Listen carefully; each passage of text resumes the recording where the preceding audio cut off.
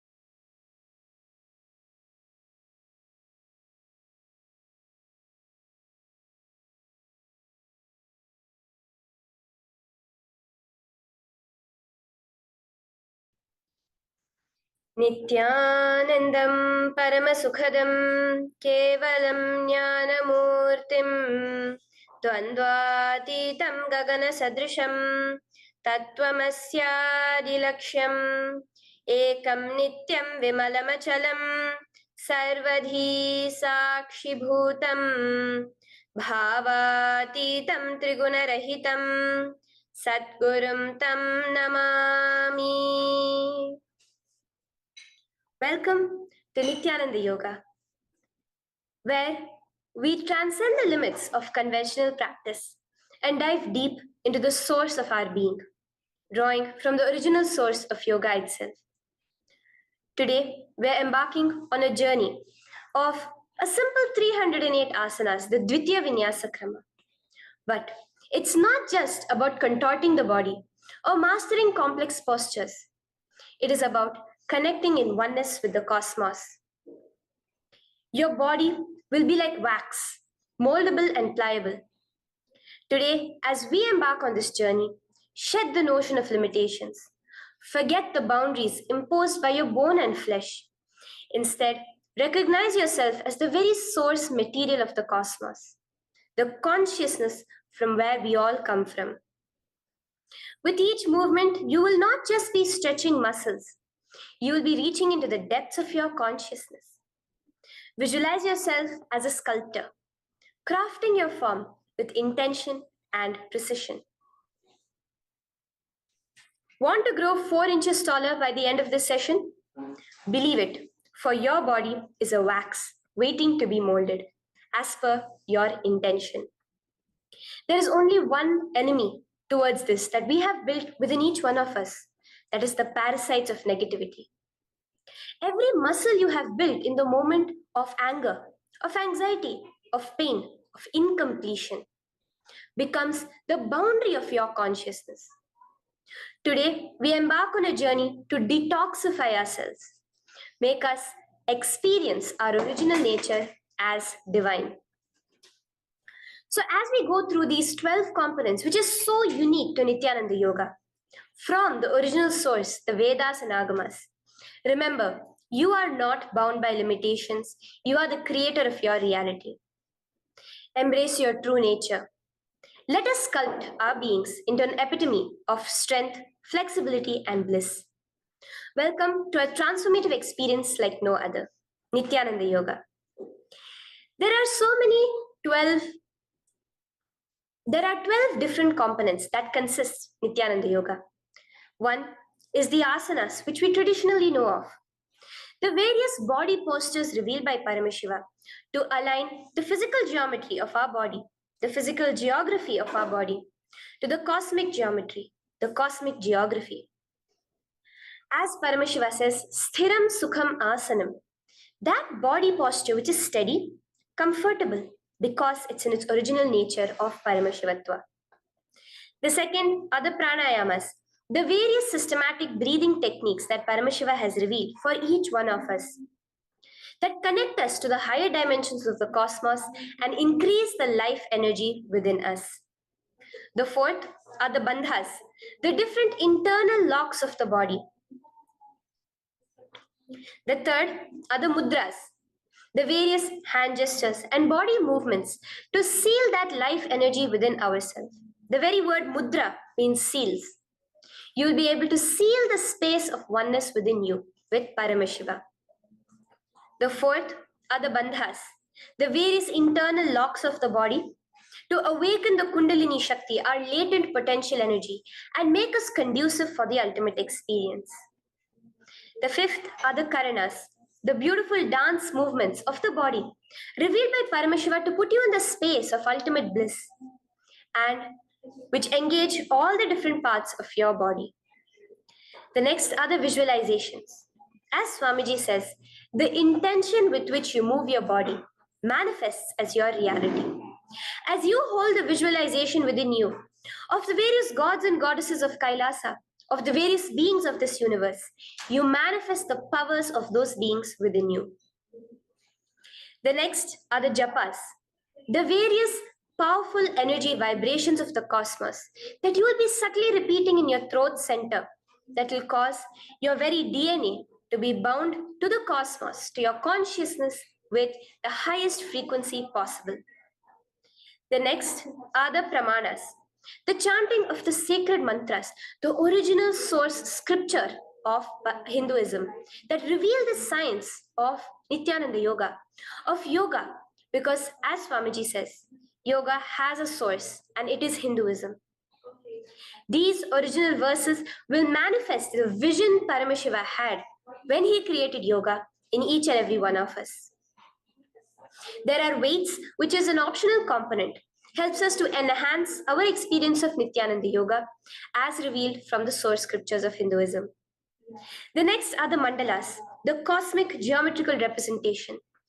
The Shri Chakra, the Shri Yantra, which is the direct geometrical representation of the cosmos.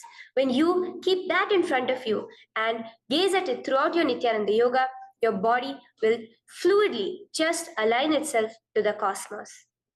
We have the Abharana, the Rudraksha, which we keep on our body, which acts as an energy battery, sucking in, storing the energy that we produce during this Nithyananda yoga and releasing it to us throughout the day to fuel our entire day with consciousness. The last but not the least are the Aushadas, the various sacred herbs that you can apply to, which can be infused with the thought current of Paramashivoham to manifest it within you. With this understanding, let us get right into the practice of Nithyananda Yoga, which starts with invoking the presence of Paramashiva himself, the very being of Paramashiva, to witness our Nithyananda Yoga today, with the chanting of the Shiva Mula Mantra.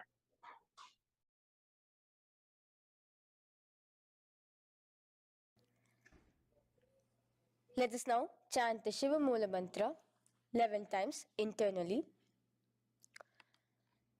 Om Ham Hom Shivaya Namaha. Om Ham Hom Shivaya Namaha. Om Ham Hom Shivaya Namaha. Om Ham Hom Shivaya Namaha. Om Ham Hom Shivaya Namaha. Om Ham Hom Shivaya Namaha. Om Ham Hom Shivaya Namaha. Om Ham Hom Shivaya Namaha. Om Ham Hom Shivaya Namaha. Om Ham Hom Shivaya Namaha. Om Ham Hom Shivaya Namaha. The next step of this ritual of yoga, as Swamiji reveals, yoga is a ritual, a methodology to connect yourself with the divine. As every ritual in Hinduism goes, we cleanse the three elements of our body, of the world, and of the ultimate with the Tattva Chamanam.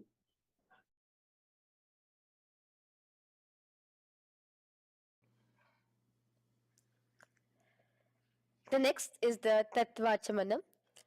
So now I request all the participants to have the Panchapatram and the Uddharani, the traditional cup and the spoon filled with some fresh water.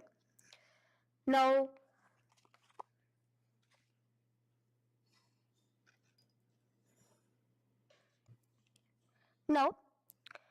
keeping your right hand in the shape of a cow's ear, the Gokarna Mudra, pour an Uddharani of water from the Panchapatram and chanting each of the following mantras internally, drink the water that flows through the base of the palm.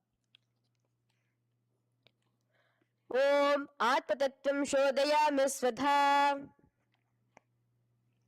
Om Vidyatattvam Shodayami Svadha. Om Shivatattvam Shodayami Svadha. Wash your right hand with water from the Panchapatram. Now, chanting the following mantra internally, wipe the upper and lower lips twice using the base of the right hand thumb, moving the hand from right to the left of the lips. Om Ham Hridayaya Namaha. Wash your right hand with water from the Panchapatram. Now, with the tips of right hand index, middle and ring finger, touch above the upper lips and below the lower lips. Wash your right hand with water from the Panchapatram. Now, with the tips of right hand index finger and thumb joined together, touch your right nostril, left nostril. With the tips of right hand ring finger and thumb joined together, touch your right eye, left eye, right ear, left ear. Wash your right hand with water from the Panchapatram. Now, with the base of the right hand thumb and little finger, touch the navel, right chest, left chest. With the right hand, fingertips together, touch the top of the head, right shoulder, left shoulder, and your heart center. With that, we have the sankalpa. The sankalpa, the manifestation of our conscious intention. What is it today each one of us want to manifest through Nithyananda Yoga? Hold that in your inner space. Through this conscious intention, which directly happens with the blessings, with the grace of the Supreme Pontiff of Hinduism, Bhagavan Shri Nithyananda Paramashivoham, you will just see your intention manifesting as reality.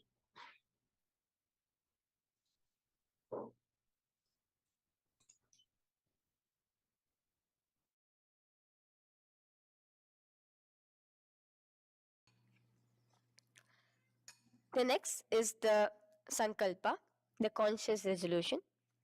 So now I request all participants now to, with your right hand, cover your left palm, which is the sankalpa mudra, and keep both the hands on the right thigh. Continue to keep this mudra till the end of the sankalpa.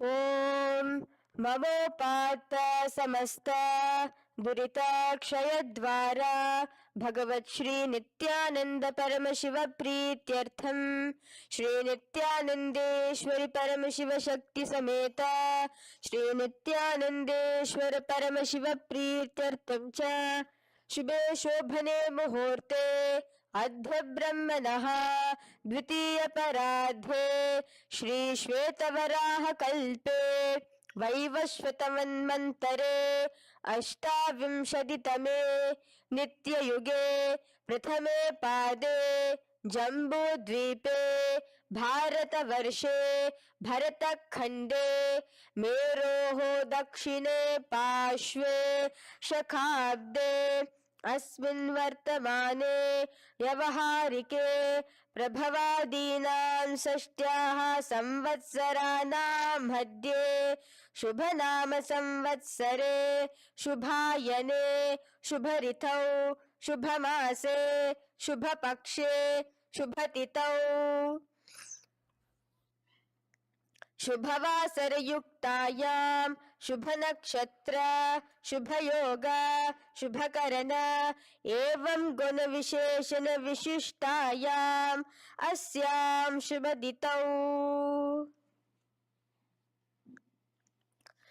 Shri कैलासोन्नत द्वादशान्त Shyamala पीठारूढ Shri Meenakshi सुंदरेश्वरा भिन्न स्वरूप परशिवपुत्र रत्नकुमार गुरुमन्यतुल्यावतार श्री पार्वती स्तन्यपान लब्ध दिव्य ज्ञान विश्रुत सकल निगमागम सारभूत द्राविड वेद प्रवक्त्रे श्रीमत् परमशिव करुणा समधिगत मुक्तामय चतुरश्रयान गीयमान छत्र चामर श्री चिन्ह काहलादि समस्त बिरदावल्यलंकृत ज्ञान विज्ञान चक्रवर्ती सर्वजन संग सद्यो निर्वाण दीक्षा व्याप वर्ग वर्ष विश्रान जीमूत परमत कलभ केसरी शैव सिद्धांत स्थापनाचार्य श्री राजाधिराज पांड्य महाराज गुरु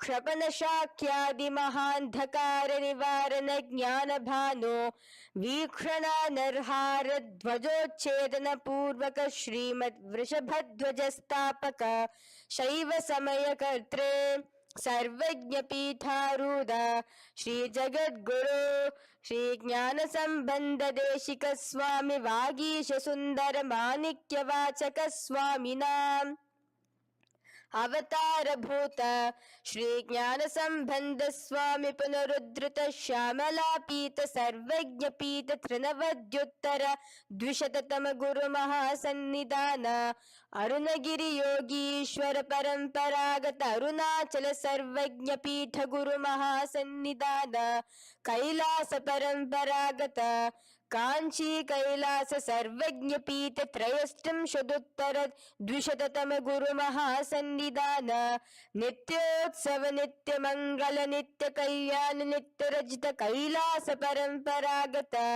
आदि कैलास नित्यानंद पीठ महासंस्थान महासिंहासन पीठ कर्त्रे साक्षात् श्री परमशिव समुद्भूत कैलास परंपरागत वैवस्वत मुनि इक्ष्वाकु हरिश्चंद्र भगीरथ श्रीरामचंद्र सूरसेन इत्यादि अनवच्छिन्न सार्वभौम चक्रवर्ती परंपरागत चतुष्षष्टि योगिनी मंडित चतुष्षष्टि संप्रदाय प्रवर्तक मनुधर्म शासन सूर्यवंश प्राप्त सर्वज्ञ पीठ सुरांगी साम्राज्य मूधाभिषिक्त चूदामणे साक्षात् श्री परमशिव समुद्भूत कपिल महागुरु पुनरुद्धृत महानिर्वाणि पीठ अष्टोत्तर सहस्र श्री महामंडलेश्वर साक्षात् श्री परमशिव समुद्भूत श्री महागणपति समारंभ अनवच्छिन्न पीताधीश्वर गुरु परंपरा प्राप्त अतल पीठ अष्टोत्तर सहस्र श्री अतल पीताधीश्वर धर्म मुक्ति स्वर्गपुर स्वर्ण पीठ त्रयोविंश गुरु महासन्निधान कैलास परंपरागत आदिपीठ सर्वज्ञ पीठ जगद्गुरु श्री कैलास पुनरुद्धारक श्री कैलास परमाचार्य श्रीमत् परमहंस परिव्राजकाचार्य वर्य सच्चिदानंद प्रणव स्वरूप श्रोत्रिय ब्रह्मनिष्ठ श्रीमद् जगद्गुरु श्रील श्री भगवत श्री नित्यानंद परम शिव श्री ज्ञान संबंध देशिक परमाचार्य स्वामिनां प्रीत्यर्थम तेषां पादारविन्दयोः भक्ति सिद्ध्यर्थम गुरु कृपा कटाक्ष सिद्ध्यर्थम क्षेम स्थैर्य वीर विजय आयुरारोग्य ऐश्वर्यानां अभिवृद्ध्यर्थम धर्मार्थ काम मोक्ष चतुर्विध फल पुरुषार्थ सिद्ध्यर्थम समस्त दुरितोपशांत्यर्थम समस्त मंगलावाप्यर्थम भगवत श्री नित्यानंद परमशिव प्रसादेन सकुटुंबस्य ज्ञान वैराग्य जीवन मुक्ति प्राप्त्यर्थम भगवत श्री नित्यानंद परमशिव कृपा कटाक्षेण पूर्ण आरोग्य युक्त दृढ़गात्र यौगिक शरीर सिद्ध्यर्थम परमशिव शक्ति आविष्करणार्थम नित्यानंद योगाभ्यासं करिष्ये. Now wash your right hand with water from the Panchapatram. Om Apaupasprisya. Now, let's get started with the asanas. Okay? Sit first in a cross-legged position on the ground in Sukhasana. Bring your hands into the Bindu Mudra with your thumbs and index fingers touching each other. Place it on top of your knees. Here we have the Kumbhaka, the pranayama of Samana Kumbhaka. As you inhale and exhale, visualize flames licking up your spine. Do the bandhas, the locks, the Mahamudra Bandha, all three of the bandhas, where you are doing the Jalandhara Bandha, tucking in your chin to your chest, the Udyana Bandha, sucking in your stomach, and the Moola Bandha, clenching your perineum. For the first set of asanas, we have the japa Soham, which you'll be repeating in your throat center. As you do Sukhasana, visualize Lord Shiva in your inner space. The next asana is Parvatasana. Now, from the seated position, bring both your feet to the opposite thighs. Clasp your hands together in front of your heart center in the Anjali Mudra and raise it above your head. Keep your hands as straight as you can. Continue the Samana Kumbhaka and the Japa of Soham. Remain with all the three bandhas, the chin to your chest in Jalandhara Bandha, the stomach tucked in Udyana Bandha, and the clenched perineum in Moola Bandha. Here, visualize yourself as Mount Kailash. The next asana is Hali Pavasana. Now slowly bring your feet together in front of your body as you stretch it out a little further away. Now bring your hands behind your back and clasp the left hand by your right. Lean forward, placing your forehead on the ground as you continue to engage all the three bandhas. Here, gaze at your nose. Visualize Swamiji, the Supreme Pontiff of Hinduism, in your inner space.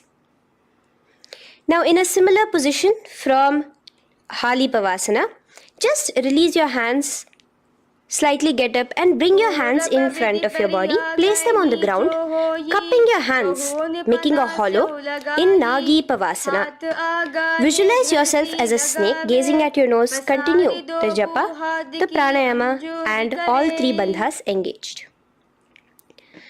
Now, raise up. This is Kokilasana. Hold your big toes with your index and middle finger in the Prana Mudra. Stretch your legs straight out and upwards. Cross it into Padmasana. Bring it to your opposite thighs. Lean forward and down onto your elbows. Again, tuck your chin into your chest, suck in your stomach, and clench the perineum in the Mahamudra Bandha.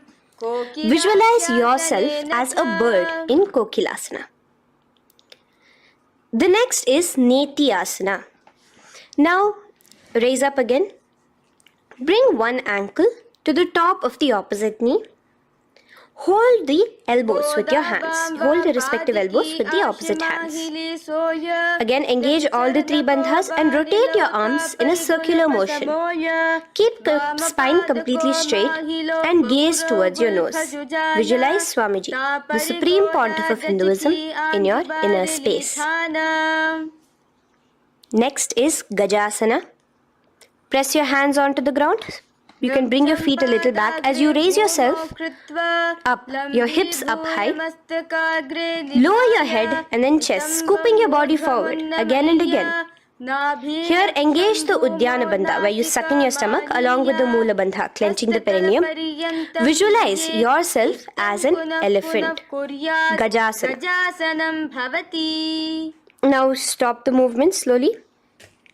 In another dynamic asana, which is Rikshasana, you will start alternatively pressing the heel of one foot onto the ground while lifting the other heel up.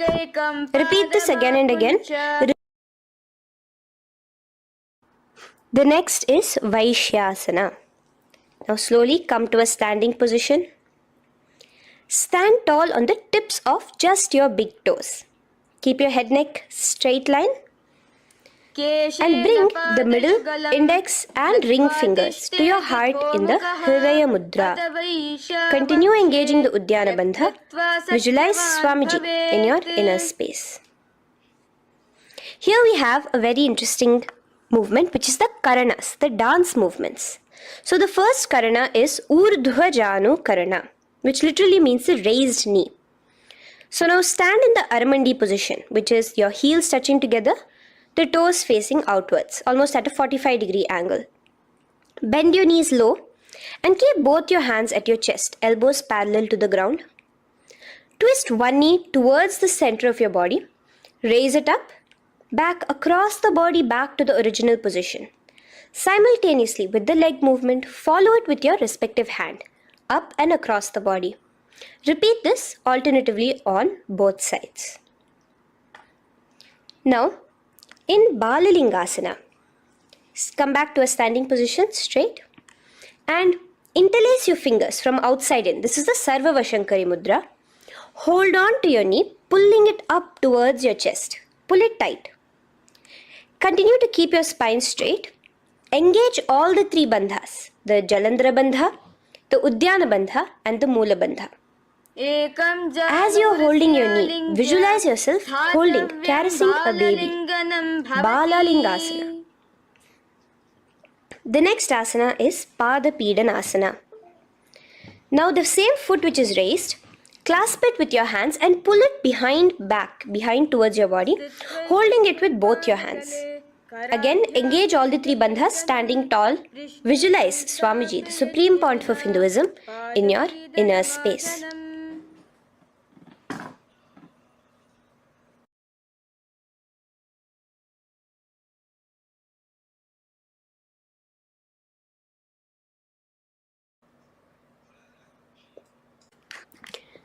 From here, let's enter into Natarajasana.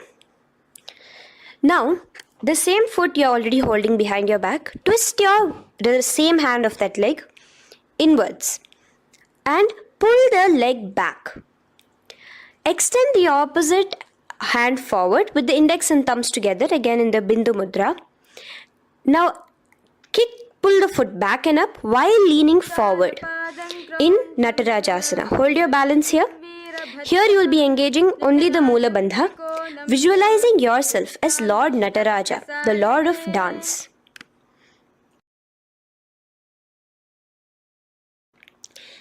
Now again let's repeat Balalingasana on the other side with the other leg. Pull it up towards your chest with the hands in the Sarva Vashankari Mudra. Engage all the three bandhas as you visualize yourself holding and caressing a baby. Now pull your foot back into Pada Pidanasana on the other side. Remain with all the three bandhas engaged. Visualize Swamiji in your inner space. And lean forward. Now, hands stretched in the Bindu Mudra into Natarajasana. Balance there as you visualize yourself as Lord Nataraja. Now, come back to a standing position. Release your leg. Gain your balance. As we enter into the Ardharechita Karana. Now again bring yourself to the Aramandi position, heels together, toes pointed outwards and knees bent. Now from this position, bring your right foot onto the tips of the toes behind the left heel. The heel should be up. Bring your left hand towards your chest, parallel to the ground again, and extend the right arm out and wide like a pendulum. Bring it back towards your chest. Now while your arm is swinging, remember to move your fingers one by one inwards towards the palm and then outwards. Now place the right hand over the nose. Uncross your ankles. Let's do this on the other side also.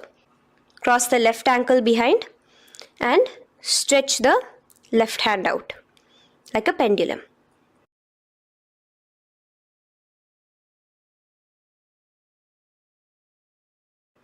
Bring it to your nose and cross the ankles. Now let us enter into the skeleton dance. It's a very powerful meditation. It cleanses the muscle memory. Any patterns which are there within your muscle memory can be completely wiped out through this skeleton dance. Just 2 simple steps. Now stand straight, visualize yourself as a skeleton. You can close your eyes. Just visualize yourself as pure bones. There are no muscles, no veins, no nerves, tissues, organs, nothing. Just bones, a skeleton form. And shake your body intensely. As a skeleton, you are moving yourself wildly, intensely. Just shake it all out. Move your hands, move your legs, your head. Let there be no bone in your body untouched. Just move it. Move wildly, shake. Literally feel yourself throwing all the patterns out of your system with the intensity of your shaking.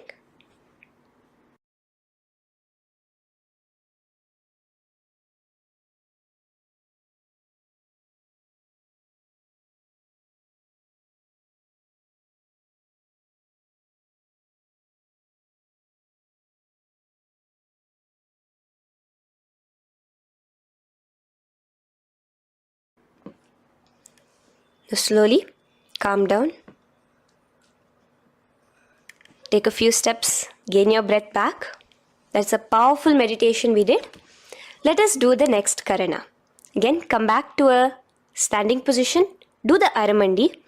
Your toes outwards, knees bent with your feet together. Now here, raise your hands above your head.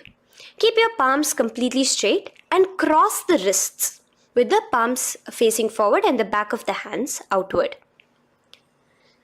Now from the crossed wrists, uncross the wrists, spreading your arms out wide while you turn your hip towards the side. Turn by the waist sideways.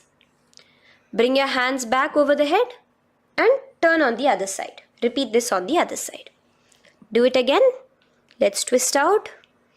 Come back to the middle and twist out again. This is the Kati China Karana. Now stand tall. Raise your hands above your head. Bring yourself to the top of the tip of your toes. Let your hands face each other parallel to the ears. You're tall, pushing yourself, stretching yourself. Again, engage all the three bandhas. Tucking in your chin to the chest, sucking in your stomach and clenching your perineum. Visualize yourself as a palm tree. We have the japa changing over here where you will be repeating Shivoham in your throat center. Tadasana. Now, as we enter into Uttanasana, relax and lean forward, bringing your hands on by the ground next to your feet. Keep your palms flat on the ground. Try your best. Engage all the three bandhas. Remain with all the three bandhas engaged as you visualize Swamiji, the Supreme Pontiff of Hinduism himself, in your inner space. Now jump your feet back into Tarakshvasana, coming to a plank position. Keep your hands shoulder width apart. Be steady there. Chuck in your chin to your chest in the Jalandhara Bandha as well as engaging the Moola Bandha. Now rotate your head while in the Jalandhara Bandha from shoulder to shoulder, side to side. This is Tarakshvasana. Visualize Swamiji, the Supreme Pontiff of Hinduism, in your inner space. Yes. Now lay flat onto the ground in Bhujangasana. Lower your entire body down. Now point your toes backwards. Keep your hands by the side of your chest and push yourself off the ground. Remember to use the strength of your lower back to hold yourself up. Open your mouth wide. Inhale through the hollow of your throat and exhale through your nose. This is the Bhujangani Mudra. In Bhujangasana, you will visualize yourself as a cobra. Now come back into a plank position. So you can tuck in your toes and come back into a plank position. In Shavasana, alternate bringing one knee towards your chest, back and forth. So you'll bring one knee front, push it back and bring the other knee. Repeat this again and again. Do the Sahaja Kumbhaka. Simple breathing in, breathing out. Engage the Moola Bandha, clenching your perineum. Visualize Swamiji, the Supreme Pontiff of Hinduism. Okay. Now place your legs back into the plank position as we enter into Rathasana. Again, bring one foot between your hands and alternate jumping one foot back and bringing the other foot forward simultaneously. Again and again. Continue the Sahaja Kumbhaka and the Moola Bandha engaged as you visualize yourself as a chariot, a Ratha, in Rathasana. Now, into Veerabhadrasana. Remain one leg in between your hands. So as you jump, one leg comes between your hands. Stop in that position. One leg stretched back. And raise yourself up into a standing position. So the front foot will be pointing forwards and bent at a 90-degree angle. The knee will be bent at a 90-degree angle. The other leg, which is extended back, the foot will be pointed sideways at a 45-degree angle. Now raise your palms, hands up, parallel beside your ears. Do the Uddiyana Bandha along with the Mula Bandha, pulling in your stomach in. Gaze towards your third eye as you visualize yourself as Lord Veerabhadra. Now relax down, switch your legs around, and let us do Veerabhadrasana on the other side. Stretch your hands up, gaze towards your third eye, suck in your stomach in the Uddiyana Bandha, and visualize yourself as Lord Veerabhadra. Okay, bring your feet together now. Let us move into Vrikshasana. Now stand tall, gain your balance here slowly. Bring one foot towards the inner thigh. Bring your palms together, raise them up above your head in the Anjali Mudra. Keep your elbows as straight as you can. Again, continue the Uddiyana Bandha, sucking in your stomach. Gaze forward, hold your balance, visualize yourself as a tree, the stability of a tree in Vrikshasana. Now, slowly bring your hands down. Now the foot which is in your inner thigh, bring it towards the opposite, to the root of the opposite thigh. Bring your hands in the Namaskar Mudra in front of your heart center together and visualize yourself here as Lord Garuda, just engaging the Mula Bandha alone here. This is Garudasana. Now let us repeat Vrikshasana on the other side. Slowly put your foot down. Bring the other foot to the inner thigh. Raise your hands above your head. Suck in your stomach in the Uddiyana Bandha and visualize yourself as a tree.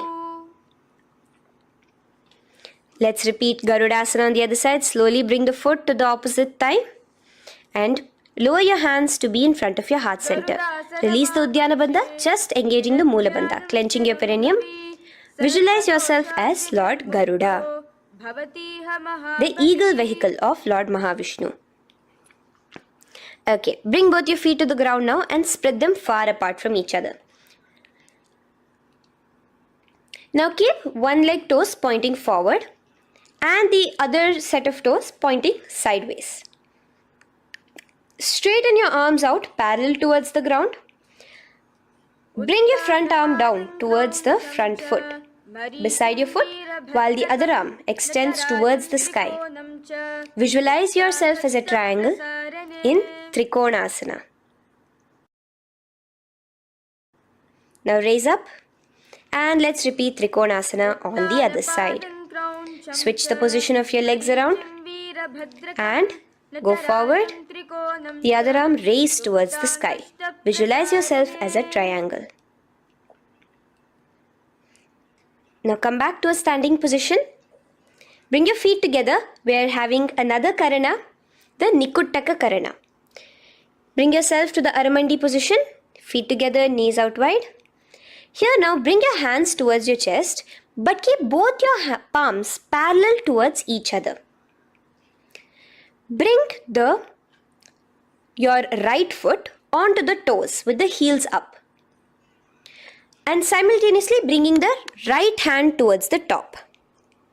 Now drop the right foot, simultaneously lifting the left foot onto the toes and switch the hands position. Now the left hand is on the top and the right hand is on the bottom. Repeat and let us do this repeatedly. Okay, relax now, come back to a straight position and sit down onto your toes. Sit on your heels with your toes on the ground, knees raised up off the ground, together in front of you in Angushtasana. Bring your hands together in the Namaskara Mudra in front of your heart center. We have a very interesting pranayama over here, which is the Bhramari Kumbhaka, where you will be subtly buzzing like a bee as you do this asana.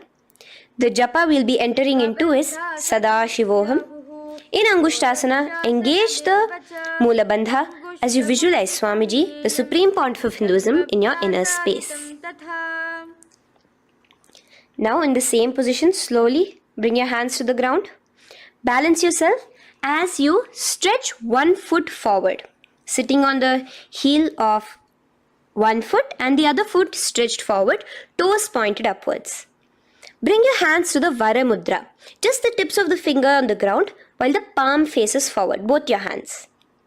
Continue to engage the Mula Bandha, clenching the perineum as you visualize Swamiji, the Supreme Pontiff of Hinduism, in your inner space. Now, the leg is stretched forward, right? Stretch the same hand, the respective hand forward and clasp onto the big toe of that foot in the Prana Mudra with your index and middle fingers. The other hand, bring it to the back of the respective heel in Vidhunanasana as you visualize Swamiji in your inner space. Okay, bring your 2 feet back together as we repeat Saurasana on the other side. Stretch your left leg forward now. Palms in the Vara Mudra on the ground. Visualize Swamiji in your inner space. And lean forward into Vidhunanasana on the other leg. Clasp your toes. Bring the other hand to the back heel. Continue to visualize Swamiji. Now bring your 2 feet back together as you continue to sit on the heels, getting a nice toe workout here. Balance on your toes, bring your knees together in front of you. Now place your palms on top of the respective knees with the hands facing upwards, the palms facing upwards. Leave a slight gap between your palms and knees. As you gaze forward, engage the Jalandhara Bandha, tucking in your chin to your chest, and look between the gap between your hands. Brahma Jurankushasana. The next is Kapilasana. Now spread your knees wide and place them onto the ground. Keep your hands on the respective knees. Pull your stomach in and up in the Uddiyana Bandha. Gaze towards your nose as you visualize yourself as Maha Kapila Muni, the first man that ever started thinking. In the same position, just release that Uddiyana Bandha. Release the lock of the stomach, but continue to clench your perineum in Mula Bandha. As you switch your gaze to your third eye. So from your nose, switch your gaze to the third eye. Visualize Swamiji, the Supreme Pontiff of Hinduism, in your inner space. Bhadra Gorakshasana. Next is Suryasana. Now, your toes are tucked. Just lift your knees off the ground, wide apart. Bring your hands together in the Padma Mudra with the little fingers and thumbs joined together. Engage the Uddiyana Bandha, suck in your stomach and raise your hands up tall above your head. Slightly lean back as you look towards the gap between your hands. Visualize Lord Surya in your inner space. Now relax, slowly bring your hands to the ground.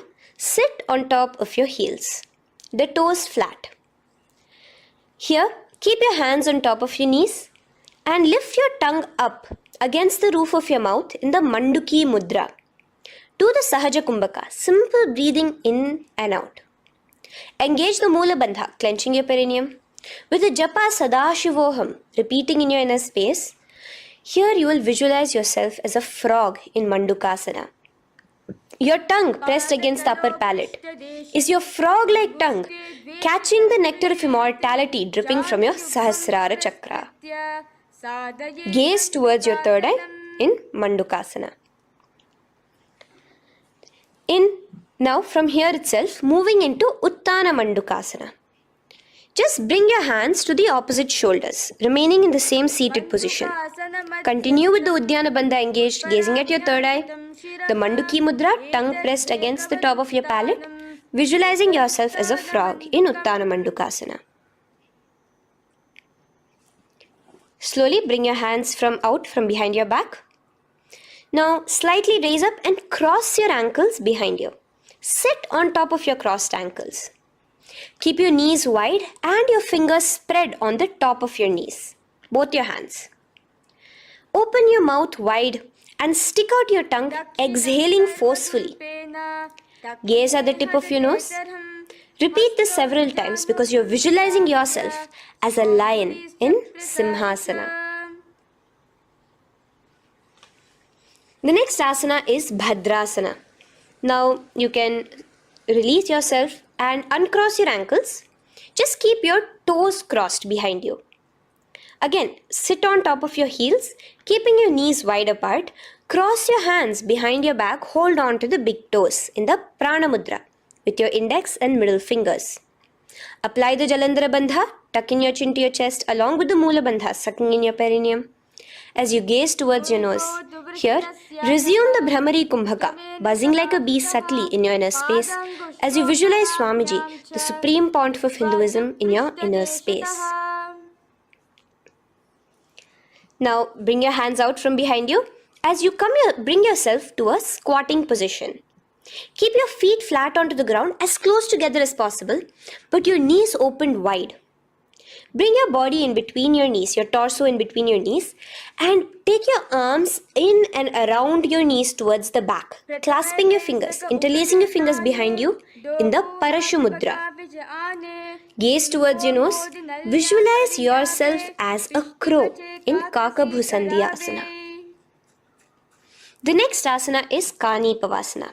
Unclasp your hands and place them flat onto the floor. Keep them shoulder width apart for good balance. Now, slowly bring your knees to the back of your arms, above the elbows. Lean your chin forward and down. Keep your gaze steady as you lift your feet off the ground.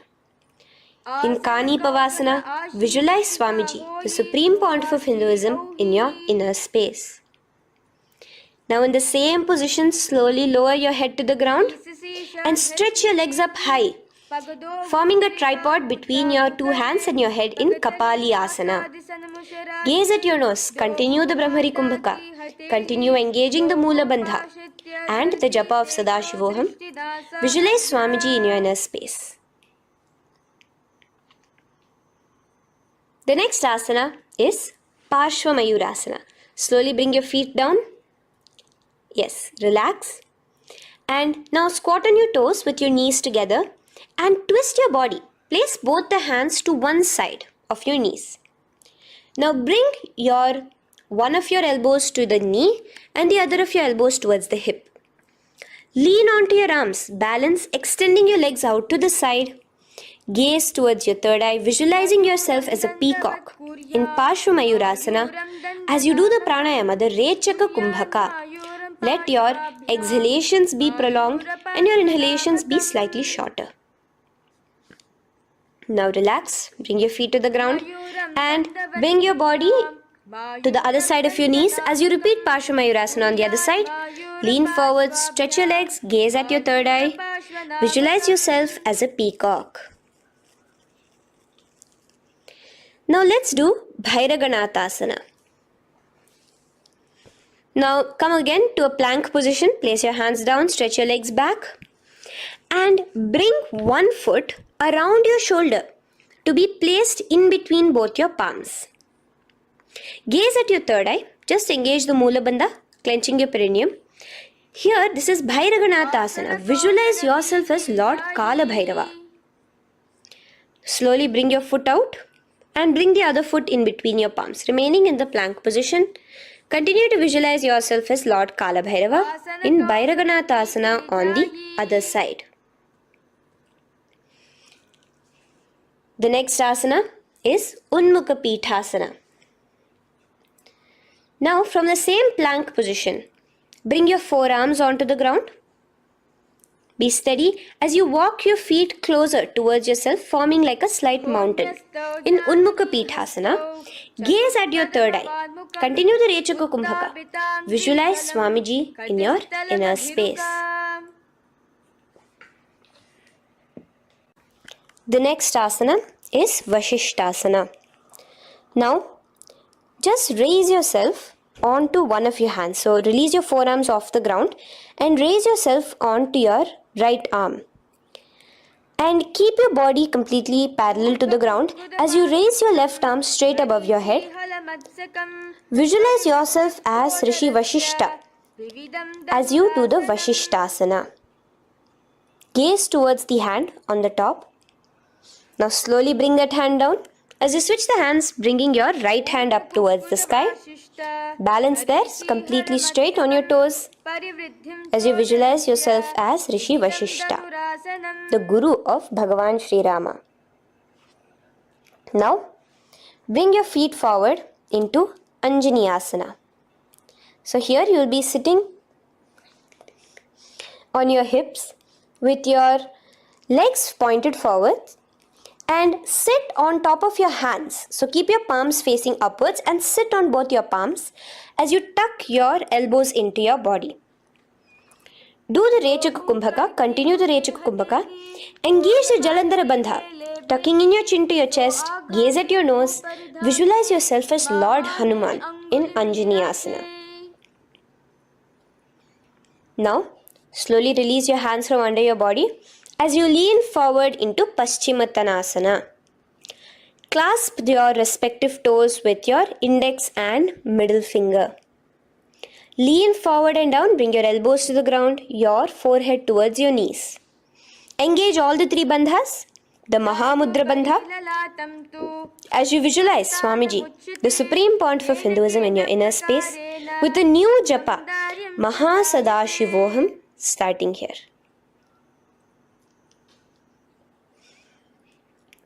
The next is Ugrasana. Now, you can raise up and clasp your hands behind your neck in the Parashamudra. Interlace both your fingers. Lean forward and down, bringing your forehead to your knees and your elbows onto the ground. Again, engage all the three bandhas in the Mahamudra Bandha as you visualize Devi Kali in your inner space in Ugrasana. The next is Marichi Asana. So raise up and keep one leg pointed forward while you bring the other leg towards the groin, the knee pointed upwards. Place the foot flat on the ground. Now lean forward, bring both your hands, wrap your arms around the raised knee, clasping your hands behind the back together. Bring your chest to the thigh with your head towards the knee. Here engage just the Moola Bandha, sucking in your perineum, as you visualize yourself as Rishi Marichi in Marichi Asana. The next asana is Mahamudrasana. Now slowly raise up and the raised knee, let it rest by your side with your leg towards the inner thigh of the opposite leg. Now again reach down, hold your foot, bring your elbows to the ground, your forehead to your knees. Engage all the three bandhas in the Mahamudra Bandha. Gaze at your nose, visualize Swamiji himself in your inner space. Raise up. Let's repeat Marichi Asana on the other side. Bring the other foot straight while the other foot comes into the groin. Knee up. Lean forward, clasping your hands behind your back. Visualize yourself as Sage Marichi. Now from here, raise up, engage all the three bandhas as you let your knee fall to the side. Lean forward, clasping the foot. Gaze at your nose. Visualize Swamiji in your inner space in Mahamudrasana on the other side. Now, bring yourself to a seated position. Sit and bring the soles of your feet together. Bend your knees and keep your heels as close towards you as possible. While try to touch your knees to the ground. Clasp your feet together with both your hands. Maintain a straight spine. Gaze towards your nose in Bhadrasana 2. Visualize Swamiji, the Supreme Pontiff of Hinduism, in your inner space. The next asana is Gwali Pavasana. Now, keeping your feet together, just bring your hands towards the respective knees. Just lightly place them there. Tuck your chin to your chest in the Jalandhara Bandha, continuing to engage the Moola Bandha, clenching your perineum. As you gaze at your nose, visualize Swamiji, the Supreme Pontiff of Hinduism, in your inner space. Now, push your soles slightly further away from you. The joined feet, push it further away from your body. And lean forward, keeping both your hands, the fingers inside of the feet. Hold the soles of your feet. Lean forward and down. Bring your forehead to the ground. Gaze at your nose. Visualize the Yoni Mandala in your inner space. In Joni Asana. The next is Midiki Pavasana. Raise up. Stretch your arms out wide beside your body as you lean forward, your arms going over your knees. Bring your forehead to your feet. Continue to gaze at your nose. Visualize Swamiji, the Supreme Pontiff of Hinduism, in your inner space. Now, in Siddha Samadhi Asana, raise yourself up. Now, put your hands, your forearms, underneath the calves of the respective legs. Let your palms face up towards the sky as you bring your head down to your feet.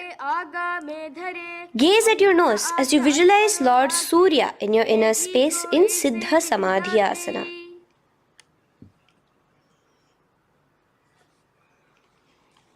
The next asana is Chinaki Pavasana. Raise up now.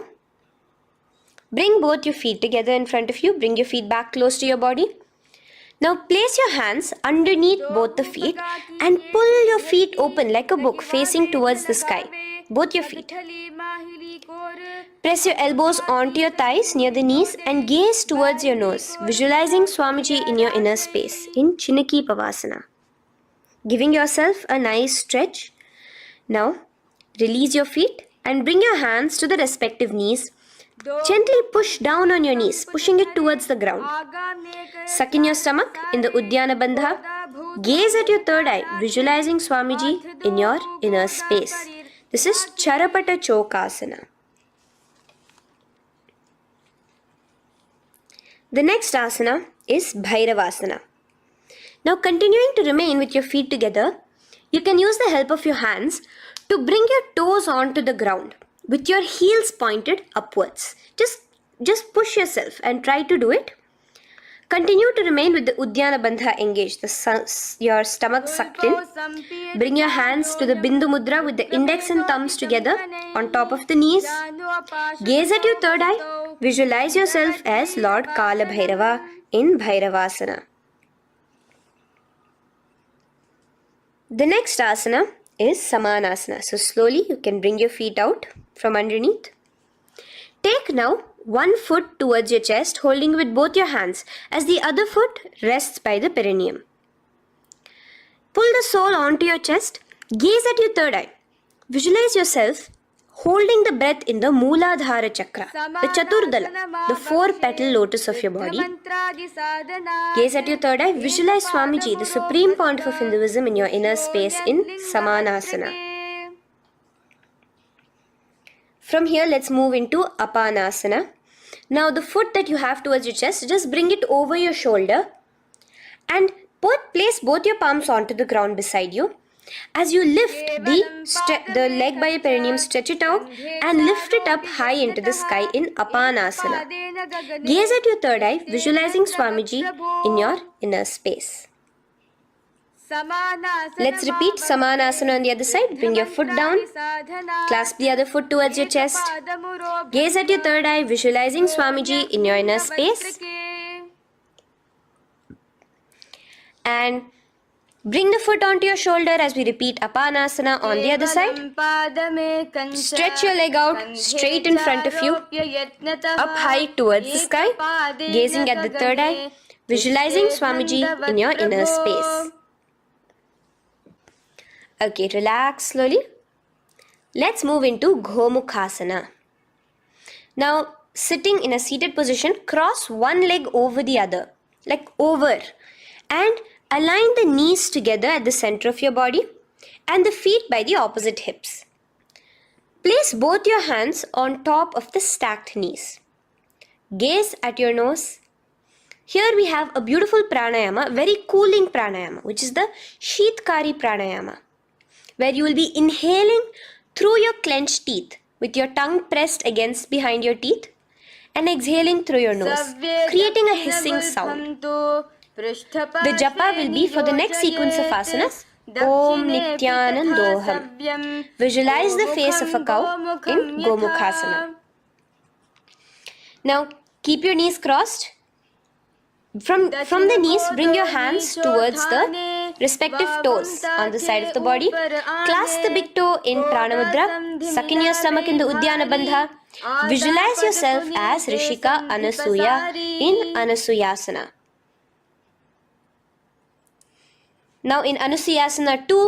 Just bring your hands behind your back, clasped together, interlaced fingers in the Paramashivoham. Lean forward and down. Try to bring your nose to touch the ground in front of you. Just visualize yourself as Rishika Anusuya and gaze at your nose. Anusuyasana 2. Raise yourself up now. Now bring one foot towards the perineum, knee resting on the ground. Raise your other foot with the foot in front of the lying down foot, knees pointed upwards towards your chest. Place your hands on the respective knees. Keep your spine tall, chest out. Gaze at your nose. Visualize yourself as Lord Garuda, the eagle vehicle of Bhagavan Mahavishnu.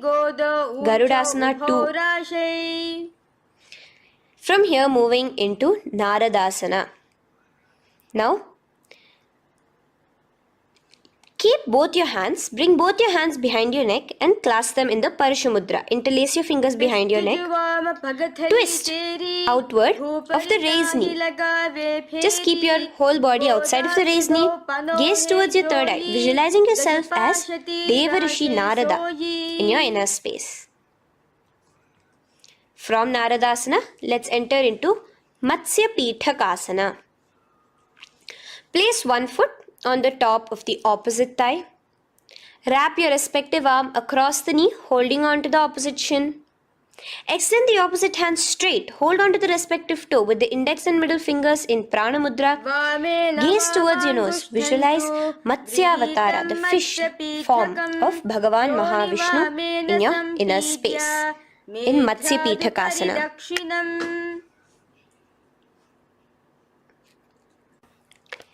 From there, let's repeat asana and the rest of the asanas on the other side too. So slowly you can cross your knees over to the other side in Gomukhasana. Keep your hands on the top of your knees. Gaze at your nose as you visualize the face of a cow in Gomukhasana. Continuing into Anusuyasana on the other side, bring your hands to your toes. Suck in your stomach in the Uddiyana Bandha. Gaze at your nose, visualize yourself as Rishika Anusuya. And lean forward, bringing your hands behind your back in Anusuyasana 2. Interlace your fingers in the Parashamudra. Continue to gaze at your nose, visualizing yourself as Rishika Anusuya. As you relax the Uddiyana Bandha, just clenching the Mula Bandha alone. Raise up, bring your feet together in front of you as we enter into Garudasana 2. Place your hands on the respective knees. Stay straight. Visualize yourself as Lord Garuda as you gaze towards your nose. And twist your body out of the raised knee, hands clasped in the Parashamudra behind your neck. Gaze at the third eye, visualizing yourself as Devarishi Narada. And bring the foot to the opposite thigh as we enter into Matsya Pithakasana on the other side. Clasp your toe in Prana Mudra. Gaze at your nose, visualizing Matsya Avatara, the fish avatar of Lord Vishnu in your inner space. Now let's enter into Matsyendrasana. Remaining in the same position with one foot on the opposite thigh, place the other foot on the ground on the far side of the other thigh. Twist. Bring your elbow outside the raised knee. Keep the raised arm by your neck. Turn backwards. Gaze towards your third eye, the other hand straight out. Visualize Matsyendranatha, the great Rishi and master of Hatha Yoga in your inner space. Just switch your hands around. Straighten the hand that was originally bent and bend the other hand towards your neck. As we enter into Kubhasana, visualize yourself as a camel. Continue to gaze at your third eye. Now, straighten out both your hands straight out in the same position. Continue to gaze at your third eye, visualizing Matsyendranatha, the master of Hatha Yoga in your inner space. Now slowly, take your foot off from the thigh. As we enter into Matsyendrasana on the other side, bring the other foot to the thigh. Place the other foot on the far side. Twist, bringing your elbows outside of the raised knee, hands on the head. The other hand stretched out back. Twist, gazing at your third eye. Visualize Matsyendranatha in your inner space. Switch the hands around as we enter into Kubhasana on the other side. Remember to visualize yourself as a camel. Now stretch both your hands out in Matsyendrasana 2 on the other side. Visualize Matsyendranatha in your inner space. Now, with one leg on the thigh, bring the other foot too to the opposite thigh in Padmasana. Place your palms on the respective knees. Engage all the three bandhas in the Mahamudra Bandha, tucking your chin to your chest, sucking in your stomach and clenching your perineum.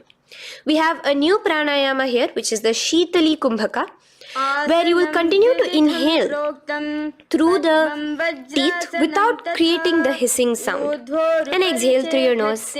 A new japa of Om Nithyananda Mahasadashivoham starts here. Gaze at your nose in Padmasana, visualizing yourself as Bhagavan Paramashiva. Now, keeping your legs in the same position, just cross your hands over each other, clasping onto the toes with your index and middle fingers in the Prana Mudra.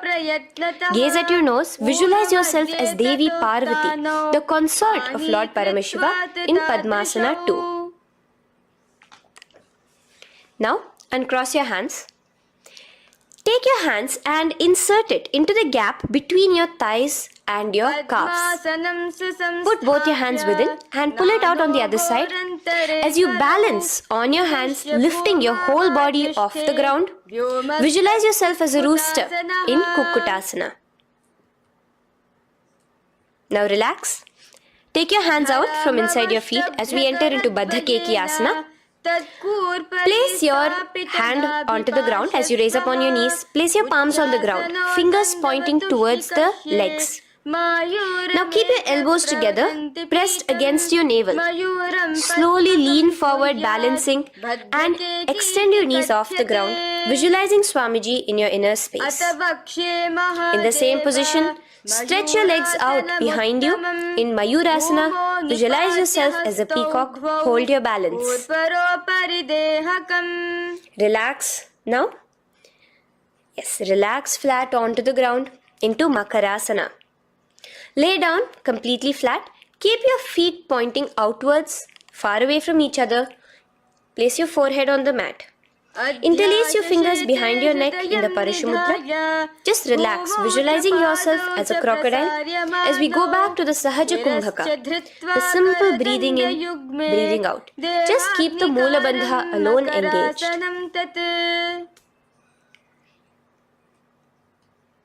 The next asana is Shalabhasana. Now lay on your stomach and place your hands on the ground beside the chest. From the laying position, raise your legs up. Use your core strength to bring your thighs off the ground.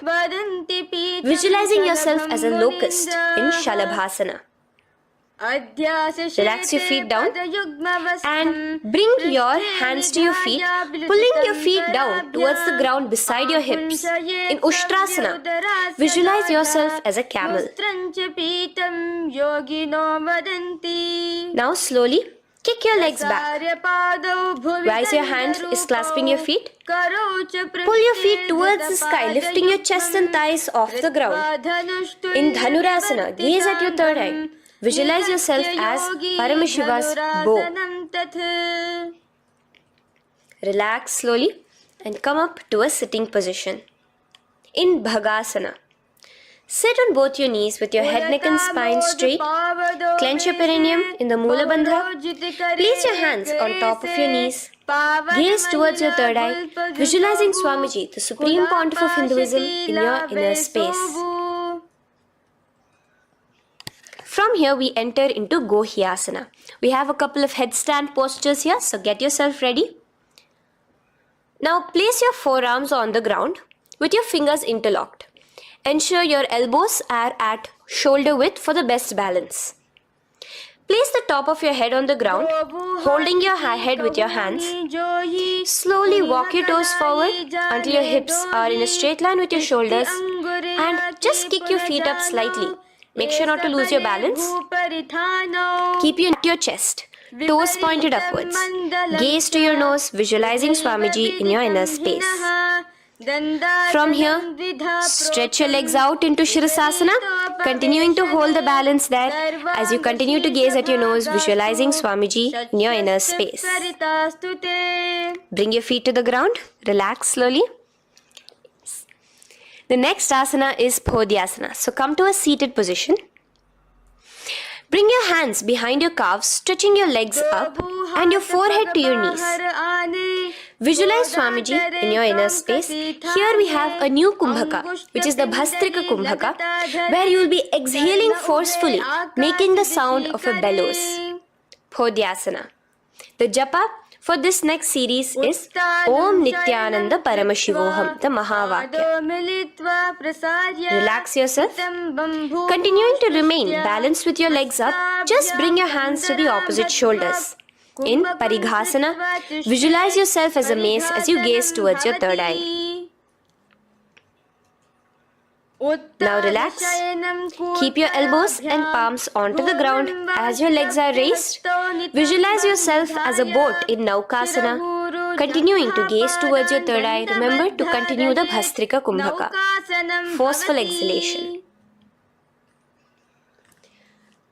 Now, continuing to keep your balance, just bring your hands to your feet and scoop your hands underneath the heels, pull it towards the chest.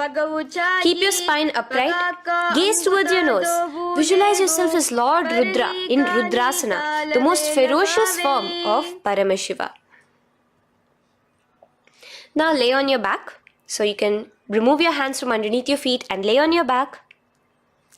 With your feet flat on the ground, knees pointed upwards. Now place your palms down. Just let your fingers touch the back of your heel. Do not clasp your feet. Lift your hips up high, pressing the feet onto the ground. Chin tucked to the chest in the Jalandhara Bandha automatically. Gaze at your nose, visualizing Swamiji in Unmukha Pithasana 2. Now lay onto the ground in Shavasana. Just lay completely flat, with your palms facing upwards by the side of your body. Just unclutch from any movement happening within you. Visualize your body is dead. The Supreme Pontiff of Hinduism, Swamiji, is just liberating you. Just let your awareness, your energy completely pervade your body in the Shakti Chalan Mudra as you continue to vibrate with the Mahavakya.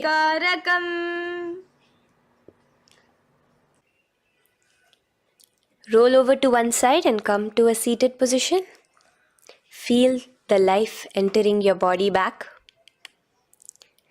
In a seated position, let us get continued with the sequence. We have 200 asanas more to go, starting with Yatha Sanishtasana.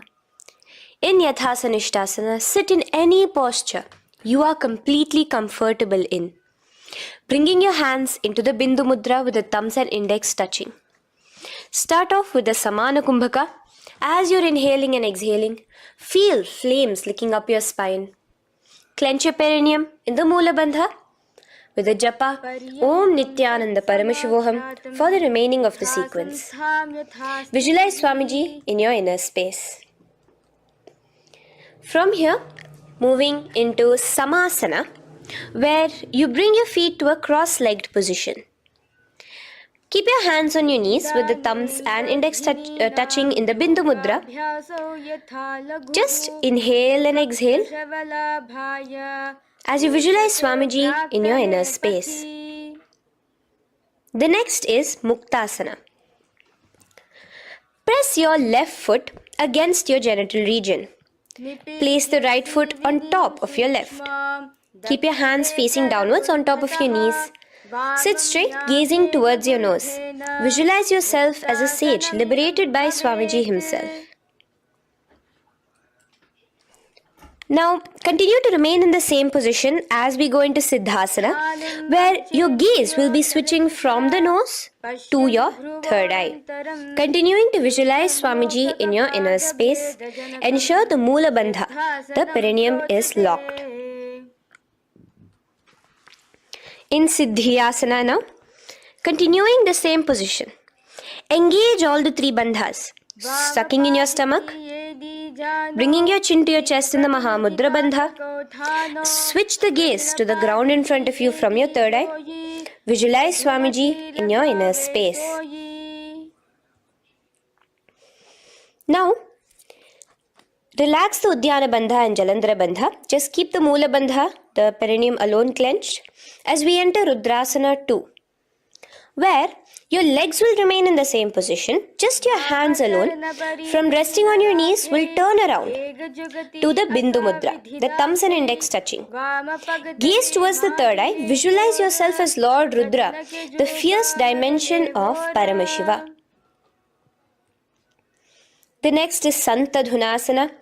Keep your hands in the Bindu Mudra, your legs crossed in the same position. As you switch your gaze from your third eye to your nose, visualizing Swamiji, his tranquility, unshakable nature.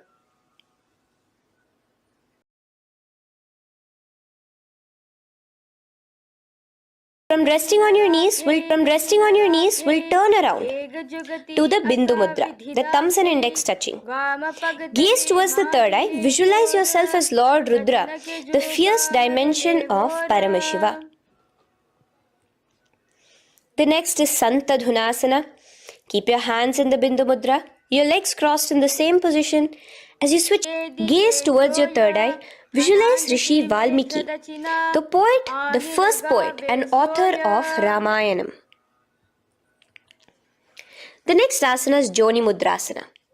So you're going to remain here as you switch your gaze to your nose, visualizing the Yoni Mandala, a beautiful formation, divine cosmic geometry, representing Devi, Shakti, a symbol of the creative energy of the universe in Joni Mudrasana.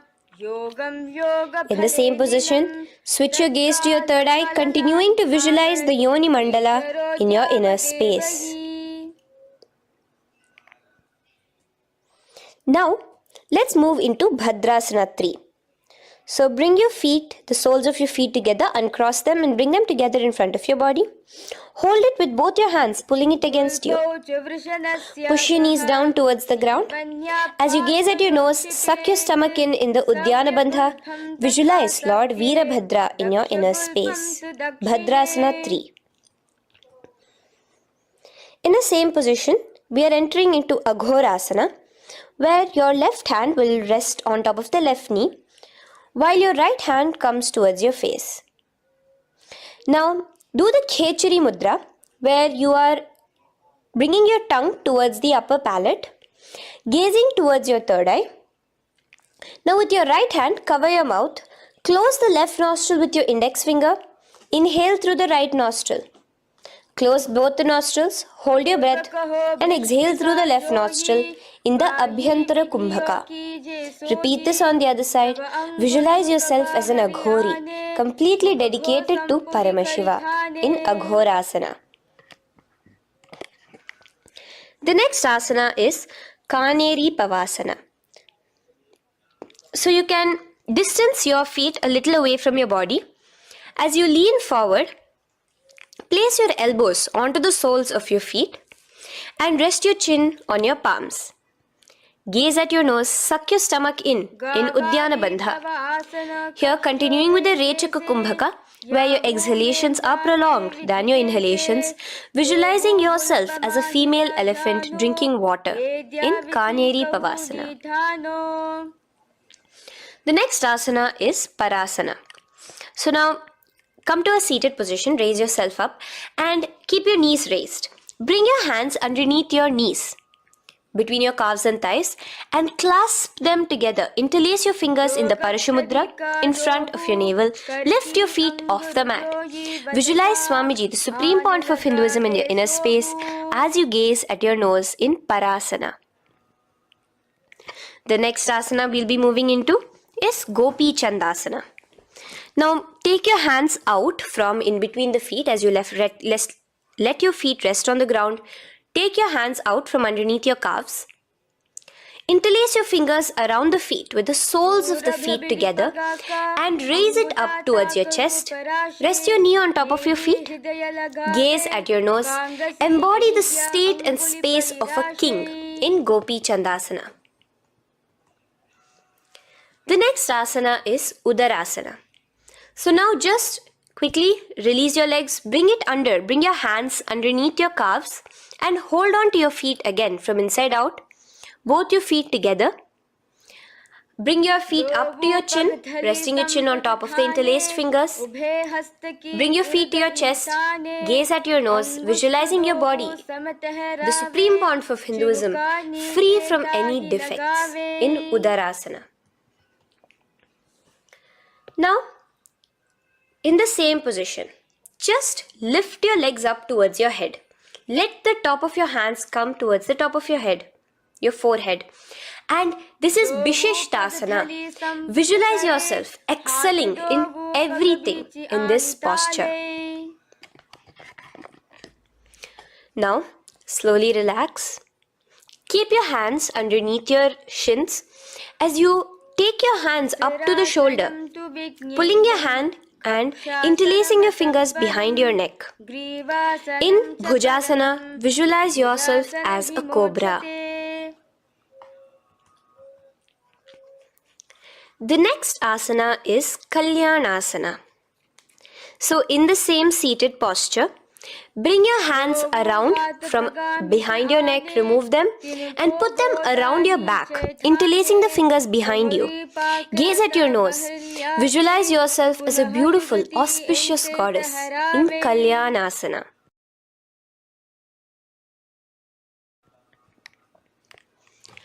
The next posture is Sankatasana. So now, uncross your hands from behind you. Release yourself completely onto the ground. Place your left knee on the mat and the left foot flat. Sit on top of your left foot, knee pointed forward. Raise your right leg on top of the left, bringing the right heel to the left hip. Place your hands on the opposite knees. Here, do the Ujjayi Pranayama. As you inhale and exhale, make the sound of an ocean. Visualize yourself as a swan, a beautiful swan in Sankatasana. The next is Dhenukasana. Just in the same position, slide your left heel to the left hip. Keep your right knee on top of the left. Place both your hands on your right thigh. Visualize a cow in your inner space as you suck your stomach in the Uddiyana Bandha, Dhenukasana. Now slowly uncross your legs as we move into Matsyendrasana. Place the right foot on the left thigh, the left foot on the right knee. Bring your left hand behind your back, hold the right thigh. Twist a little bit. Place your right hand on your left thigh. Twist your body, gaze towards your third eye, visualizing Swamiji in your inner space. The next asana, Matsyendrasana 2, just untwist your body. As you clasp the respective toes of both your feet with your hands, lean forward and down, bringing your forehead to the ground in front of your feet. Visualize Swamiji, the supreme pontiff of Hinduism, in your inner space. Raise up now. Keep your legs in the same position. We have the Guru Asana. Interlace your fingers together and place it over the topmost knee. Suck in your stomach in the Uddiyana Bandha, clench your perineum in the Moola Bandha, tuck your chin to your chest in the Jalandhara Bandha. As you engage all three bandhas, visualize Swamiji in your inner space. Let us now repeat Sankatasana on the other side. So, you can release your hands, your legs as you cross the other leg over. Visualizing yourself as a swan, remember to put your hands on the opposite knees. The next asana, Dhenukasana, repeating it on the other side. Slide your leg out, bring both your hands to the topmost knee. Suck your stomach in the Uddiyana Bandha. Visualize a cow in your inner space. Matsyendrasana again, repeating it on the other side. Bring your legs to the cross-leg position. Twist your body around as you gaze at your third eye, visualizing Swamiji in your inner space. Untwist as we enter into Matsyendrasana 2 on the other side. Hold on to your feet, bring your forehead to the ground, continuing to visualize Swamiji in your inner space. Slowly raise up and let us do Guru Asana on the other side.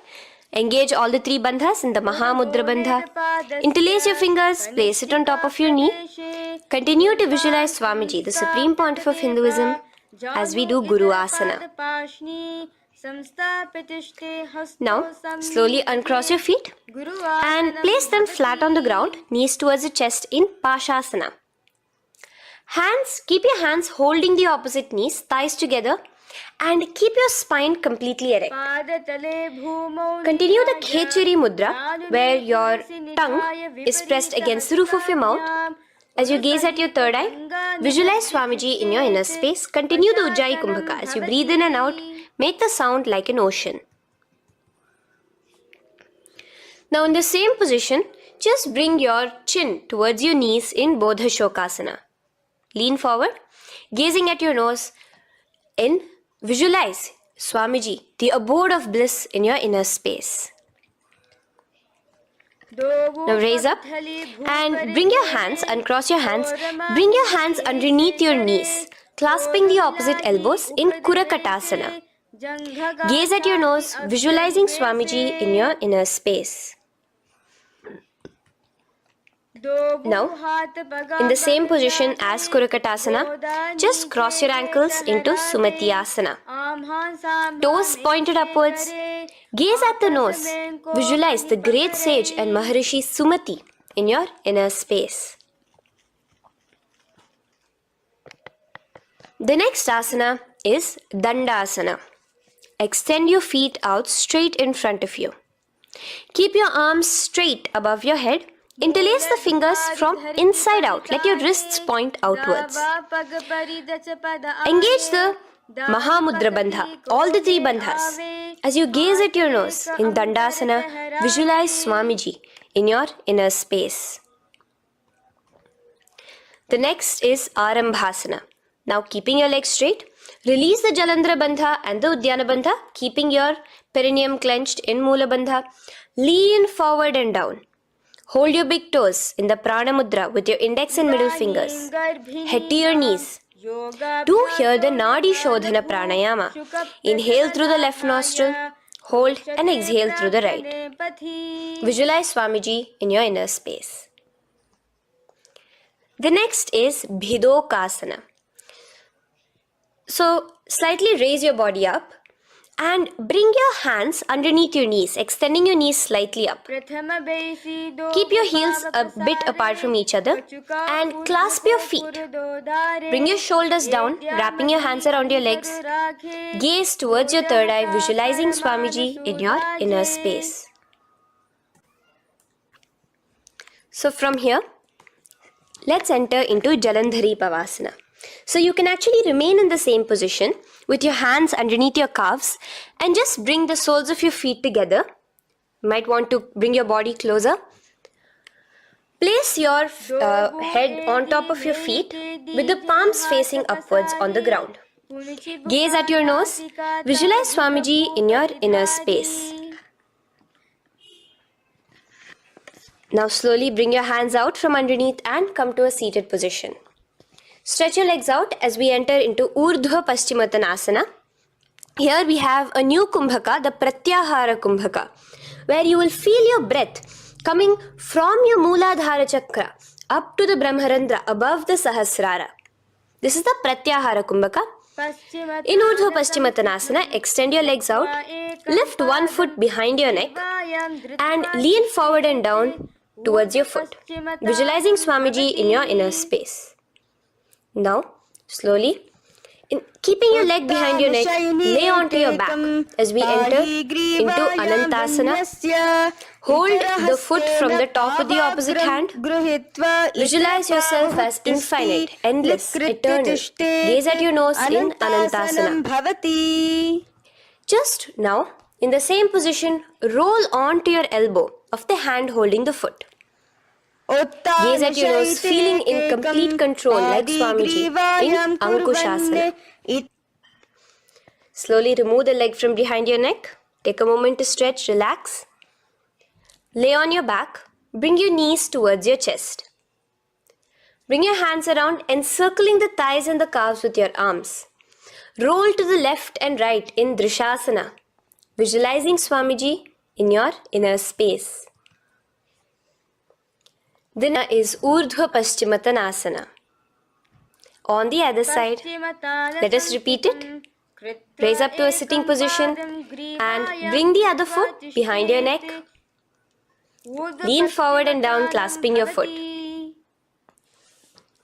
Repeating Anantasana on the other side. Lay on your back. Bring the opposite hand to the foot. Gaze at your nose. And continuing to gaze at your nose, roll onto the elbow as we repeat Ankushasana on the other side. Now, you can release your foot and try to remain in the same position without removing the leg from behind your neck as you bring the other leg too to cross behind your neck with both your legs behind your head. Laying on your back, bring both your hands to clasp behind your back. Gaze to your nose, visualizing Swamiji in your inner space in Yoga Nidrasana. As we enter into Atma Ramasana, in the same position, you can uncross your hands from behind your back. Bring it up, continuing to keep it underneath the legs. Just clasp it behind your neck. So you can bring your legs out from behind your neck. Just let your hands interlace behind your neck, gazing to your nose, visualizing the Atma Rama, Bhagavan Mahavishnu within you as your soul blessing you, as you gaze at your nose in Atma Ramasana. Now, you can release your hands and legs. Continue to lay on your back as we enter into Kochikasana. Bring your knees to your chest with the soles facing upwards. Extend your arms sideways as you gaze towards your third eye, visualizing Swamiji in your inner space. Now, from Kochikasana, keep your arms reached out to the sides at shoulder level. As we enter into Jatara Parivritti 1, keep one knee bent, twist it and bring it to the ground on the opposite side with the other leg extended straight. In Jatara Parivritti 2, keep both the knees bent to one side. And in Jatara Parivritti 3, keep both the legs straight to one side. Throughout this, keep your head looking in the opposite direction. And let us repeat this on the other side. You can bring your knees back to your chest. Let your legs out, go to the other side and do Jatara Parivritti 1, 2 and 3. The next asana is Dvipada Pitham. So now from Jatara Parivritti you can bring your feet down, lay on your back with your knees pointed upwards, feet flat on the ground. Extend your hands holding your ankles. And lift your hips up. Engage the Jalandhara Bandha automatically as you raise your hips up. Gaze at your nose, visualizing yourself as a bridge in Dvipada Pitham. Now in Paryankasana, so you can lay back onto the ground and place your feet flat. Bring your arms over your head, placing the hands flat near your shoulders with the fingers pointing towards the feet. Lift your entire body up and off the ground in Paryankasana as you visualize yourself as sturdy as stone furniture. Lay back down slowly as you bring your hands out. Keep your knees to your chest here and your hands on the shoulders as we enter into Svottanasana. Visualize you're laying on your back as a playful dog. Move your hips in the circular motion. Do the Sahaja Kumbhaka. Now let us enter into Viparita Karani. First, bringing your arms out from behind your shoulders. Let your arms be extended by the side of your body. Use the strength of your arms, palms flat on the ground, to push your body, your upper body, your lower body off the mat. And keep your legs straight above you, extended. Move your legs around and around in Viparita Karani. Automatically the Jalandhara Bandha is engaged. Breathing during the Jalandhara Bandha is the Murcha Kumbhaka. Visualize Swamiji in your inner space. The next is Viparita Karani 2. In the same position, just stop the rotational movement of your legs. Visualize Swamiji in your inner space. Now, as we enter into Langalasana, just let your feet from the top rest onto the ground above your head. Interlace your fingers in the Parashu Mudra behind your body. Visualize yourself as a plow in Langalasana, continuing to engage the Jalandhara Bandha. भूमिं कर्षयेत् लङ्घलासनं भवति. Now, in Shaita Paschimottanasana, bring your hands out from behind your body and hold on to the toes above your head. Keep your legs and hands completely straight. Visualize Paramashiva as Shaita Paschimottanasana is one of the 84 different asanas directly revealed by Paramashiva himself. Continue to do the Murcha Kumbhaka, inhaling and exhaling with the Jalandhara Bandha. Clasping your toes now, spread your feet wide apart from each other in Supta Konasana. Visualize Swamiji in your inner space. Bring your feet back together as we enter into Chakrasana. Clasp your ankles, keeping your legs and hands completely straight above your head. Visualize yourself as a chakra, a wheel in Chakorasana. Now slowly rest your back onto the ground. Keep your legs raised up in Supta Prasarita Padangushtasana. Clasp the respective toes in the Prana Mudra with your index and middle fingers and spread your legs out wide apart from each other. Visualizing Swamiji in your inner space, restart the Ujjayi Kumbhaka where you're inhaling and exhaling, making the sound of an ocean. Bring your feet together in Supta Padangushtasana in the same position, continuing to visualize Swamiji in your inner space.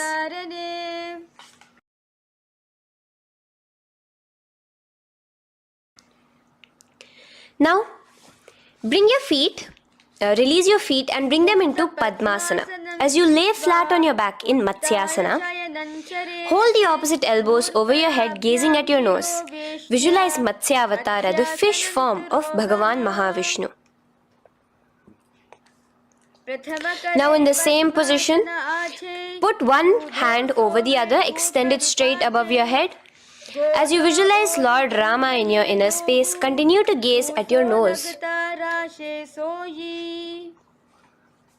Now, slowly bring your hands to your hips as we enter into Sarvangasana. Lift your hips and legs up into the sky, crossing your legs in Padmasana.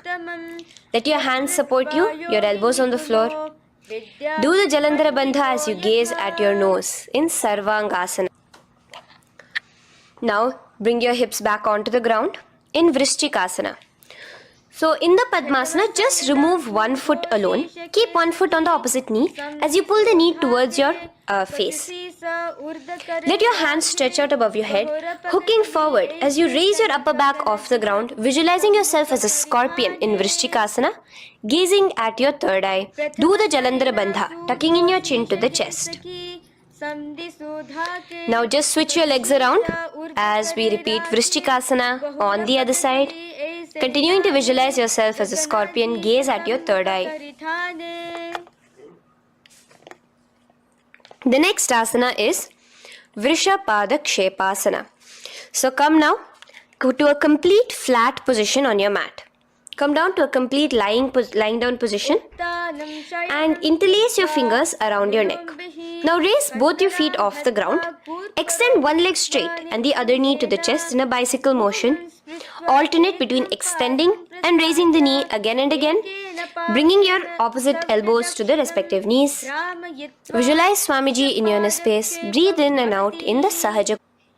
From Vrishapada Kshepasana, now lay flat onto the ground with your hands by your side as we enter into Marottanasana, where you will be lifting your legs one by one, touching the ears with your knees. Visualize Swamiji in your inner space. The next asana is Vrikasana. Now what you'll be doing is laying on your back. Bring the soles of your feet flat onto the ground. stand up completely and lay back down. Visualize yourself as a wolf in Vrikasana.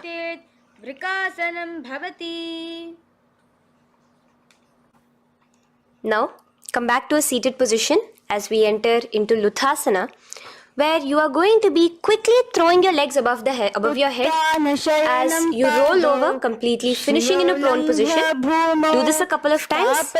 Come forward, roll over. Come forward and roll over again. Visualize Swamiji, the Supreme Pontiff of Hinduism, in your inner space.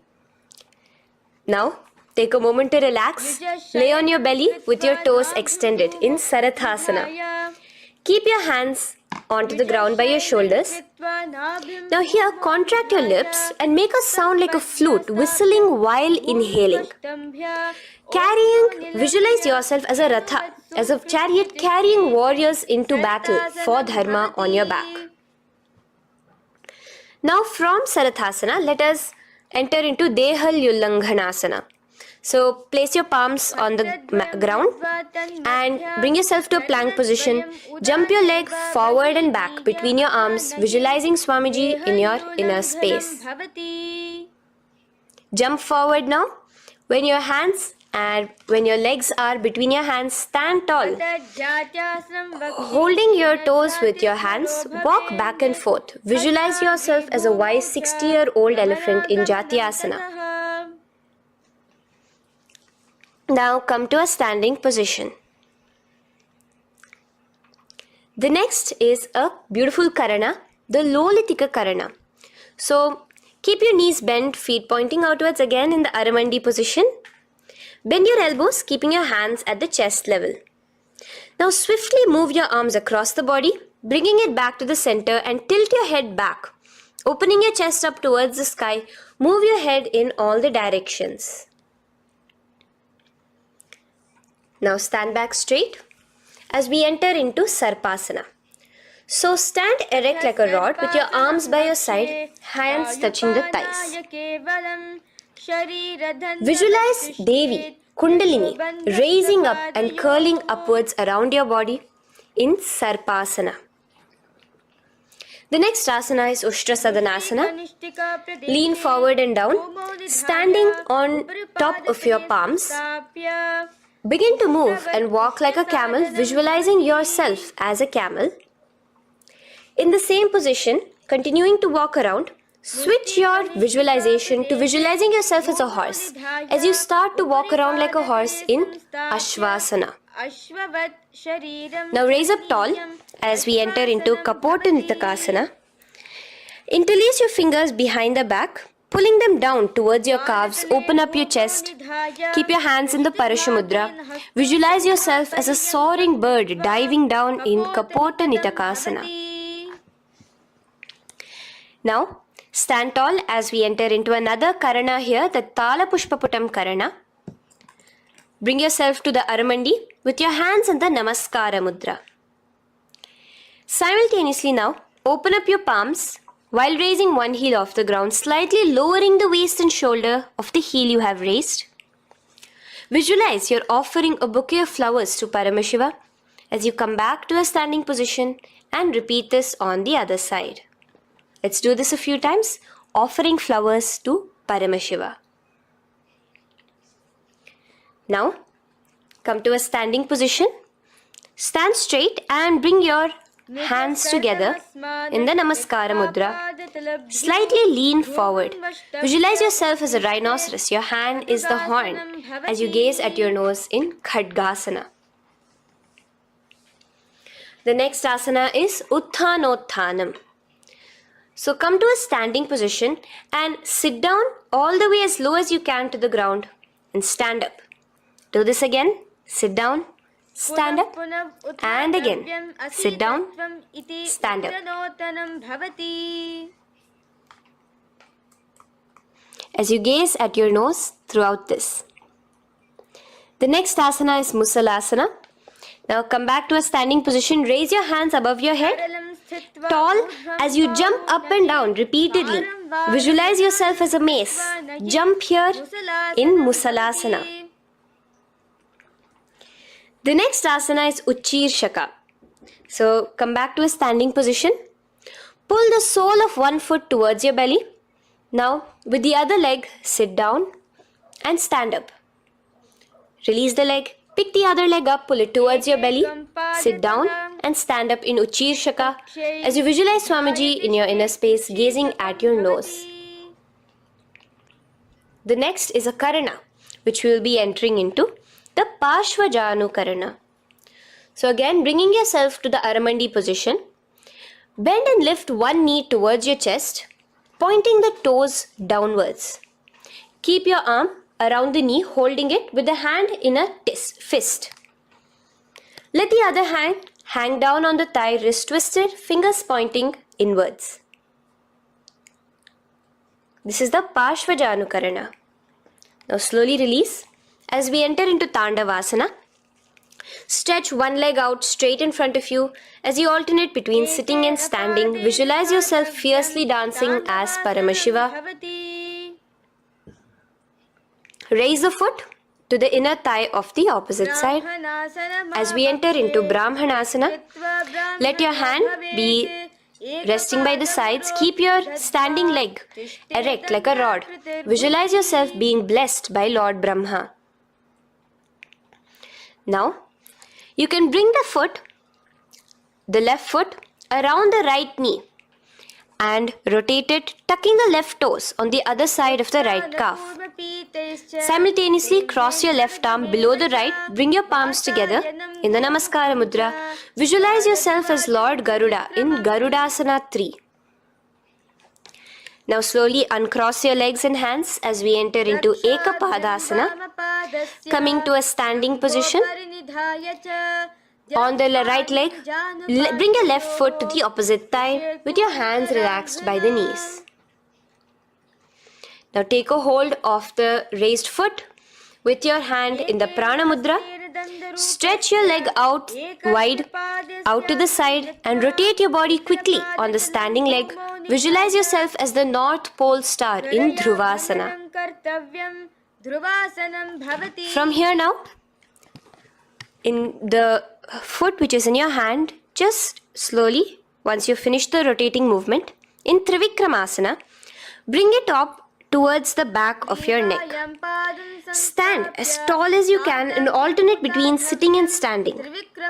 Visualize Bhagavan Mahavishnu in your inner space. Now you can take the leg out from behind your neck and stand straight. As we repeat the Parshvajanu Karana on the other side, bring your knee up to your chest, clasp your knee in a fist while the other hand comes to the opposite thigh. Hold there for a second and stretch your leg out. In Tandavasana, sit and stand. Visualize yourself fiercely dancing as Paramashiva. Bring the foot to the inner thigh, standing straight like a rod. Get your hands by your sides. Visualize yourself being blessed by Lord Brahma. In Brahmanasana on the other side. Move into Garudasana 3 on the other side as you rotate your leg over, your hand under. Visualize yourself as Lord Garuda. And uncross yourself as we move into Ekapadasana on the other side. Bring your foot to the inner thigh, to the root of the thigh, and stand straight. Clasp your toes, stretch it out as we go into Dhruvasana on the other side. Visualize yourself as a pole star rotating quickly. Come back to a standing position and bring your foot behind your neck. In Trivikramasana, sit and stand. Visualize Vishnu, Bhagavan Mahavishnu in your inner space. Now, stand tall as we do the Samanaka Karana. Stand with your feet close together, toes slightly pointed outwards.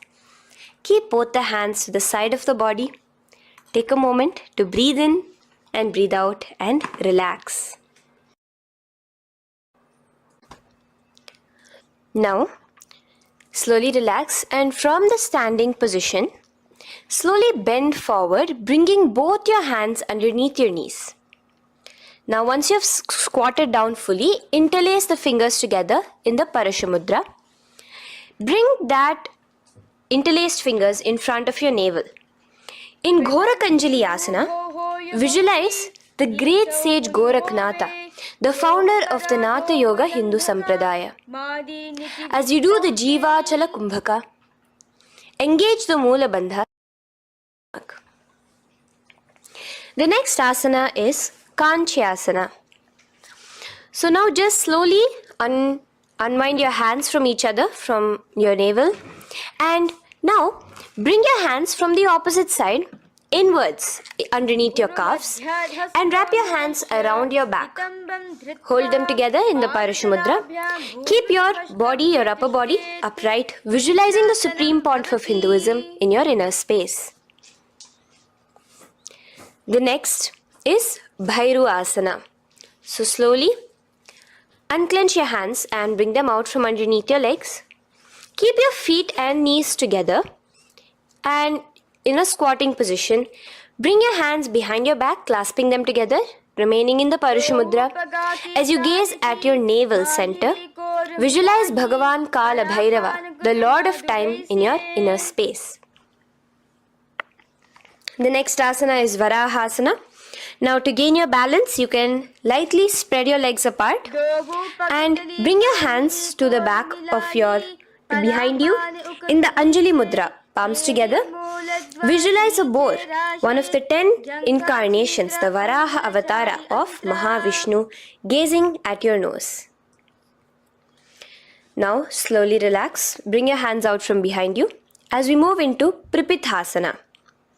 With your hands in the Prana Mudra, with your index and middle fingers, clasp the respective big toes and come to a half squatting position where your hips are at your knee level.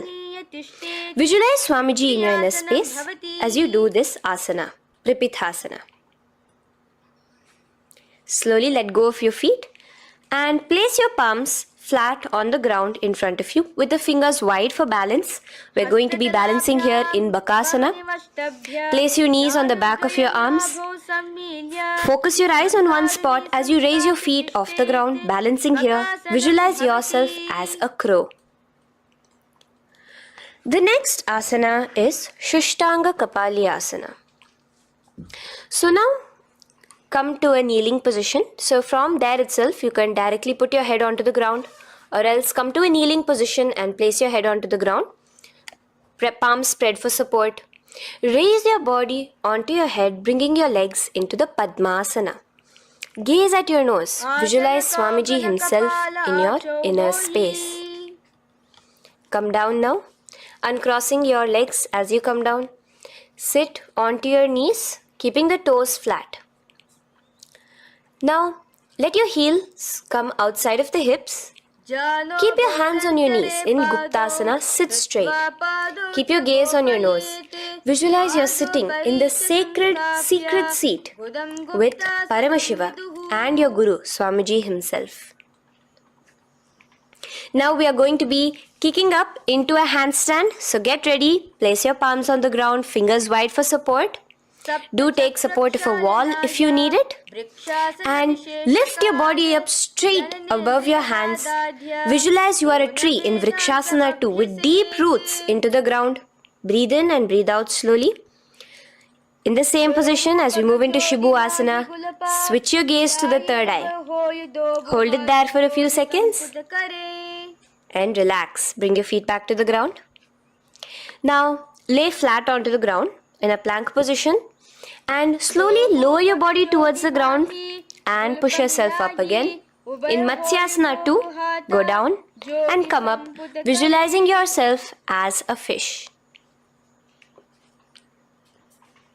The next asana is Sarpasana 2.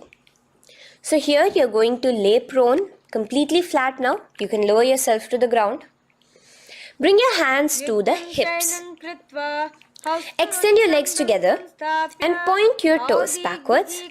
Lift your chest up and move left to right. You're moving like a snake while visualizing yourself as a snake in Sarpasana 2.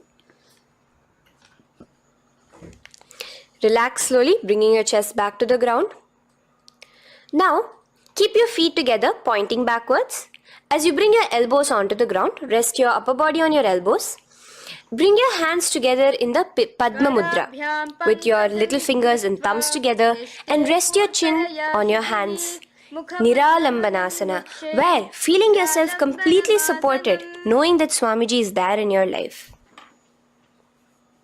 Now, slowly relax, place your palms on the ground beside your chest and push yourself up, your hands straight up completely. As you bend your knees, bringing your feet to touch the top of your head. Lean your neck back, touching your head with your tip of your toes. See yourself, visualize yourself as an umbrella, protecting your Guru from the sun's rays in Chhatrasana. Slowly relax, you can bring your feet down. As we move into Vajrasana, just push your body back and sit on top of your knees, with the heels flat on the ground. Now stretch your arms in front of you with the palms facing downwards. Place your forehead on the mat. Visualize you are the weapon of Indra, the Vajra, symbolizing indestructibility as you gaze at your nose.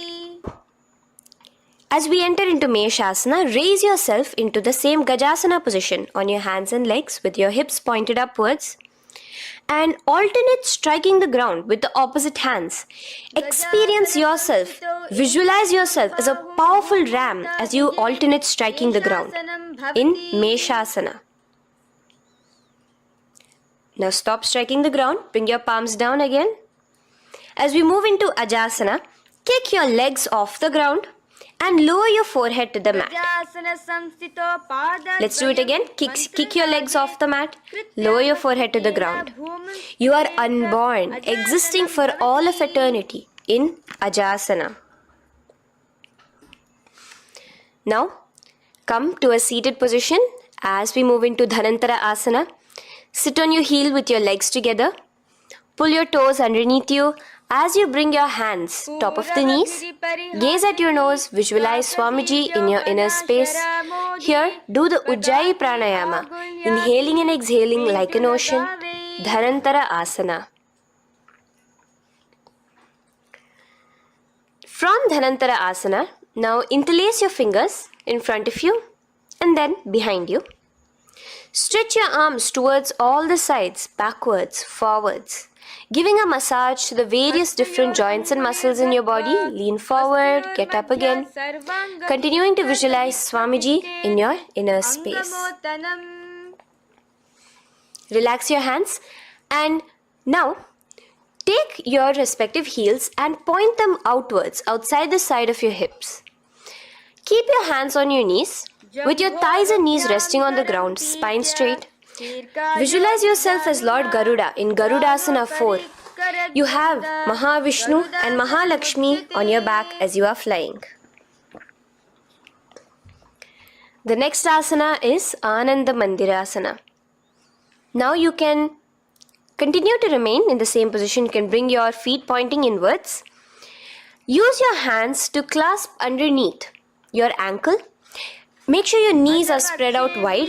Gaze at the third eye. Visualize residing in the blissful space of a temple. You are in a temple in Ananda Mandirasana. Now, as we move into Mandukasana, keep your knees wide and sit on top of your ankles. Your hands underneath your knees. Gaze to your nose. Visualize yourself as a frog. Suck in your stomach in the Uddiyana Bandha and remember to do the Manduki Mudra, your tongue, your frog-like tongue, catching the nectar dripping from the Sahasrara Chakra in Mandukasana 2. Now, as we move into Narasimhasana, tuck your toes in and sit on top of the heels. Place your palms on the ground, spread your fingers wide and spread your knees apart onto the ground too. Gaze towards your nose, stick out your tongue and exhale forcefully, visualizing the Narasimha Avatara, the form of Mahavishnu as a half lion and half man. Now just raise up, bring your hands off the ground. Here we'll be doing a new pranayama, which is the Bhishraka pranayama, as we enter into Bhishrakasana. So continue to keep your knees and feet on the floor. As you bring your hand up to your face, Make a hollow of your palms and place it over the mouth. Keep your thumbs under your teeth and close your lips. Gaze to your nose. Inhale through your left nostril, exhaling through the mouth. Gaze at your nose again. Visualize yourself as Devi, presiding over any and all minuscule fears you may have within you. Now moving back into the Ujjayi Pranayama, let us do Makadasana. So you can take your hands off your face and slowly remaining in the same position, bring it to your armpits. Bring your fingers to your armpits. Imitate as if a monkey is scratching. As you gaze to your third eye, visualize yourself as a playful monkey in Makadasana. From Makadasana, let's move into Vajra Sangharasana. So you can slowly lift your knees off the ground, just balancing on your toes, sitting on the heels. Bring your hands behind your back and clasp the opposite elbows. Gaze to your nose, embody a diamond. Visualize yourself as a diamond-like strength for yourself and your Sangha. The next asana is Khanjanasana. So now you can uncross your hands. Rest on top of the heels with your knees on the ground. Keep the toes down, ankles crossed behind. Place your palms on the mat to your side. Suck your stomach in the Uddiyana Bandha as you gaze at your nose in Khanjanasana. Now, you can uncross your ankles and just sit with your toes flat. Keep your knees wide on the floor. Rest your hands on the knees. Just relax the Uddiyana Bandha, just sucking in your perineum in the Mula Bandha. Gaze at your nose, visualize yourself as a turtle with a stable body and mind to live for hundreds of years. And without changing anything in your physical posture, just visualize yourself uniting with Swamiji himself in Yogasana. Now, raise up onto your knees, cross your ankles behind your back until the feet are coming towards the opposite knees. Now, bring your hands behind you and hold on to the calves with the fingers inside, the thumbs outside. Gaze at the third eye as you visualize yourself in a space of oneness with Paramashiva himself as Swamiji. Now you can uncross your ankles, come back to us standing on your knees as we enter into Ushtrasana 2. So now, in a kneeling position, bend backward, hold your ankles with your hands. Keep your arms straight. As you push your hips forward and tilt your head backwards, visualize yourself as a camel in Ushtrasana 2. Slowly, in the same position, lower yourself onto your back in Jatyasana 2. As you are lowering yourself, experience yourself as a blooming lotus. Bring your head, the back of your head onto the mat. Gaze to your nose. Now, let's move into Viratasana. So, try your best to do this without the support of your hands, but you can use your hand support if needed as you raise up from Jatyasana and back down. Raise up and go back down as you gaze at your nose. Raise up and go back down. Visualize Swamiji in your inner space. Now from Viratasana, raise your hips up higher, bringing your forearms onto the mat behind you in a short back bend posture. Hold the back of your heels in Kapotasana.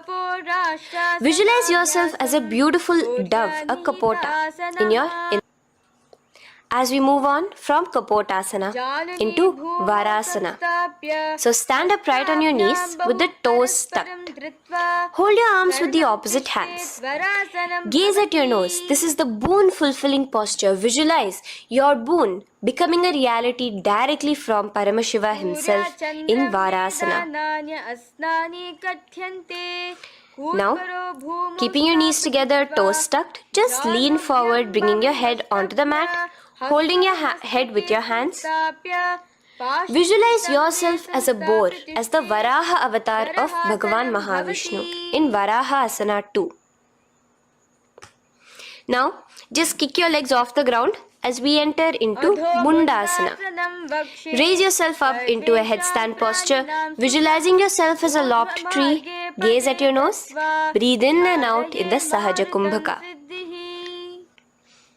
Slowly come down now, relax. Come to a kneeling posture. Sit on your heels.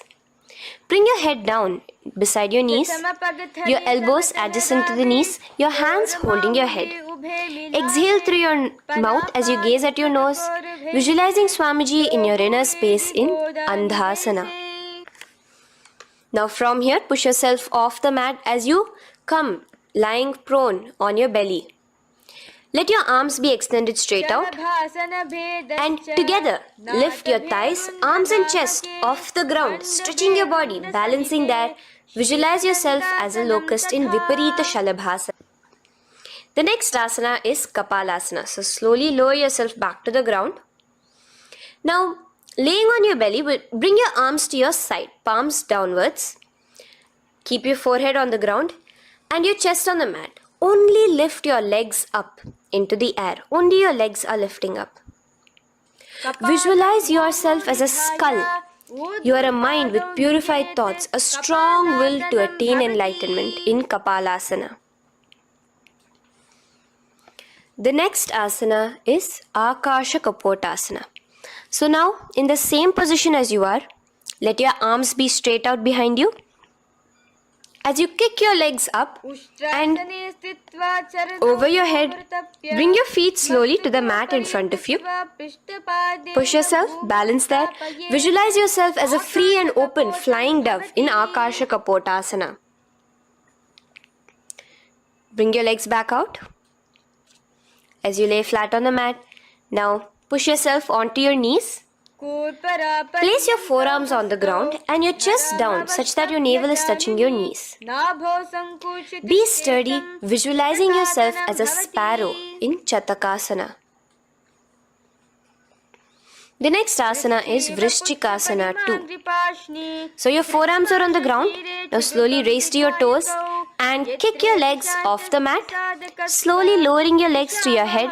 Visualize yourself as a scorpion as you balance in Vrishchikasana 2.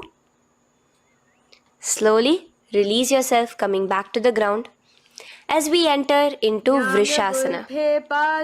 Sit down on top of your right heel and let your left foot remain outside of the hip, the ankle to the side.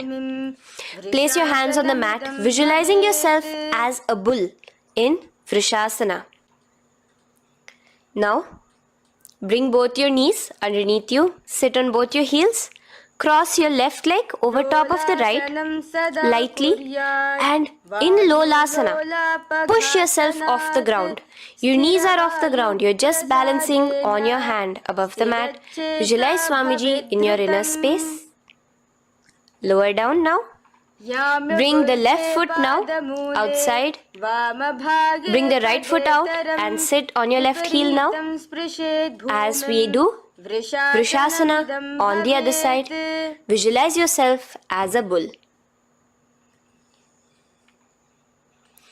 From here, let us get into a very powerful asana, Balagunasana.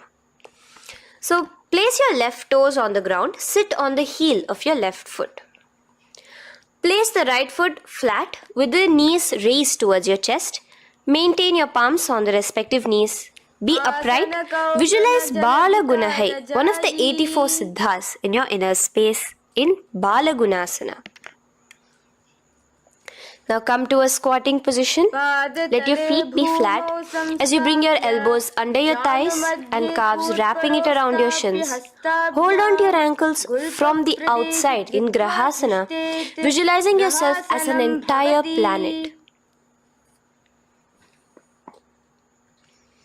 Now you can unwrap yourself as you sit on top of the opposite heel in Balagunasana on the other side. Maintain your palms on the respective knees. Visualize Balagunahai, one of the 84 siddhas in your inner space. Now, sit upon both the toes with the heels up and knees off the mat, knees pointing forward. Now, keep your hands downwards on the respective knees. Keep your spine upright as you visualize Swamiji in your inner space in Utkatasana. The next asana is Vajra Sangharasana. Just spread your knees out wide in Utkatasana. Spread your knees out wide. Clasp the elbows behind your back. Visualize Swamiji in your inner space in Vajra Sangharasana 2. The next asana is Anilasana. Now, sit with your feet hip width apart. Bring your hands under the soles of your feet from inside. Your palms facing downwards. Step onto your hands. Keep your arms straight, elbows together at the navel. Gaze to your nose. Visualize yourself able to consume and live off of air alone in Anilasana. The next is Padukasana. So from Anilasana, you can release your hands. Place the back of your hands on the mat with your fingers facing upwards. With your fingers facing towards your body, palms upwards. Step your feet on top of your hands and wrap your hands around your feet like a shoe. Walk around. Visualize you're wearing padukas, walking across the length and breadth of the world in Padukasana. Now bring your palms onto the ground. Stop moving around as we move into Kukutodana. Kick your feet up into the air and let them fall back down. Let's go up again and come down. Kick up and go down. Visualize yourself as a rooster in Kukutodana. The next is Viparita Nrityasana. So as you're kicking yourself up, you can go up into a complete handstand posture, which is Viparita Nrityasana. Do take support if needed. And move around on your two hands as if you are dancing in Viparita Nrityasana. Slowly come back down to a standing position. Lean forward and let your feet be slightly apart from each other. Bring one palm down on the mat with the arms straight. Bring the opposite hand to your head and be stable in Kunjarasana. Now just put that hand down as you bring the other hand to your head, repeating Kunjarasana on the other side. Be stable here. Now you can squat back down onto the ground. Keep your feet flat. Hold your respective ankles and lift your feet off the ground in Kadamba Asana. Visualize yourself as a Kadamba tree, a pious tree that promotes a long life. The next asana is Pavana Muktasana. Now sit back down onto the ground, bring your knees towards your chest. Let your hands wrap around your knees, hold it close to your body. Visualize all the excess vata, air, just balancing and releasing in your system in Pavana Muktasana. Now, let us move into Chakorasana. So first stretch your legs out in front of you. Bring one leg behind your head. Now place both hands on the ground and lift your body off the ground while lifting the other leg too, up straight. Visualize yourself as a powerful source of energy. Gaze at your third eye in Chakorasana.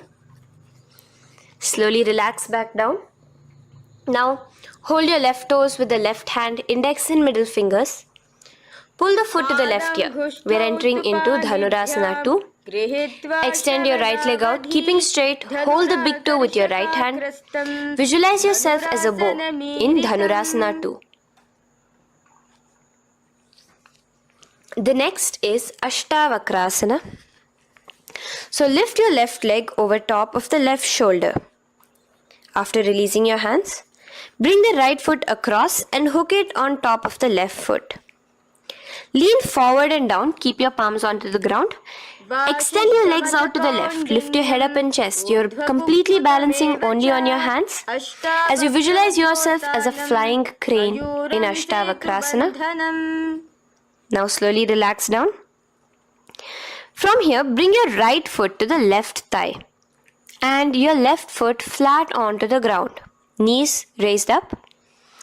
Have your left shoulder underneath the respective leg and place your hands flat on the ground. Gaze towards your third eye. Visualize you are immortal, able to exist solely from prana alone in Pranasana. From here, moving into Parshva Matsyendrasana, place your right foot at the root of the left thigh. Then the left leg by the side of the right knee. Hold the left leg by the right hand. Twist your body out. Remain steady here, gazing at the third eye. Visualize Matsyendranatha, the great Rishi, Yogi, master of Hatha Yoga, in your inner space. Now slowly unwind yourself. As we repeat Chakorasana on the other side, lift the other leg behind your head. Place both your hands on the ground and keep your entire body off the ground straight up. Gaze at your third eye, visualizing yourself as a powerful source of energy. Now relax back onto the ground. Let's repeat Dhanurasana 2 on the other side. Clasp your respective hands with the feet. Pull one foot back, the other foot extended forward, visualizing yourself as a bow. Release your feet as you cross them over each other, over top the shoulder in Ashtavakrasana on the other side. Raise off the ground. Visualize yourself as a flying crane. The next asana, we'll be repeating Pranasana on the other side. Bring the right foot to the left thigh. Bring your hands onto the ground with the knee raised. Gaze at your third eye, visualizing yourself able to live off just prana, just air alone. And relax as we do Parshva Matsyendrasana on the other side. Twist yourself, visualizing Matsyendranatha, gaze towards your third eye. And from there, let us enter into Ardha Paschimottanasana. Keep one leg straight and press your perineum with the other heel. Bring your chest forward and down. Hold your toes and feet and bring your head towards your knees. Here in Ardha Paschimottanasana, visualize Swamiji in your inner space. Now raise up, and the foot which was at the inner thigh, now rotate it outside of the hip. Now hold the sole of your other foot and lift your leg up towards your forehead. Try to bring your knee to your forehead as you keep your knee straight.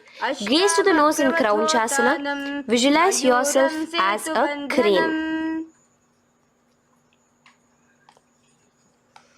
Now slowly relax down your leg. Now the leg that is now straight, you can bring it to the inner thigh as you straighten out the other leg. As we repeat, Ardha Paschimottanasana on the other side. Lean forward and down, clasping your foot. Bring your forehead to your knee. Visualize Swamiji in your inner space. Slowly raise up. Place your right ankle outside of the hip now. Hold the sole of the left foot, lifting the leg up towards your forehead. Stretch yourself there. Gaze at the tip of your nose. Visualize yourself as a crane in Kraunchasana on the other side. Now from here, bring the soles between the thighs and calves. So once you have relaxed yourself, bring your soles between the thighs and calves. Keep your spine straight. Palms resting on your knees. Visualize a swastika, embodying peace, well-being, good fortune and prosperity as you gaze at your nose in Swastikasana. Now without changing anything about your position, just take your hands alone. Cover the respective heels with your hands in Gorakshasana as you tuck your chin to your chest in Jalandhara Bandha. Gaze at your nose.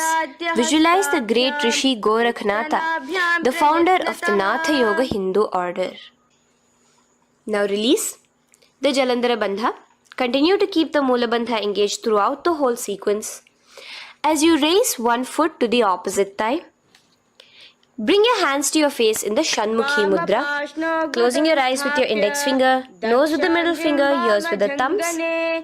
Gaze at your third eye as you meditate on Swamiji himself, the Supreme Pontiff of Hinduism. Now release the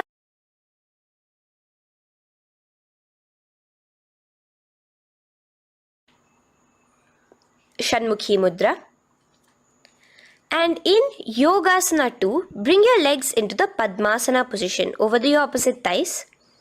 Keep your hands flat onto the ground beside your knees with the palms facing upwards. Sit straight, gaze at your nose.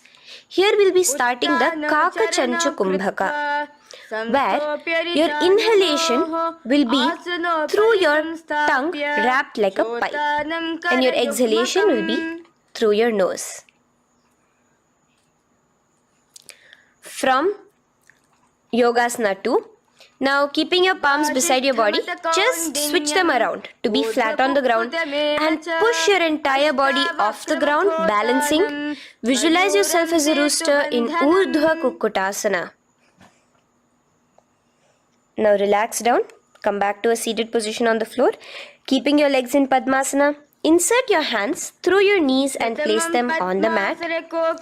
Remember, do not lift your body up, just stay seated down there. In Siddha Haratuliyasana, gaze to your nose, visualize Swamiji himself in your inner space. From there, let's enter into Hamsasana, where you will actually be pushing yourself off the ground. Lift your thighs up high above your shoulder, above your elbows as much as possible. Gaze to your nose, visualizing yourself as an elegant swan in Hamsasana. Now release yourself. Now, do not take your hands out from between your thighs and calves.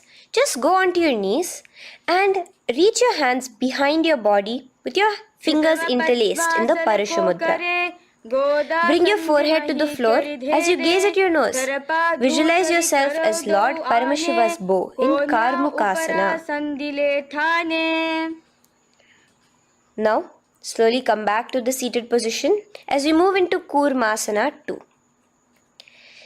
Keeping your hands in between your thighs and calves, bend your elbows and hold your respective shoulders with your hands. Visualize yourself as a turtle, a stable body and mind to live for hundreds of years. Now in the same position, just engage the Jalandhara Bandha, tucking your chin to your chest as we move into Granthi Bhedasana, gazing at your nose. Rejoice, knowing you are in Paramashiva's secret knot posture. And from there, release the Jalandhara Bandha as you roll onto your back. Keep your hands on the shoulders, laying flat on your back. As you visualize yourself as a turtle on its back, playful, gaze at your nose in Uttana Kurmasana. Now rock yourself back to a seated position as we do Pangu Kukkutasana. Now it's the same as your hands between your thighs and the calves, except you will be placing one hand flat on the mat. Hold the wrist with the other hand. Lift your body up and holding only on one hand. Visualize yourself as a rooster in Pangu Kukkutasana. Now release back to the ground. Hold. Let's do Pangu Kukkutasana on the other side. Place the other palm flat and bring the other hand holding the wrist. Push yourself off the ground. Visualize yourself as a rooster. Continue the Kaka Chanchu Kumbhaka, sucking in your breath through your curled tongue and exhaling through your nose. As you slowly extricate your hands from between your thighs and calves, let's do Girdhrasana here. So now, interlace your fingers in the Parashamudra as you place your elbows on the feet, remaining your legs in Padmasana. Lean forward and down, resting your chin on your knuckles. Place your thumbs to your throat in Girdhrasana. Visualize Swamiji in your inner space. From there now, sit straight into Padmasana 3. So with your legs in Padmasana, bring one hand over the other near your navel center. Engage all the three bandhas, suck in your stomach, clench your perineum, tuck your chin to your chest and gaze at your nose in Padmasana 3. Slowly now, As we move into Padmasana 4, bring your hands to the respective knees. Release the Jalandhara Bandha and release the Udyana Bandha, just engaging the Mula Bandha alone.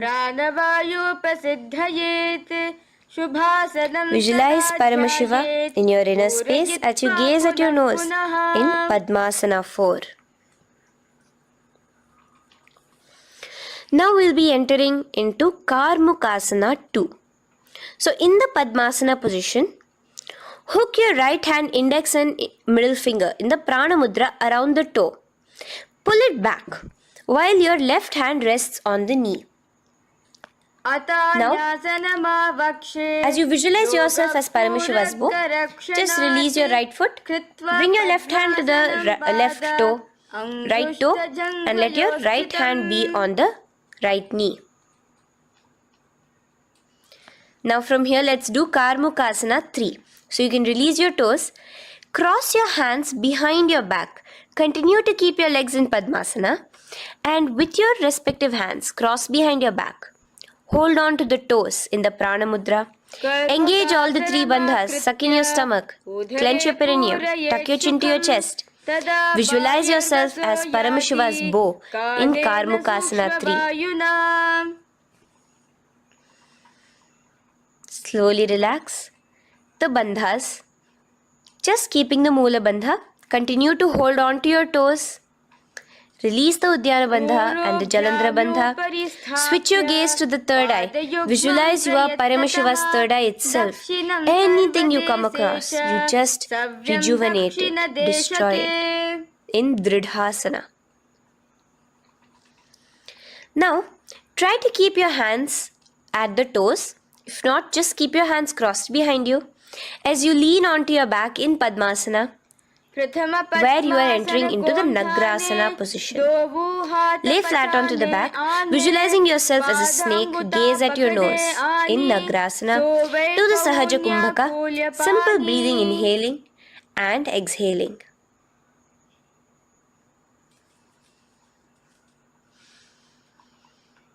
Now bring your knees to your chest. Let your hands wrap around your knees. Slowly uncross your Padmasana and bring your knees to your chest. Bring your hands to the Parashamudra, the fingers interlocked on top of your knees. As you pull your chin up to your knees, visualize yourself as a ball in Kandukasana. Now relax. Bring your feet onto the ground, the knees pointed upwards in Urdhva Pavanasana. As you interlace your fingers, bring the interlaced fingers behind your head. Laying down, gaze at your nose in Urdhva Pavanasana. The next asana is Marakata Pithasana. Now, from behind your head, take your hands out and clasp onto your feet. Just step lightly onto your palms. As you push your hips up into the sky, automatically engaging the Jalandhara Bandha. Visualize yourself as a powerful alpha ape in Marakata Pithasana. In the same position now, bring your hands to your hips as we enter into Uttanashiki Pitakasana. Let your weight rest on your elbows as you stretch your legs out straight. Gaze at the nose. Visualize Swamiji in your inner space. From there, continuing to rest on your elbows, kick your feet up high into the sky in Narakasana. Stretch your palms out behind you, flat on the ground. Balance there. Visualize yourself blissfully traveling through hell unscathed in Narakasana. Bring your hands to your hips now as we move into Tiryanaukasana. Angling your legs down at an angle, visualize yourself as a boat crossing the ocean of samsara in Tiryanaukasana. Now from there, come back straight as we enter into Dhwajasana. Keep your legs up high above your body, your hands stretched out down behind you. As you push yourself up, visualize where KAILASA's flag respected across all nations in Dhwajasana. Hold there for a few seconds. And relax now. Flat onto the ground. Palms slightly away from your body. Do not move at all in Mritasana. Your body is dead. Visualize that. Visualize the Supreme Pontiff of Hinduism liberating you. Let your awareness travel to all the parts of your body in the Shakti Chalan Mudra as we do Mritasana.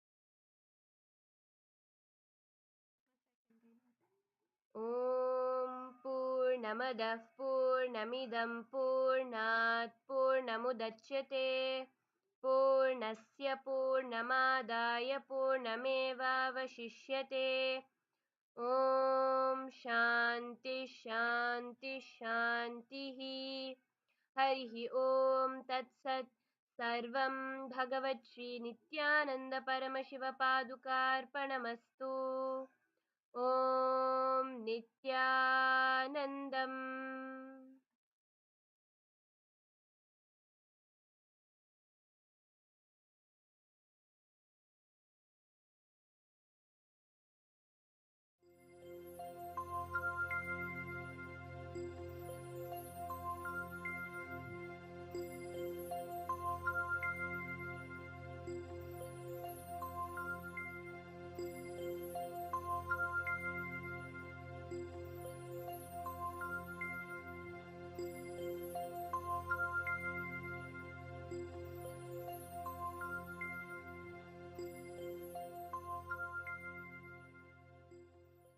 हर हर गंगे हर हर गंगे हर हर गंगे हर हर गंगे हर हर गंगे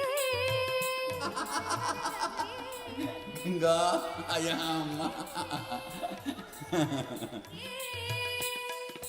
हे नटराजा हे नित्यानंदा हर हर हर हर गंगे हे नटराजा हे नित्यानंदा हर हर हर हर गंगे हे नटराजा हे नित्यानंदा हर हर हर हर गंगे हे नटराजा हे नित्यानंदा हर हर हर हर गंगे हर हर गंगे हर हर गंगे हर हर गंगे हर हर गंगे हर हर गंगे हर हर गंगे हर हर गंगे हर हर गंगे हे नटराजा हे नित्यानंदा हर हर हर हर गंगे हे नटराजा हे नित्यानंदा हर हर हर हर गंगे हे नटराजा हे नित्यानंदा हर हर हर हर गंगे हे नटराजा हे नित्यानंदा हर हर हर हर गंगे हर हर गंगे हर हर गंगे हर हर गंगे हर हर गंगे नित्यपुरीश्वरा जय गंगाधरा नित्यपुरीश्वरा जय गंगाधरा नित्यपुरीश्वरा जय गंगाधरा नित्यपुरीश्वरा जय गंगाधरा हर हर हर हर गंगे हर हर हर हर गंगे हर हर हर हर गंगे हर हर हर हर गंगे शंकरा शिव शंकरा शिव शंकर शंकर नित्या शंकरा शिव शंकरा शिव शंकर शंकर नित्या शंकरा शिव शंकरा शिव शंकर शंकर नित्या शंकरा शिव शंकरा शिव शंकर शंकर नित्या शंकरा शिव शंकरा शिव शंकर शंकर नित्या शंकरा शिव शंकरा शिव शंकर शंकर नित्या शंकरा शिव शंकरा शिव शंकर शंकर नित्या शंकरा शिव शंकरा शिव शंकर शंकर नित्या हर हर Gange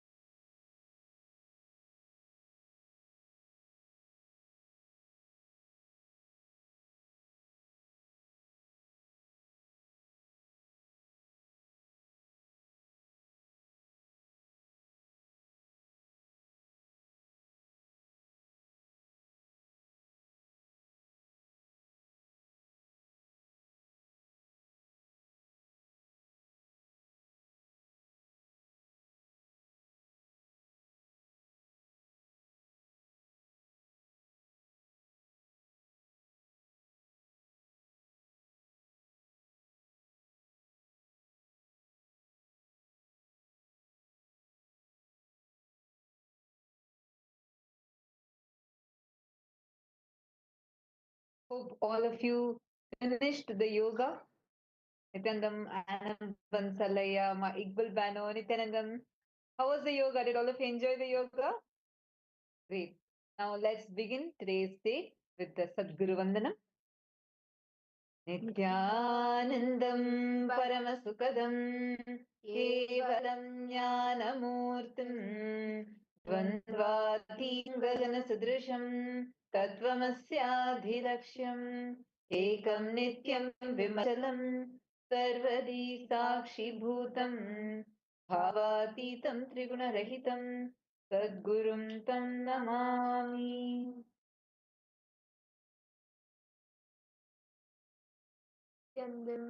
Welcome to today's day. Today, all of us are going to be experiencing the power of feeling connection.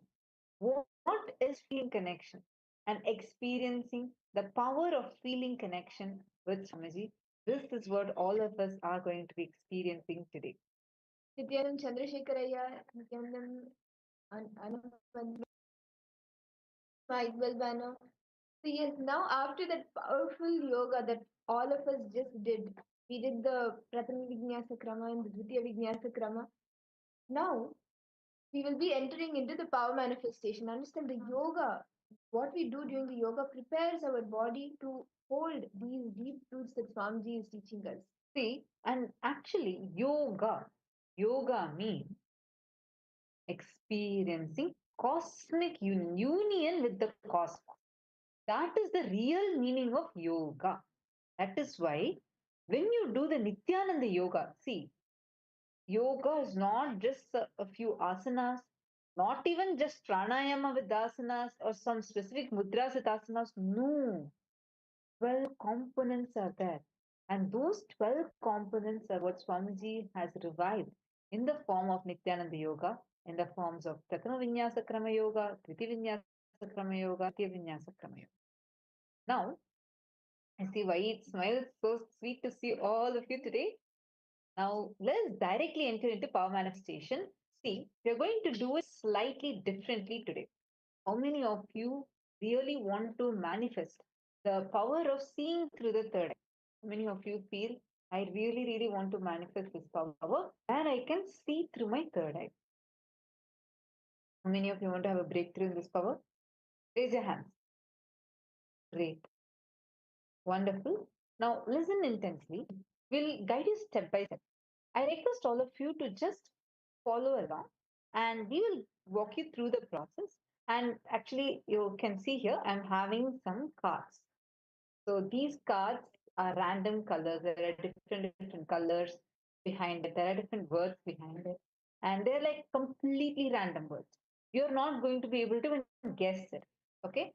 So what we are going to do is, I'm going to be showing the card to all of you. You're going to tie your eyes. And exactly in a minute, whatever came, you're going to type and post it. Let's chant the Mahavakya, connect to Swamiji intensely, and just type what exact things are coming. You're going to type and post it. Is this clear? And what you can also do is just keep seeing through your third eye. See, if you have your Atmalinga with you, can I request all the participants to please take your Atmalinga? Take your Atmalingas if you have, and place your Atmalinga in your Anandagandha chakra. Anandagandha. See, take your Atmalinga and put it on your Anandagandha. Anandagandha is below your heart center and above your navel center, that region. Then, Ma Iqbal, if you don't have, visualize Swamiji in your Anandagandha. Just you'll actually feel like your Anandagandha is flowering. Just feel like your Anandagandha is flowering and bring your whole awareness now to your third eye. Put the eyes and the whole awareness should be in this region. And completely block the light by tying the blindfold upon yourself. Tie your eyes completely, block the light completely. There should be no light coming in. Completely block your eyes. Chandrasekharaya, Anand Vansalaya. Can I request each of you to tie your eyes? Before we get into the power manifestation, bring your awareness, chant the Mahavakya intensely, and bring your awareness to the third eye. We will be doing multiple rounds.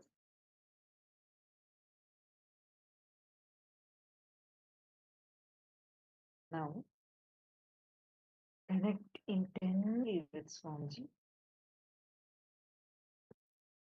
Try your eyes. Remove your specs. No? Anandan Salai, if you're wearing specs, please do it. This power should be done without wearing specs. Tie your eyes and do not wear any specs. Make sure you remove it.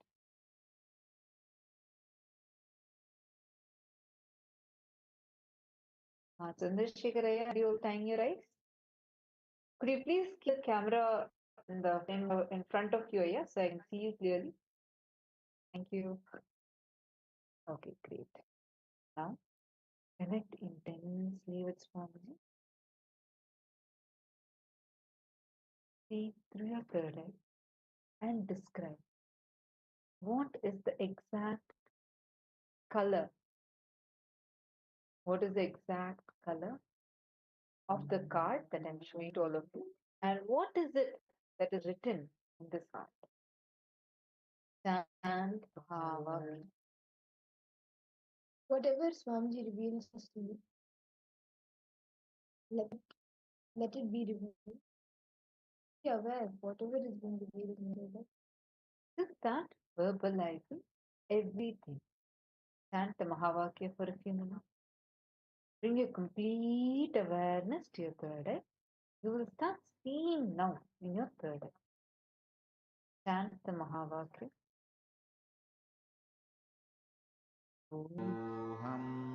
Nithyananda Paramashivoham. Intensely connect with Swamiji. So through your three eyes, the color and the words that are exactly shown. Whatever is revealed to you, start verbalizing it. Continue to chant the Mahavakya. Paramashivoham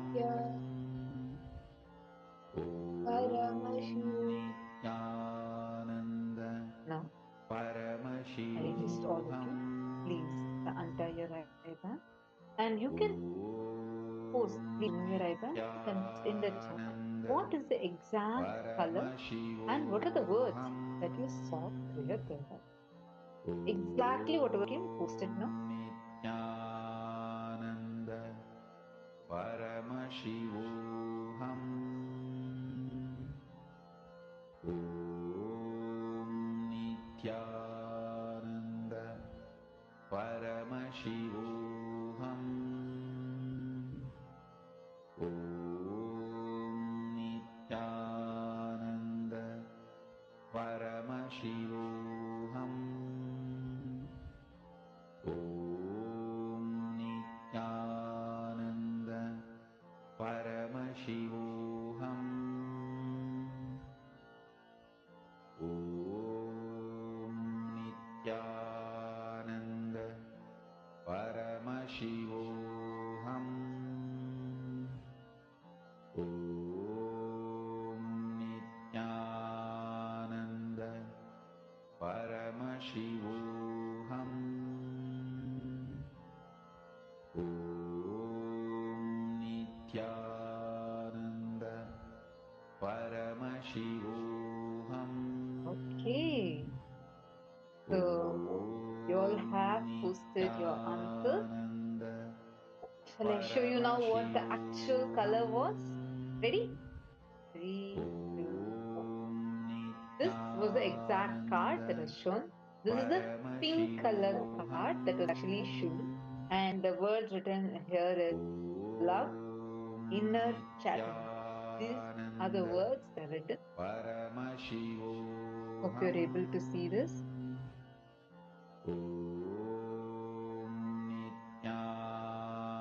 Now shall we move on to the next word, next part? Ready? See, don't worry. Listen.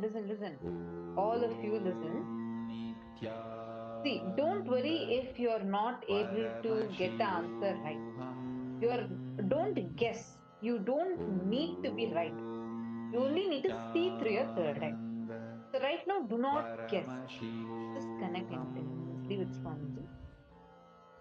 Sit in the space of feeling connection. Once again, bring your awareness to your third eye.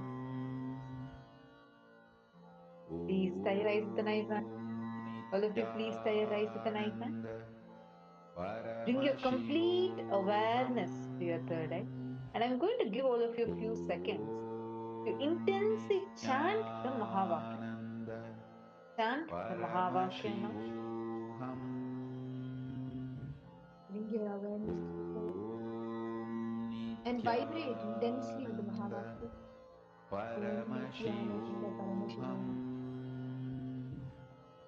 Om Nithyananda Paramashivoham. Nithyananda Paramashivoham. Om Nithyananda Paramashivoham. You can also join in the moment.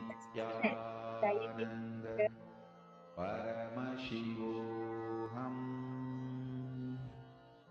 Om Nithyananda Paramashivoham. Om Nithyananda Paramashivoham. Om Nithyananda Paramashivoham. Om Nithyananda Paramashivoham. Om Nithyananda Paramashivoham. Om Nithyananda Paramashivoham. Om Nithyananda Paramashivoham. Om Nithyananda Paramashivoham. Om Nithyananda Paramashivoham. Om Nithyananda Paramashivoham. Om Nithyananda Paramashivoham. Om Nithyananda Paramashivoham. Om Nithyananda Paramashivoham. Om Nithyananda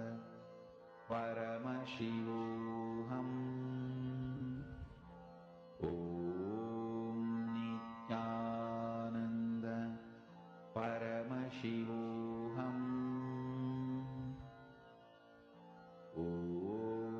Om Nithyananda Paramashivoham. Om Nithyananda Paramashivoham. Om Nithyananda Paramashivoham. Om Nithyananda Connect with Swamiji. Paramashivoham. And now we are going to be showing you a card and you're going to see through your three eyes. I request all the participants to please pray, connect deeply with Swamiji. Anandansalaya, please could you show yourself clearly? Yes, I can see you now. Connect deeply with Swamiji. See, bring your awareness to your third eye. All your See, I should focus on your third eye. Bring your complete awareness in the third eye. And Swamiji is going to be showing you in your third eye. Now we are going to be showing you a card. I hope all of you are able to see this card.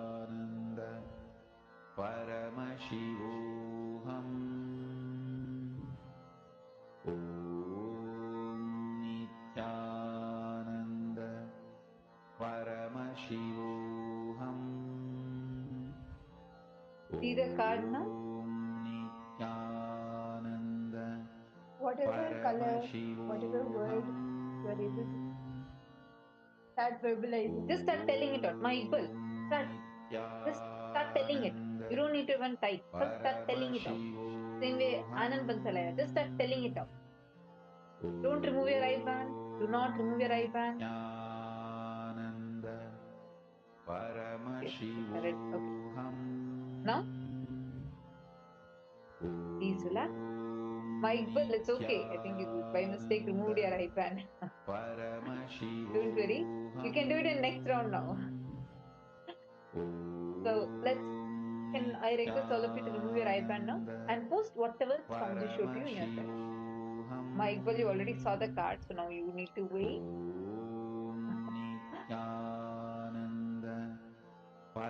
Anam Vansalaya, Chandrasekharaya, Matthew Veskaraya, what were each of you able to see?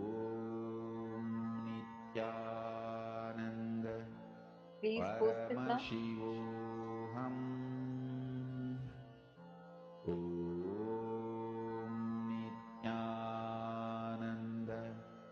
Paramashivoham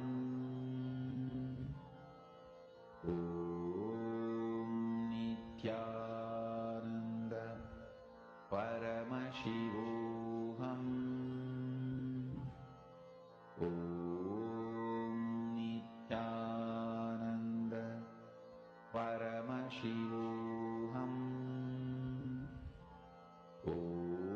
Om Nithyananda Paramashivoham. Have all of you posted?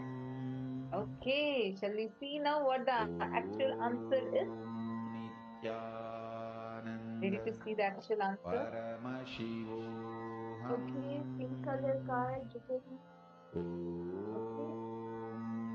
Okay. Anam Vansalaya, actually I have a great news for you because you have manifested. This is not a pink color card, it's a purple color card. You're almost manifested.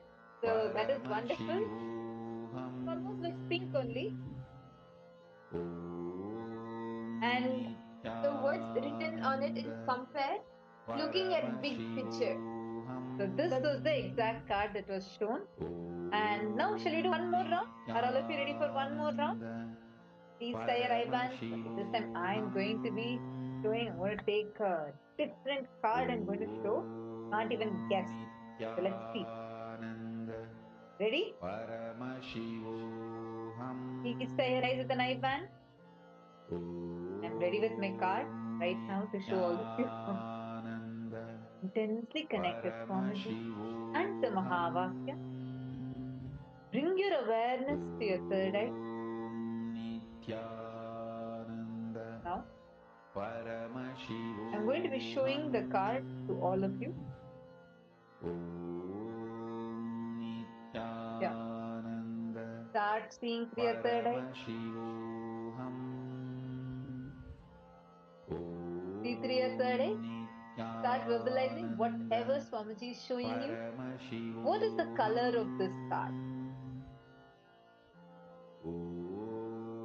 Whatever Swamiji reveals in your third eye, start verbalizing it.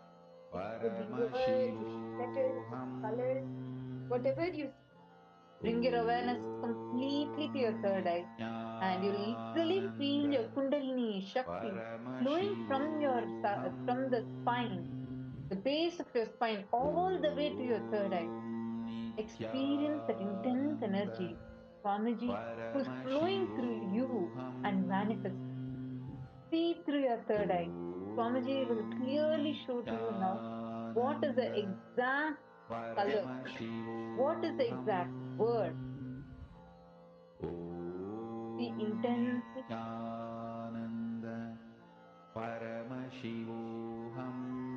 chant the Mahavakya. Om Nithyananda Paramashivoham. Then connect with Swami. Om Nithyananda Just start telling out whatever colors you see. Paramashivoham. Om Nithyananda Keep your third eye. Paramashivoham. Now, please open your eyes and post here in the chat what is the exact color and word that you see. Very good, each of you to post whatever was revealed to you in your third eye. Without anything goes to it. Maybe 2 rounds it was pink and purple, maybe this round also it could be. So, whatever was revealed in your third eye. See, Swamiji will always show you in the third eye. So whatever was revealed to you. Tell only that without filtering it, without any guesses.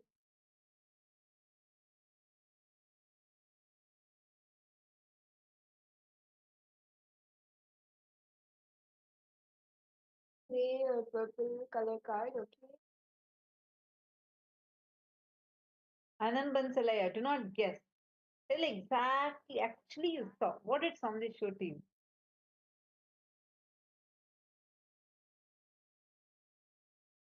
Chandrasekharaya, Matthew Raya, my Iqbal Ban. My Iqbal Banu, you can remove your ribbon and you can post in the chat what exactly Swamiji showed to you in your third eye. He's so afraid that God, by mistake also, I am not going to see the card again.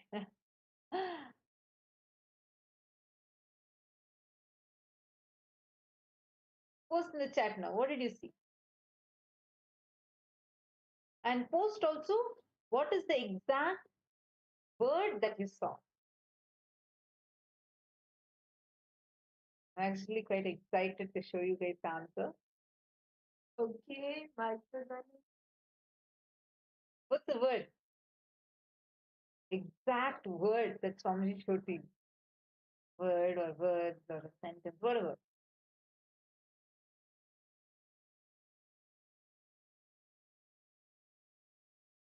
Well, okay. What else do you see? Okay, now it's time. I'm going to be showing the answer to all of you. Okay, this is quite interesting. This is the card. The card was in black color. Both Annamaya and Ma Iqbal, both of you posted it saying it's gray color. That's so close. Amazing. Annamaya, you're actually manifesting.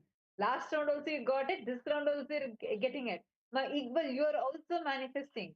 See, now let's do this every day. Okay? Every day come during this time. Do the yoga. See, you have to start doing yoga and then sit for the power manifestation. Amazing way you can manifest it. So the words that were here are and escapes. That's the words that are here. So now let's enter into our first session for the day, and we are going to be learning about Samipya Samadhi. What is Samipya? Let's listen to the revelation now from Swamiji.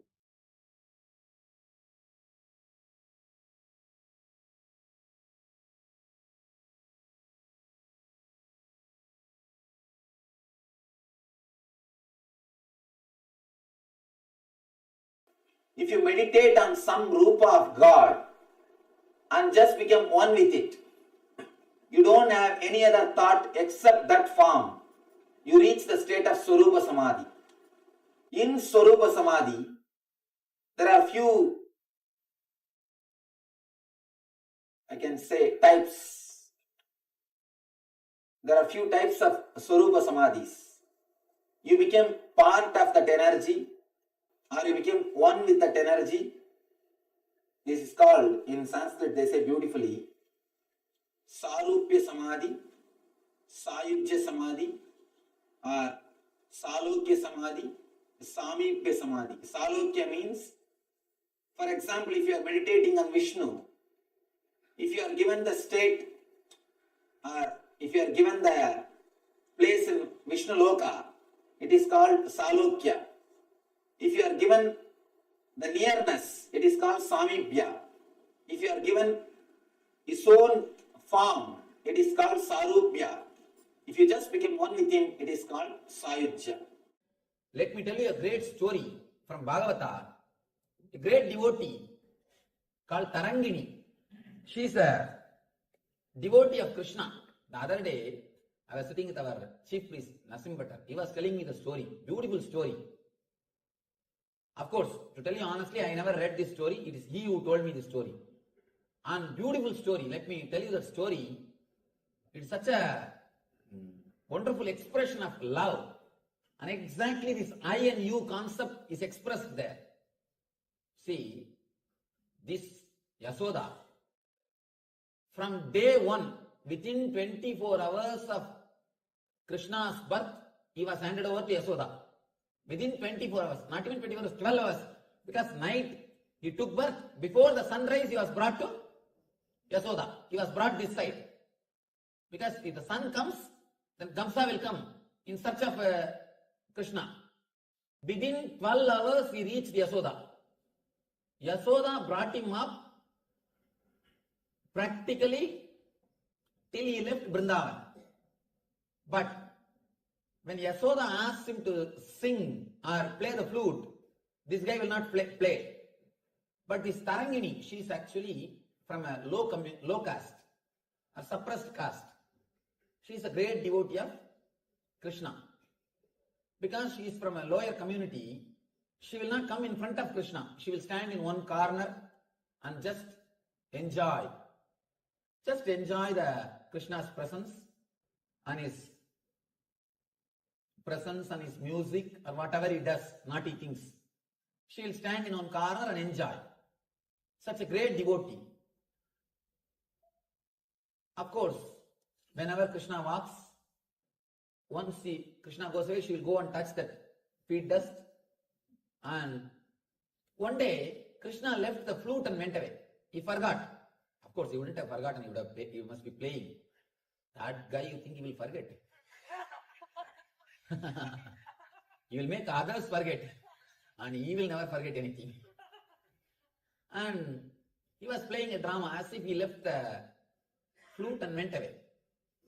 She just sees the flute and she thinks, oh, Krishna has left it. I should take it and keep it in the house and hand it over to him properly. Nobody should take it away.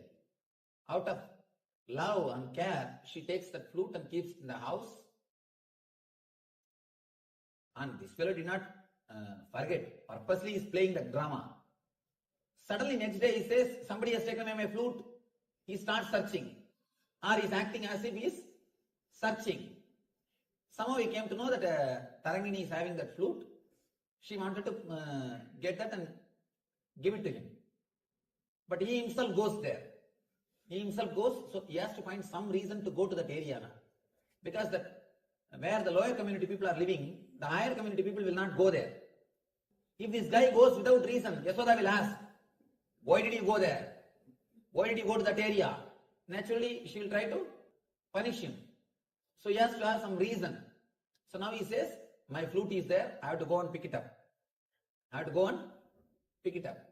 This guy goes and he sees that the area, it seems that Sukadeva beautifully explains, full of mud, the dirty roads, and a hut in which thousands of suns are shining. It means what? 1,000 hole. 1,000 hole. 1,000 holes are there in the hut. And this Krishna enters the house and asks, give me my flute. And she's just totally shaken when she saw Krishna in her house. And she's not able to speak, she's not able to do anything. She's just overwhelmed. She runs and brings the flute and gives the flute to him. And this guy starts the next drama. Shall I play shall I play the flute? And naturally, who will say no? Who will say no? She says that even rishis, even the gods come down to listen to your music, and you are asking me permission. How can I say no? Play. And he sits there itself in the steps and starts playing. He is just playing. She is sitting there in one corner, completely filled with ecstasy. Suddenly, Yasoda appears there. Yasoda, you see, understand, Yasoda is shouting, what? How many times I ask you to play? I take care of you, I give you food, I do everything, but you fellow, you are not playing for me, and you are coming and playing here for this urgent girl. Understand? The attitude of Tarangini is you. The attitude of Yasoda is me. Because the Yasoda's attitude is me, whatever seva she did, everything else, no result. She enjoyed, that's all. But there's no result. And she shouts. Because of her shouting, the music is disturbed. Music is broken. That is why they say that raga is Punnagavarali. Means that broken song, broken music, broken tune. Binna means in Sanskrit broken. And this tune is broken. Then Krishna says, you served me, yes, no doubt, but with the attitude of I, with the attitude of me. As long as I am your Krishna, but she is so devoted, not with the attitude of me, she is with the attitude of you. She is devoted to me, you are devoted to you. As long as I am your Krishna, you will take care of me. As long as I am your Krishna, you will take care of me. It means what? You are devoted to you. You are centered on you, not on me.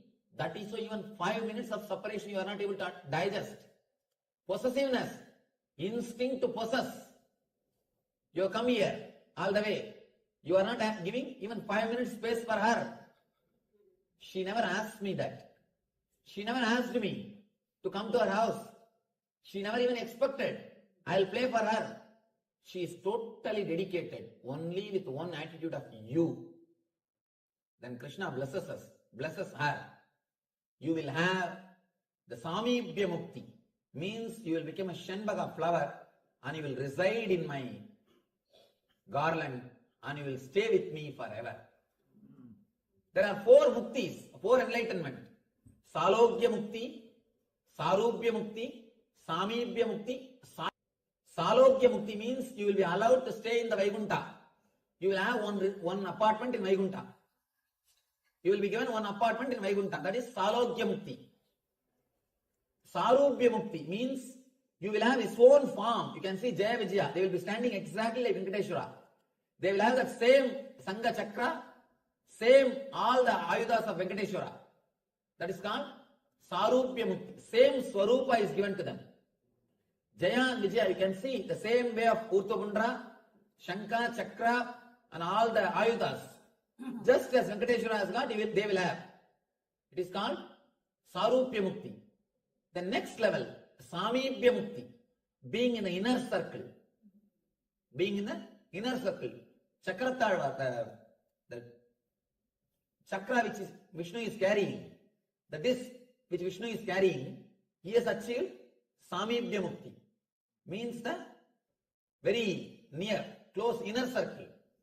And becoming himself enlightened is Sayujya Mukti. Sayujya Mukti. But Samibhya Mukti is the best thing because we can enjoy him. Like an ant enjoying the sugar candy. Becoming sugar candy is different. That is for all these rishis, Vedantis.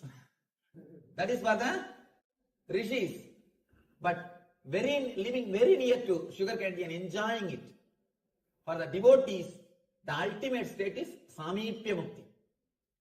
So here, Krishna gives the Samibhya Mukti to her and blesses her. Let you have Samibhya Mukti. Let you become a flower in my garland and be in my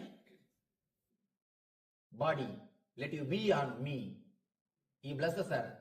Then he turns towards Yasoda and says, because you serve just with the center of me, let you not have any temple on the planet Earth.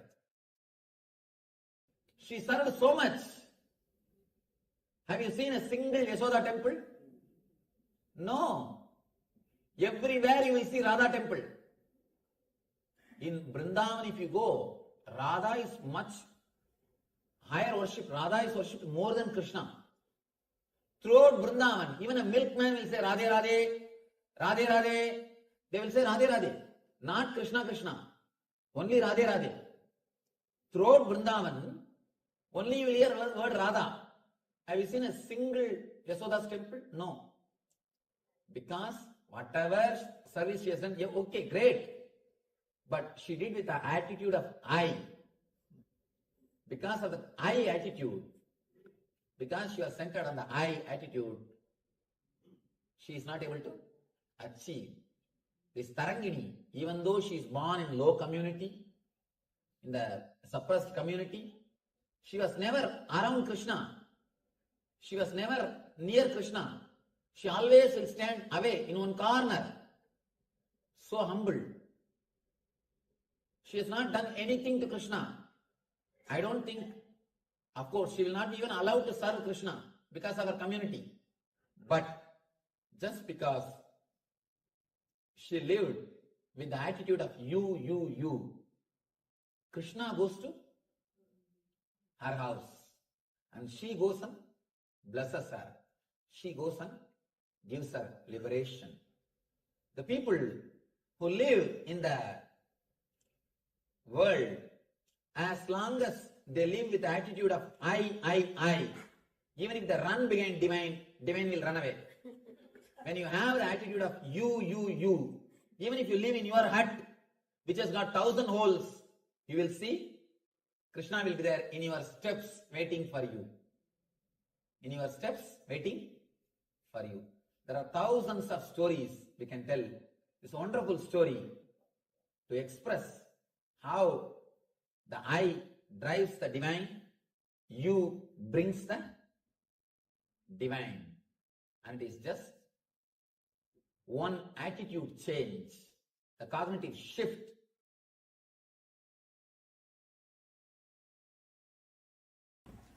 Actually, to live around me,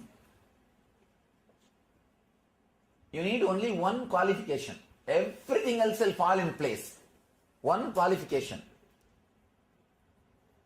A deep thirst to become like me. The expansion.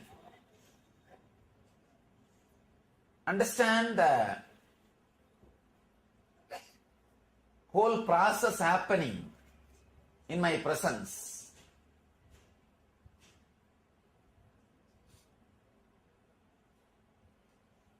Hen will sit on the egg and hatch the egg just by the body heat. Fish will see the egg and hatch the egg. And tortoise will remember the egg, where it laid, and hatch the egg. There is a thing called Brahmi, means the bee.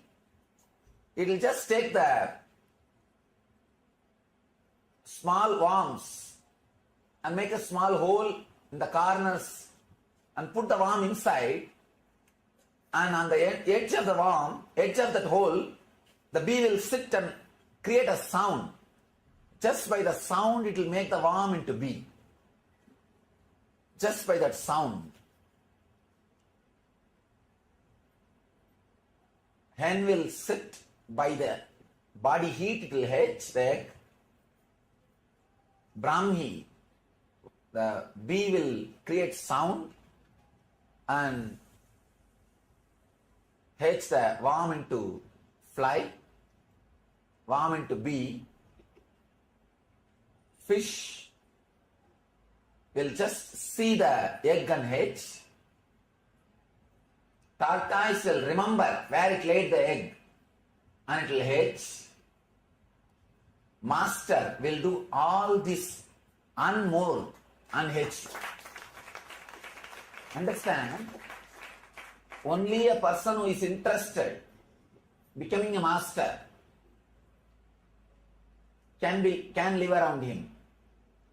A deep thirst to experience the same space in me. If that is there in you, suddenly you will see somehow things fall in place. Everything falls in place and you find time. If that is not there, even if you are next to my compound, you will not even be able to see me for 6 months or 1 year. I have seen people who live in my next compound, but who cry, they can't see me. They were not able to see me. And even if you are living in next to my compound, you may not be able to see me, or you may not be able to even recognize me. So the deep desire to expand is the basic desire, basic thing necessary to live around me. Whole Hinduism is Guru Sishya Parampara. I'll explain physics of master-disciple connection. Understand? If you want to become a doctor, practicing doctor, you have to be in hospital, no other way. If you want to become a practicing lawyer, not that the lawyer who tries to get the jamin from ocean, if you are really interested in practicing lawyer, you have to go to court every day. Where you sleep does not matter. During your waking hours, you have to be in court. If you want to be a doctor, where you sleep does not matter. But while you are awake, you have to be in hospital. Understand? Each purpose needs specific vatavarana, ambience. Ambience where R&D is mastered. Physics of master-disciple relationship is living with him. That's all.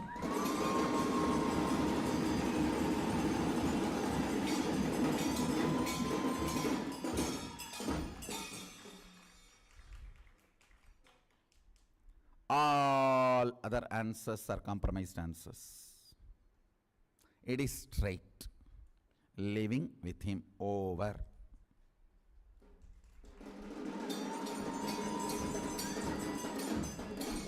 Understand that living with him, that word makes world different. Means, what are you going to eat? Amazing, best organic food. From there it starts.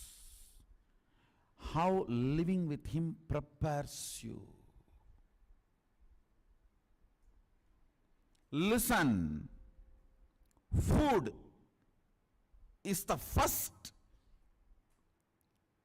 idea, concept with which exploitation on you starts.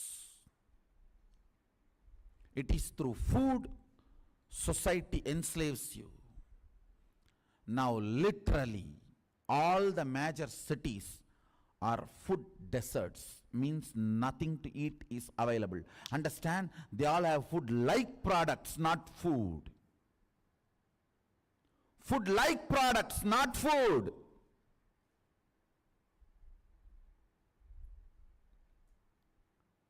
When I grew up, I have never seen non-veg being sold so openly. In whole Thiruvannamalai, one non-veg hotel used to be there, and people used to treat that like a red light area. No one will go there.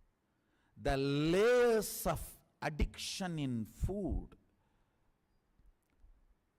things which completely destroys you, tamasic, like marijuana, heroin, ganja, all the other addictive items See, ghost means which eats its own body parts. That's the definition Mahadeva gives for ghost. A person who is addicted to these illegal drugs are eating his own parts. Like you are eating your own intestine. You are eating your own liver. That's all. To be in the kick. Eating little every day. That is why you are not understanding. Otherwise it is eating. You are a ghost once you start getting addicted to the illegal drugs. Tamasic, utter tamasic. Then tamorajasic. The tamorajasic is this non-vegetarian. Understand? Global warming is true and it is because of non-veg industry. I am not saying this. Google, go to the internet. There is enough statistics.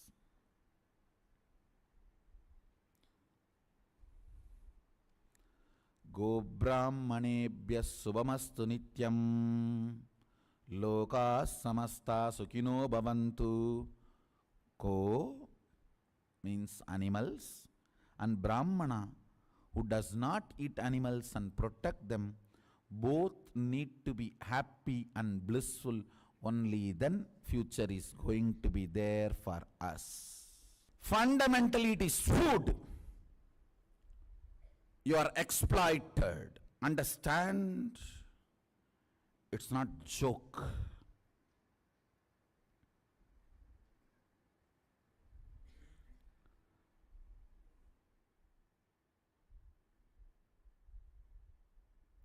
%73% of the carbon footprint release.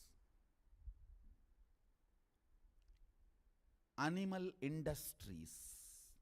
When I say animal industry, three major industry. Animals grown for meat, animals grown for leather, animals grown for other medicinal and cosmetic products. Then comes Rajasic. Rajasic is all plastic food. Understand? Tamasic, Rajotamasic and Rajasic. Rajasic is plastic food.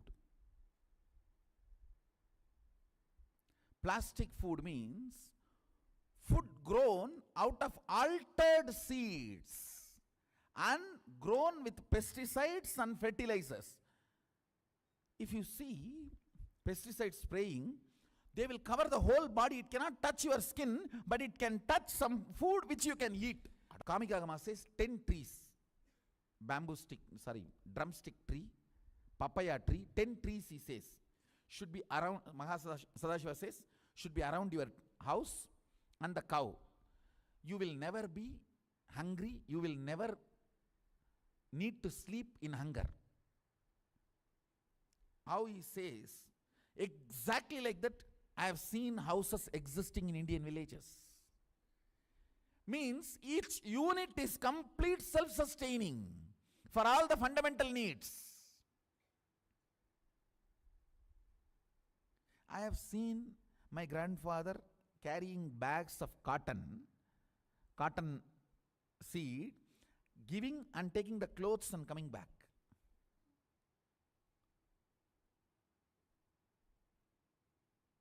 For all basic needs, a small unit becomes self-sustaining. Physics of the master-disciple relationship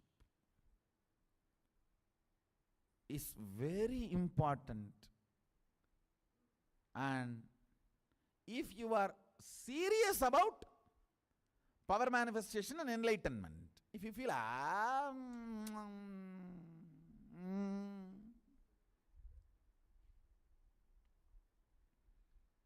then no problem. Then you don't need Mysore Road.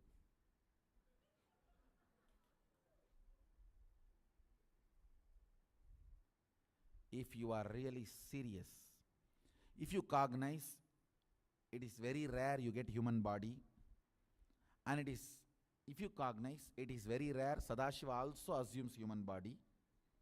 If you cognize, it is very rare both happening and matching in right time. And if you cognize, this is not the chance to be missed. I have to manifest powers.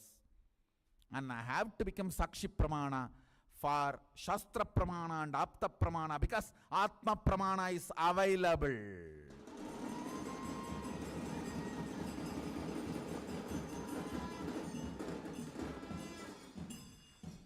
Understand, if there was no Shastra, there was only Shastra Pramana and Apta Pramana, Atma Pramana is not available, and you not being here is not crime. When Atma Pramana is available, and if you are interested in Sakshi Pramana, the only way is be in Kailasa. No, I am your close devotee. I worship you every day. I do Guru Puja. Okay, you do Guru Puja, great, no doubt. But I am not able to send organic food from here to there for you. I am not able to package this pure air and send it to your home. What can I do?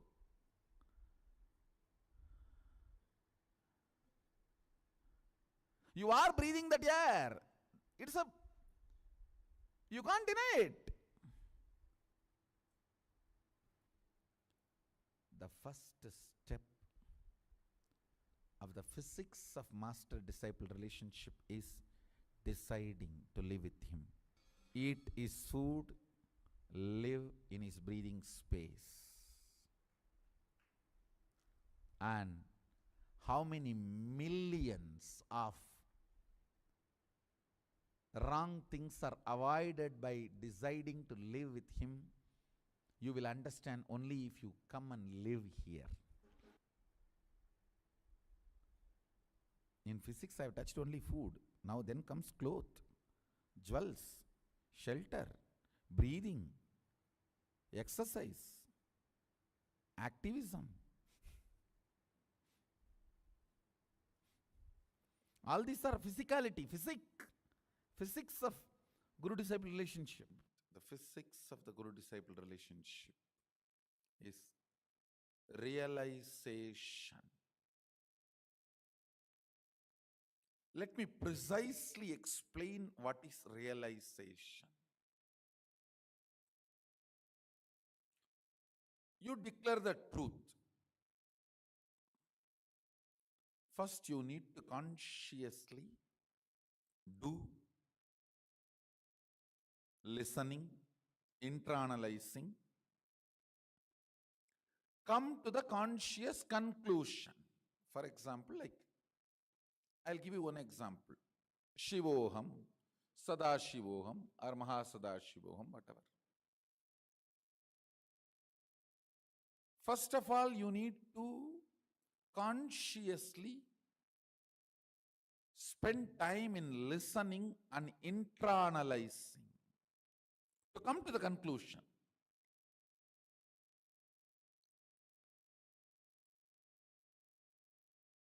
Yes, my consciousness is alive only because of superconsciousness.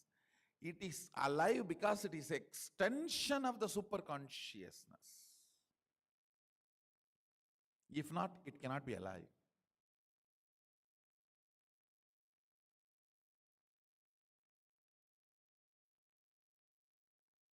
Because it is in the shade of Mahasadashiva, it is alive. Otherwise, it cannot be alive.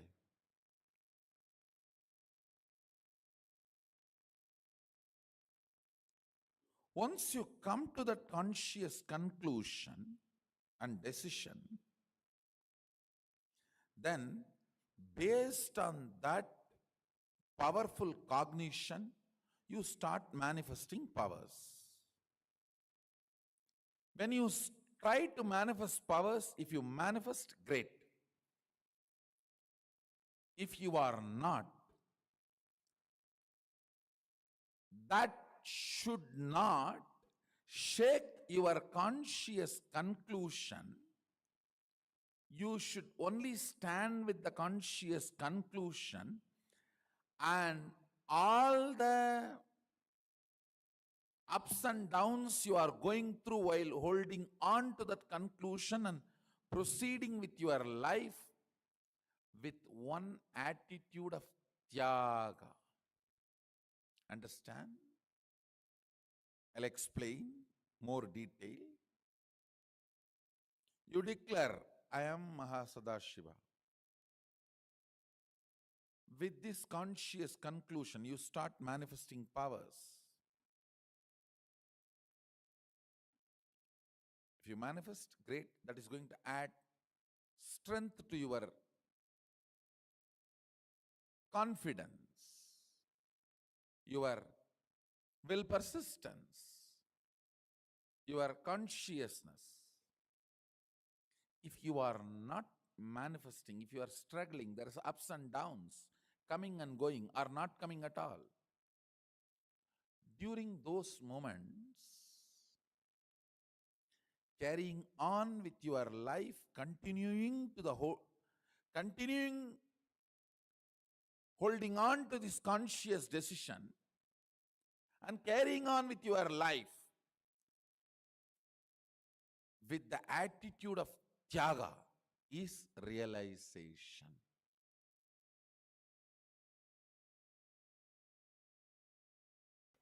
Just these basic 2-3 truths. One, all scriptures, all literature, all method of teachings can only inspire you, cannot give experience. Understand? It's the first law. All books, all DVDs, when I say all, capital letter ALL, including mine, books, cassettes, DVDs, everything can only create inspiration in you, but cannot give experience. Experience can be transmitted. It's like, you see, experience is like a lamp. Only from a burning lamp light you can pick up, catch. Only from a lamp you can light a lamp. Only from a lamp you can light a lamp. Same way, the Jivan Mukti is transmitted only from a living body to living body. Living body to living body. If that body has to catch Jivan Mukti, it has to catch from a same material source which is living enlightenment. Please understand, I am describing very clearly the need of the master. If that body made out of muscles and the mind made out of thoughts, if it needs to catch living enlightenment, Jivan Mukti fire, it has to catch it only from another one body which is living enlightenment of the same frequency, means like a same flesh and bones. Only from that you can catch. These 3 months, if you are given a choice to create a life on your own, you will simply reproduce my life. You may not wear this cloth, that is different. But what I am saying, the inner space. In your life, the best inner space you have seen is me only. You know it. You know it. Sometime you may not be able to connect through proper relationship, like you may not be able to think that you should live around me permanently, or these, that and all is second, that and all social. But I am the ultimate space which you wanted to create in you. That's a no doubt. So naturally, which one you will pick up? You will pick up the master card only. Ramakrishna says, living around the master is much more than enlightenment. Because you get all the joys of enlightenment, not the responsibilities of enlightenment. That day I gave you the example, like patterns kicking you like a football is a bound soul. Patterns honoring you like a army honoring the president. It's like an enlightened being. When an enlightened being is going in a vehicle, receiving the honor of the army parade, if you are a son or a grandson of the president and you also stand there and receive all the honor, I tell you, that is the most blissful, because even the president, even though he receives the honor, he has the responsibility of that army. There you receive all the honor, but you don't have any responsibility. All the power is there, but not the responsibilities.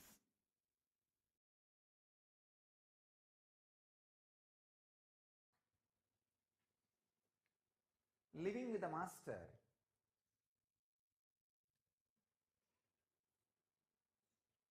is just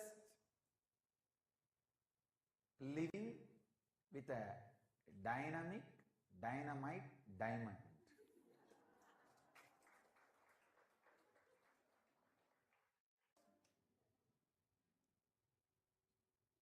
When a dynamic diamond is made to work on any stone other than the diamond part in the stone will be completely removed. See, the quality of diamond is when it is dynamic and made to work on any object, all other particles in that object except its very strength, diamond, it will all be removed. That's the way the diamonds are polished. Only the diamonds are used to polish the diamond. It's like any stone has some component of diamond in it and some component of ordinary carbon in it. When the moving dynamic diamond is made to work on that object, all other particles except the diamond component, carbon or anything, is burnt away.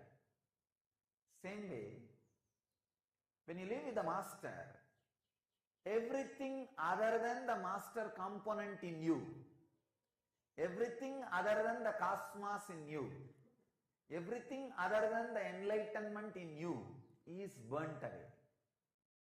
Listen carefully, I will repeat. Delusion about life means knowing that you are wrong, you try to constantly believe the other person is wrong. The denial, life denial, delusion, life denial. Above all, giving up. Yes, this is the way it is. What can I do? I know it is right, but I don't know what to do. This is the parasite sitting inside your bioenergy. This parasite can destroy you lives after lives and go round in the same rut. Totak, totak, totak, totak, totak, totak. You will see same kind of father, mother, and end up with the same kind of attachment and problem, and land the same kind of mess, and die, pick up next body with the same kind of type of parents, family situation, land in the same mess, and die, and the same rut will go on and on and on, stuck but not breaking out. Freeing you is the parasite sitting inside your bioenergy.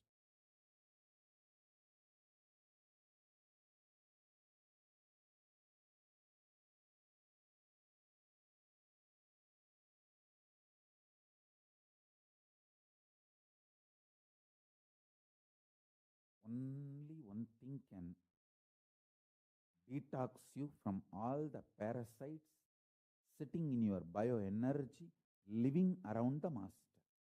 You need to see him constantly, how he behaves, how he lives, how his muscle memory is working, how his biomemory is working, how his bioenergy is working. Guru Seva is the only way. The parasites in the bioenergy will be detoxed.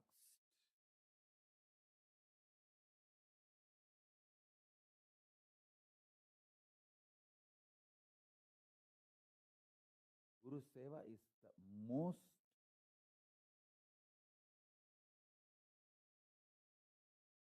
direct method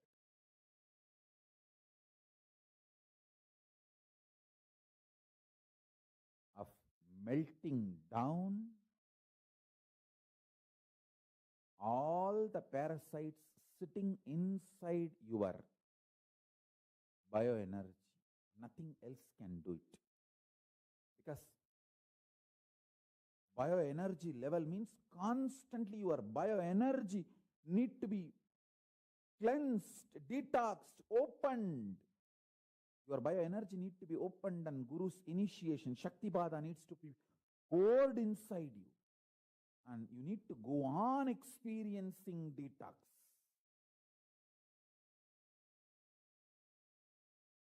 You need to be detoxed continuously. Because the parasites sitting inside your bioenergy, you collected it for many janmas, multiple births you collected.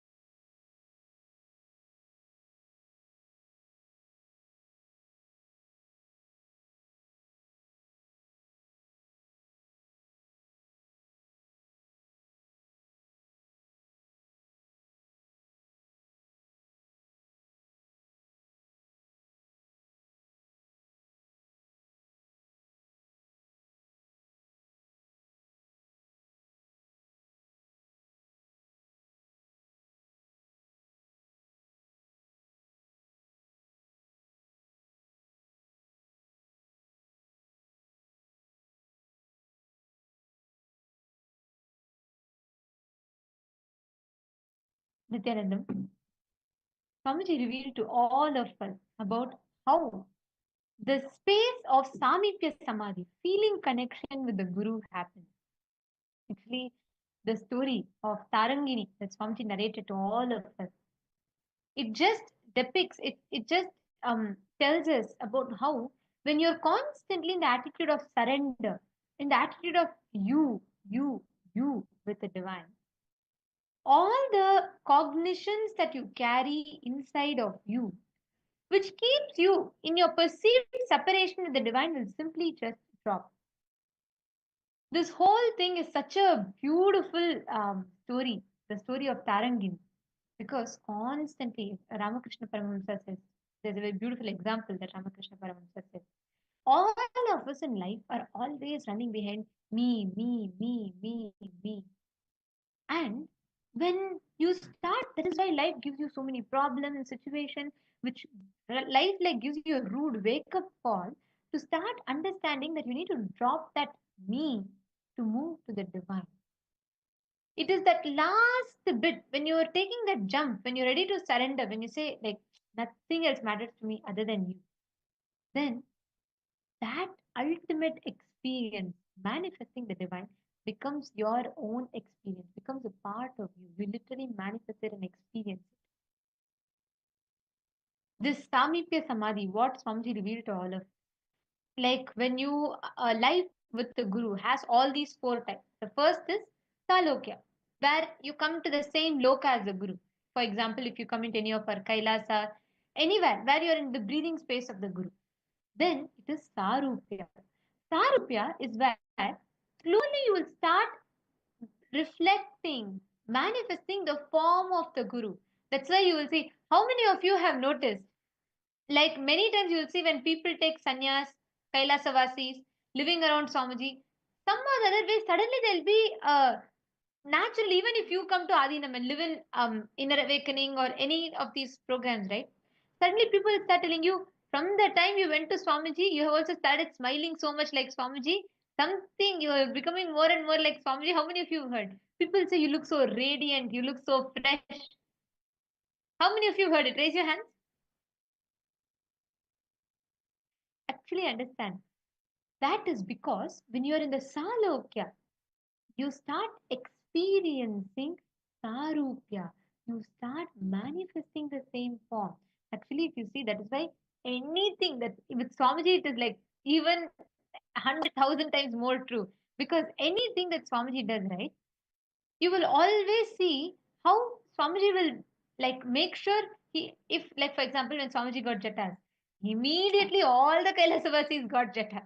When Swamiji, when Swamiji started like wearing a particular type of traditional attire, then Swamiji will make everyone do it. Even if Swamiji downloads a new power, immediately Swamiji will give it. It will not even be 24 hours gap. The moment Swamiji gets something, Swamiji will never keep anything for himself. The first thing Swamiji will do is he'll call the Kailasvasis, he'll call Gurukul kids, he'll call the sannyasis, and he'll immediately gift it to them. Literally, you start radiating the form of the Guru. That is Sarupya Mukti. Next is Samipya Mukti. Samipya is literally the experiencing the closeness of the Guru. Of all the four muktis, nothing is small, nothing is big. But Samipya is best. Even in Sayujya, you merge in him, become one, so you don't exist anymore. Samipya is where you experience the juice of like that nearness with the divine.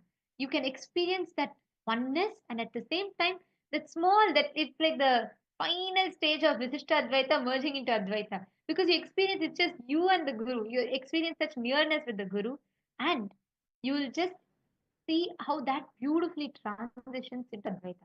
Ultimate is Sayujya. Sayujya means you're completely in oneness. Like you, there is no individual existence for you. You just merge. You just experience, become one with the cosmos. That is Sayujya. So these are the four stages or the four different muktis that you experience when you experience a feeling connection with the Guru. I still remember once in one satsang, Swamiji said, if at all God, a Guru comes, a book, if at all you need to ask for the blessing from the Guru, always ask for the nearness to the Guru. Samipya Mukti, understand? Swamiji says, see, all four muktis has its own speciality. It's not the one is less or greater. No, it has its own speciality for each of the things. But if you want to taste the juice of the Guru, right? Best is Samyukta Mukti Swamiji says. Amongst the four, if you ask me to choose, Swamiji will say I will choose the Samyukta Mukti. Because as being a separate entity, meaning like you understand, of course, ultimately experiencing the oneness with the Guru is the ultimate thing. But as a separate being, cherishing that love, enjoying the juice of the compassion Swamiji is flowing, only as a person seeking for Samyukta Mukti, you can cherish that. There's a very beautiful story in Bhagavatam. One day, Narada starts thinking Narada is a great devotee of, and one day Narada starts thinking like, hey, I think maybe I am one of the best devotees. Like, I really love anything happens to Narayana, whatever comes, I will even give my life for him. So I think I am the best devotee. He just thinks to himself, not even like a conclusion, and no, it's just a casual thought. Immediately, Krishna is Parandhama, Mahavishnu himself. Krishna him immediately senses. He says, okay, Narada, this thought has entered into Narada. So Krishna stages a whole drama for this. What he does, he suddenly starts screaming in pain. He starts saying, oh my god, my head is paining, I'm having a splitting headache, I'm not able to handle it, and I do not know what to do. And everyone are worried. All the wives, all the everyone around are all like, they're all like, oh god, Krishna is having a pain. What should we do? What should we do? And they're all trying to, scramble here and there. Narada is asking, oh my lord, what can I do? I'll give you even my life. Please tell me what can cure. Then everybody is trying to scramble, get the, no medicine is curing the pain. They're trying this, that, nothing. And Krishna is like literally he's in suffering in pain. And when Krishna does drama, how he does the drama. So Krishna starts like he's literally like in such severe pain, and people are all unable to bear seeing their Lord, their Krishna suffer so much. So then Krishna says, I think there's only one remedy to this. They're saying, whatever it is, please tell, we will give it. Krishna says, I just need the padatuli, like the dust, the foot dust. Like I need someone to give the dust from their feet to be applied on my forehead. When one of my devotees give from on my forehead when I apply, then my headache will be gone. Everyone are like, oh my god, what is this? Then Narada says, I asked for solution. This is like a great sin. How can I give my foot dust to you? Prabhu, how can I even do that? No, never. You are my God. How can I give the dust from my feet onto your forehead that too? No, no, no. There should be some other solution. Please give us another solution. He says, come on, you ask me for solution and I give solution. You say another solution. Here my head is paining. Here I'm having a headache. Then everyone there starts like hesitating. Each one says, no, no, no, maybe I'm not as great devotee. You are a greater devotee. You please give. So everyone starts like, passing the ball to another person. And here Krishna is having this severe headache. Finally, everyone says, no, no, this is the greatest sin. All these fellows now start speaking about Vedanta. They say, oh God, in our scriptures and all it is told we can't even touch the feet next to the God. And here you're asking me to give my feet dust to your forehead. No, no, no, I can't do it. I can't do it.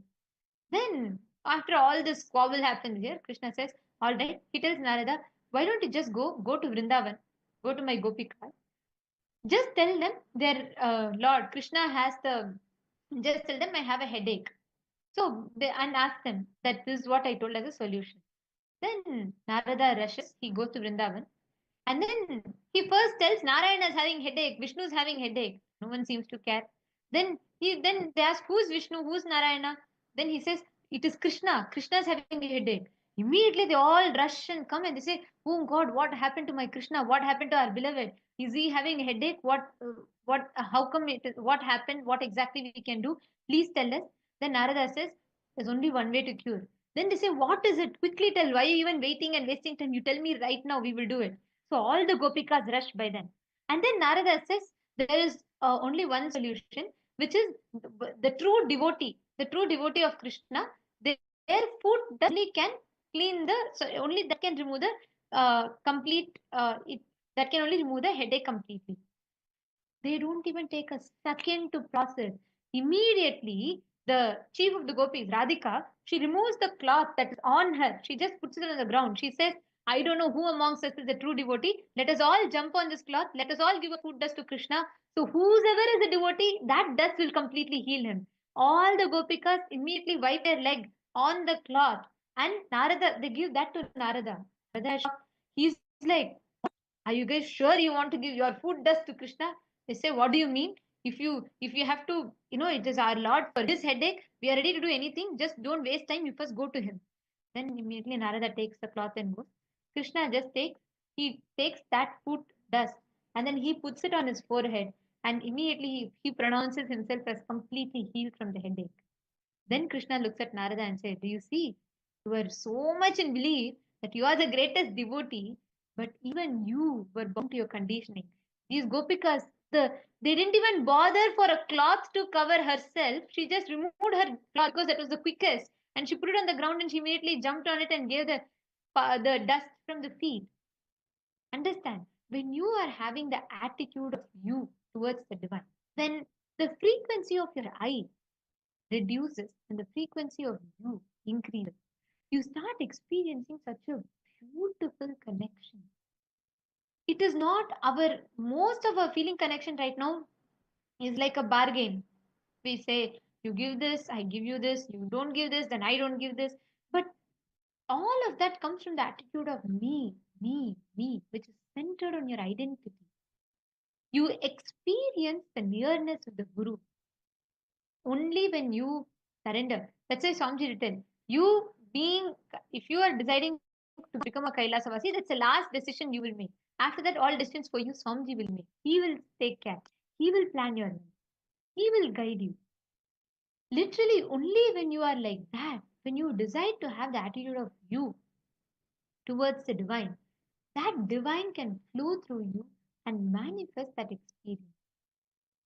How many of you have experienced any of you here who have been like physically had the opportunity to meet Swamiji, where you've gotten a blessing? How many of you have experienced the space? The moment you walk up to the stage, if you're there and received in inner awakenings and all, you will walk up to the stage for the darshan. Somehow, the moment you set your foot on the stage, it's like you're entering into another parallel universe because you'll forget everything that is happening in you. I see Ma Claire Lang is laughing. She's raising her hand. Yes, I know all of you can relate it. How many of you here have been there physically in Bidadi when you have to attend programs or any of the programs, not just in Bidadi, any programs physically with Swamiji? You all will understand what exactly I'm talking about. Literally, the moments are not even the moment red curtains open. Oh my God, that itself is a new. That itself takes us to the parallel universe itself. So understand, wherever you are, that's the feeling connection with Swamiji. Swamiji very beautifully says, see, only when we drop the I identity which we carry, only when you drop the I, right, you're only then you allow divine to enter into you. Like many instances, even the case of Prahalada, right? Even the times where his own father, Prahalada's father, was going to kill him. The only thought Prahalada was Narayana, Narayana. That's the only, the Mahavakya of Narayana only was going through his whole being, not with, oh my God, my own father is killing me, my own father is killing me. Not in the, no. He was like, Narayana. He has a complete trust that Narayana will come and save. And understand, every single time Prahalada was put into such test like this, Narayana himself came and saved. There's a very beautiful scene that happens in Prahalada's life. See, actually, just to give you all a story in a nutshell, right? Prahalada is the son of a demon, Hiranyakashipu. And somehow, the one good thing Prahalada's mother does is when she's pregnant, she stays at the ashram of Maharishi Narada. So every day, Narada's satsangs she listens to, and the child in the womb starts listening to it and becomes a devotee of Narayana.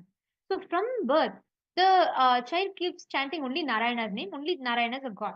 Here, Hiranyakashipu becomes arrogant. He starts telling, I am the god. I am like, he makes everyone worship him as a god. So when his own son is not worshipping, no one will worship. So he was trying to force his son to worship, and the son says, no, no, only Narayana is a god. Only he is the divine for me. I can't connect with anyone else. But he's absolutely humble and loving to his father. But he says, no, but I cannot worship you alone. Please forgive me. Hiranyakashipu gets so offended. He orders the death. He orders the execution of his own son. So they try different methods, where first they throw him from a cliff, and they throw him from such a height that literally only His bones would have been there, so they'll go down to collect the scattered bones. But instead, they see him sitting peacefully in Padmasana and smiling. They're all shocked. They bring the soldiers come back to Hiranyakashipu saying, "We dropped him from the cliff, but nothing happened to him." Hiranyakashipu says, "No, no, there must be some fault." Then they put him on the ground and they make 100 elephants, mad elephants, run over him. They would have been like 7-year-old child, 6 or 7-year-old child. They would have been surely he would have been crushed by now. They go and see he's still sitting so peacefully. All the elephants become so quiet in front of him. Now Hiranyakashipu says, "No, nothing doing. Get him here. I will do it myself."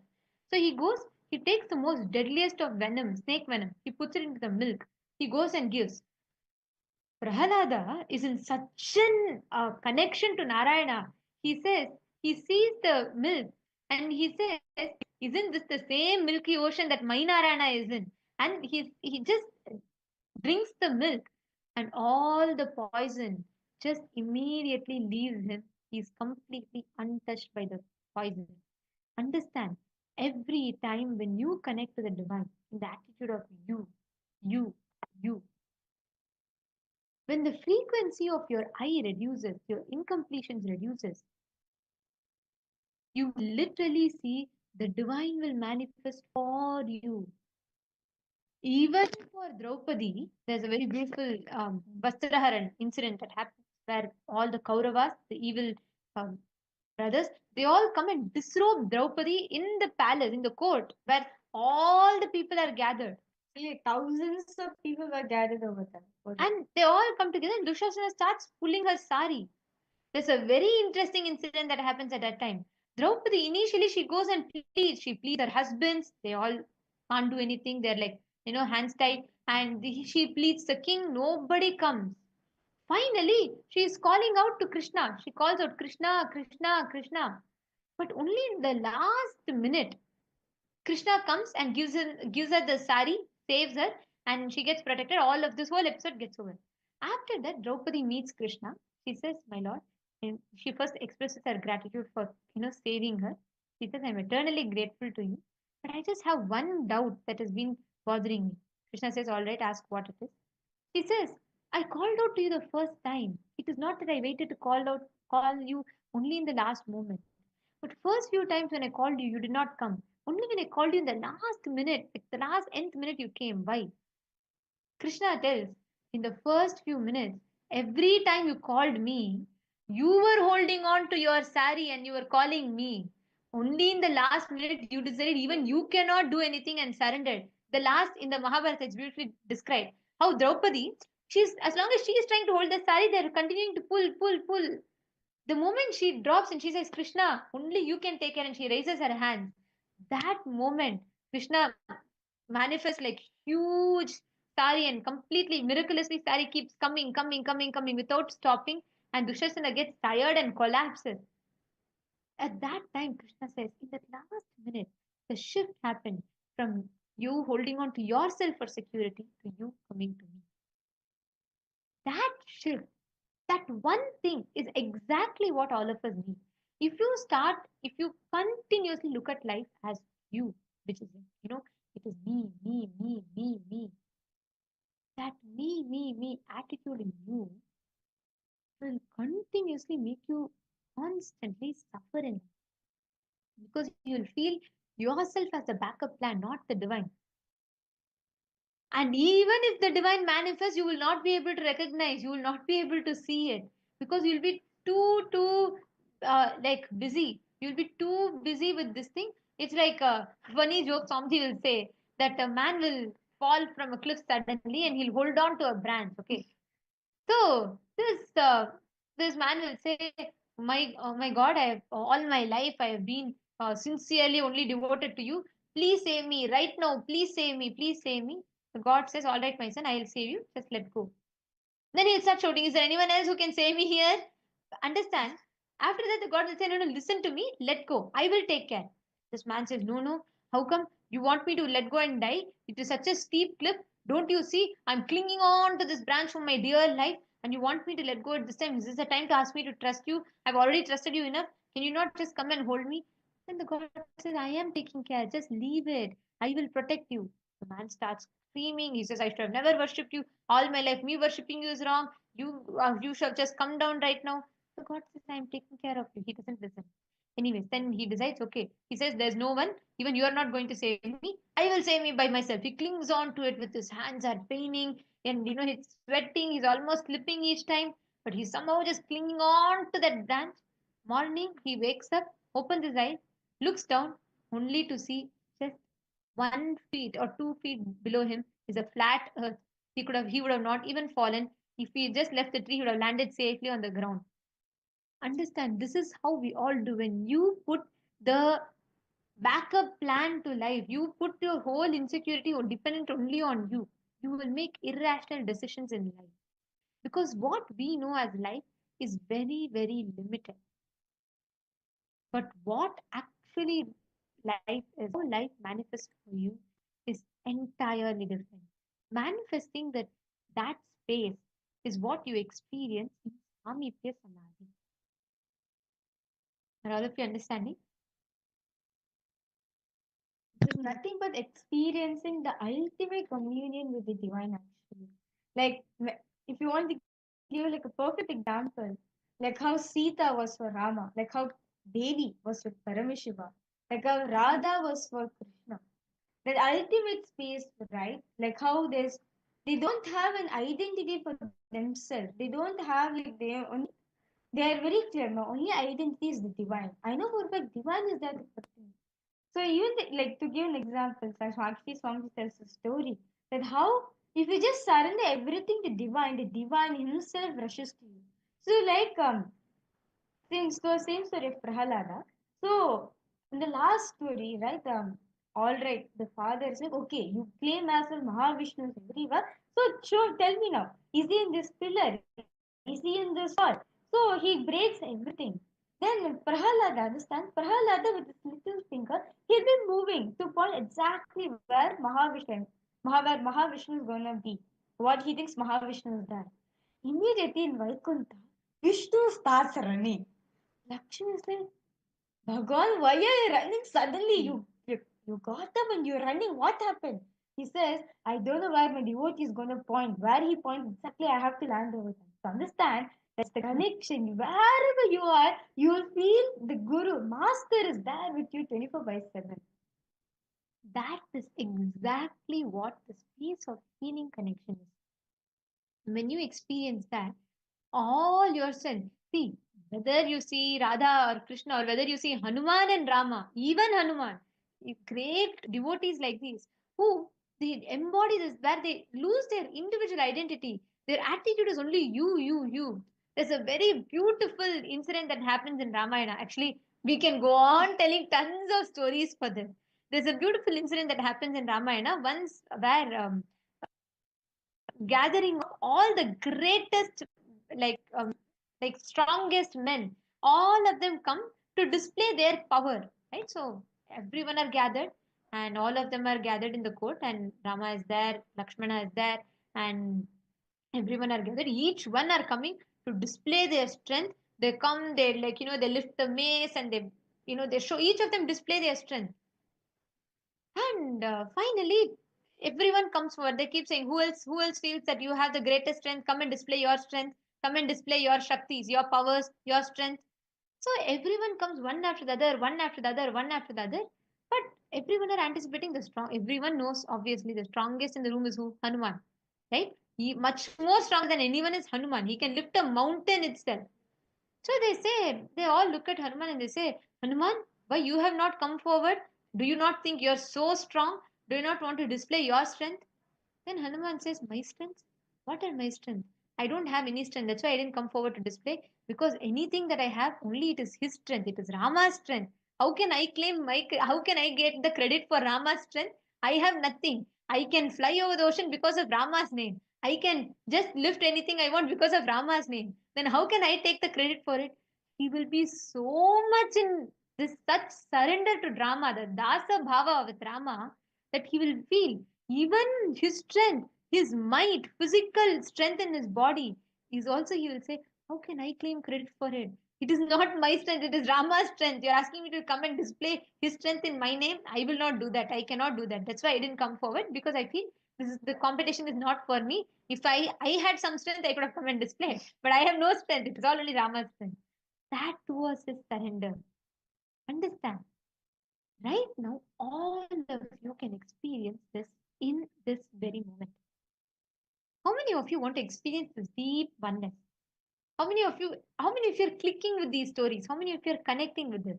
See, today's whole day is all about experiencing these sweet moments, bhakti in you. This space, what you are hearing now, this is the best frequency to be in. Okay, I see many of you raising your hands. Mike Bell has posted me. Yes, deep one is true. Each of you have posted. Now, we are going to be manifesting a very beautiful power that will tune you into this oneness. What we are going to be doing is, we are going to be manifesting the power of Surabhi. Understand?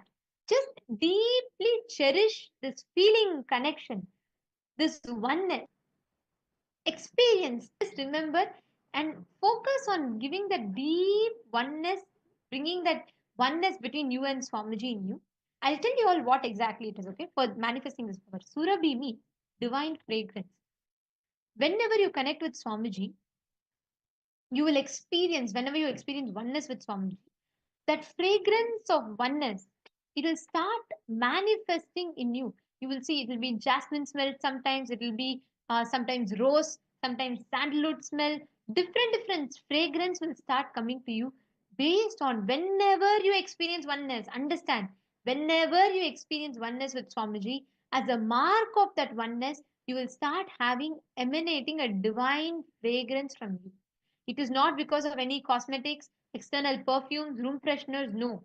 Actually, right now, you all can sit in a place where there's no external smell or any other fragrance around.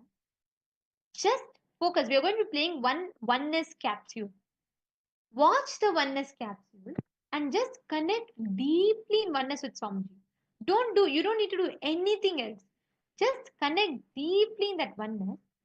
You will suddenly start experiencing a unique fragrance will start happening for you. It could be anything. Whatever happens is it's not that everyone will have only one same smell. No. Each of you may have different fragrance happening for you. Sometimes you may smell jasmine, sometimes you may smell rose. Each of you take a few minutes, sit right now, and you can experience this divine fragrance in you. Just at this moment of time during the power manifestation, I request all the participants, forget about everything. Whether am I going to manifest or not? Is the divine fragrance really going to manifest me? No. At the end of the day, who's manifesting? It's only Swamiji. So just surrender everything to him. If he manifests, it's because of him. If you're yet to manifest, it's also because of him. You just enjoy that space with Swamiji. That's it. Literally, Swamiji says, the only thing you need for power manifestation is enjoy his presence. Do not worry about the results. Do not worry if you're manifested or not. Your only responsibility is enjoy that space with Swamiji. Rest he takes care. So right now for this divine faith, for manifesting this power, I request all participants to come into a space of gratitude. Just connect with Swamiji, however you connect with him, in any form, in any attribute, in any way, however you feel connected to Swamiji. You may connect to Swamiji as a father, you may connect to Swamiji as a mother, you may connect to Swamiji as a guru, as a master himself, or you connect to Swamiji as a best friend. In whichever way you feel like connecting to Swamiji, connect to that. Connect to him. Please close your eyes. And you all can even watch the oneness capsule through any which ways. Experience the deep connection. You on your own will start smelling that intense fragrance happening around you.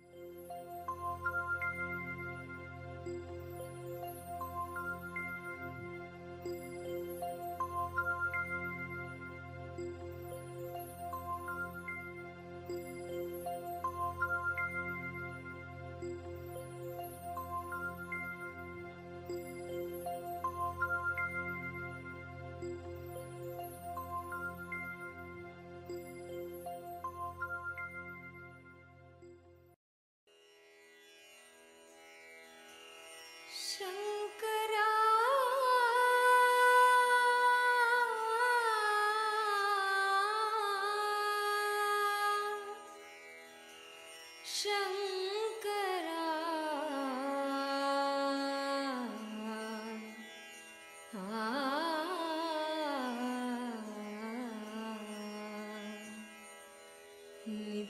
Nithyananda Shankara.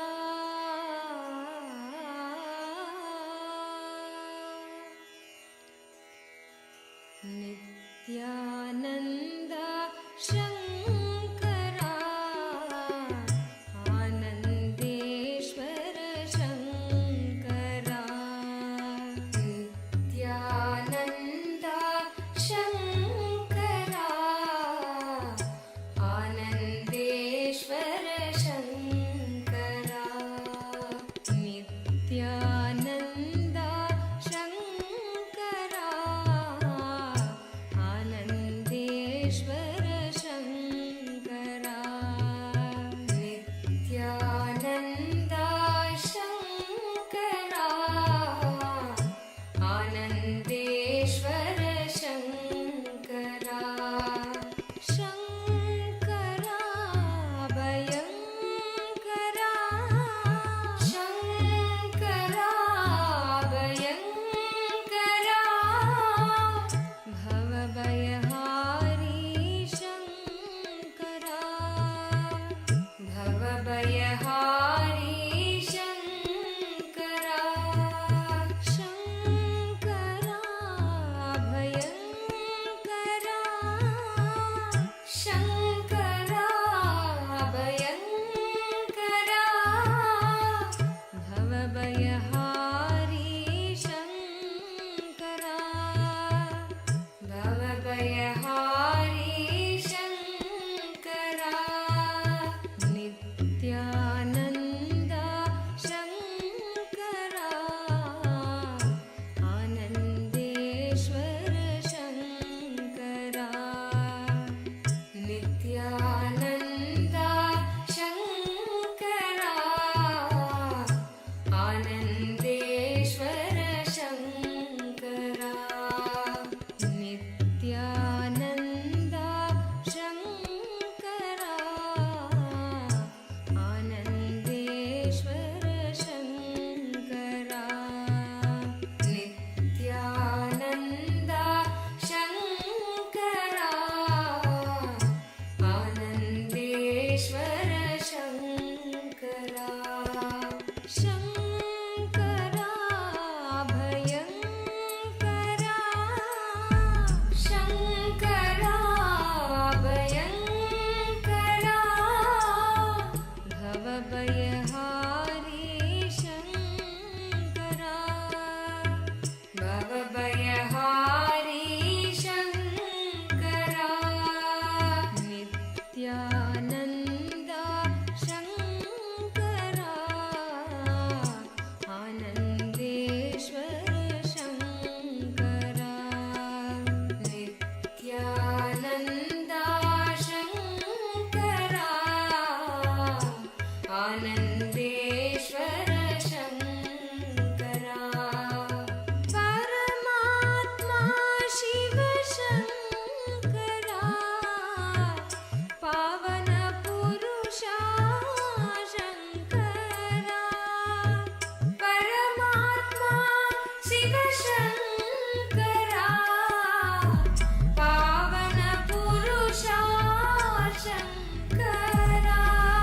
Paramatma Shiva Shankara. Pavana Purusha Shankara. Paramatma Shiva Shankara. Pavana Purusha Shankara. Nityashwarupa Shankara. Nithyananda Shankara. Nityashwarupa Shankara. Nithyananda Shankara.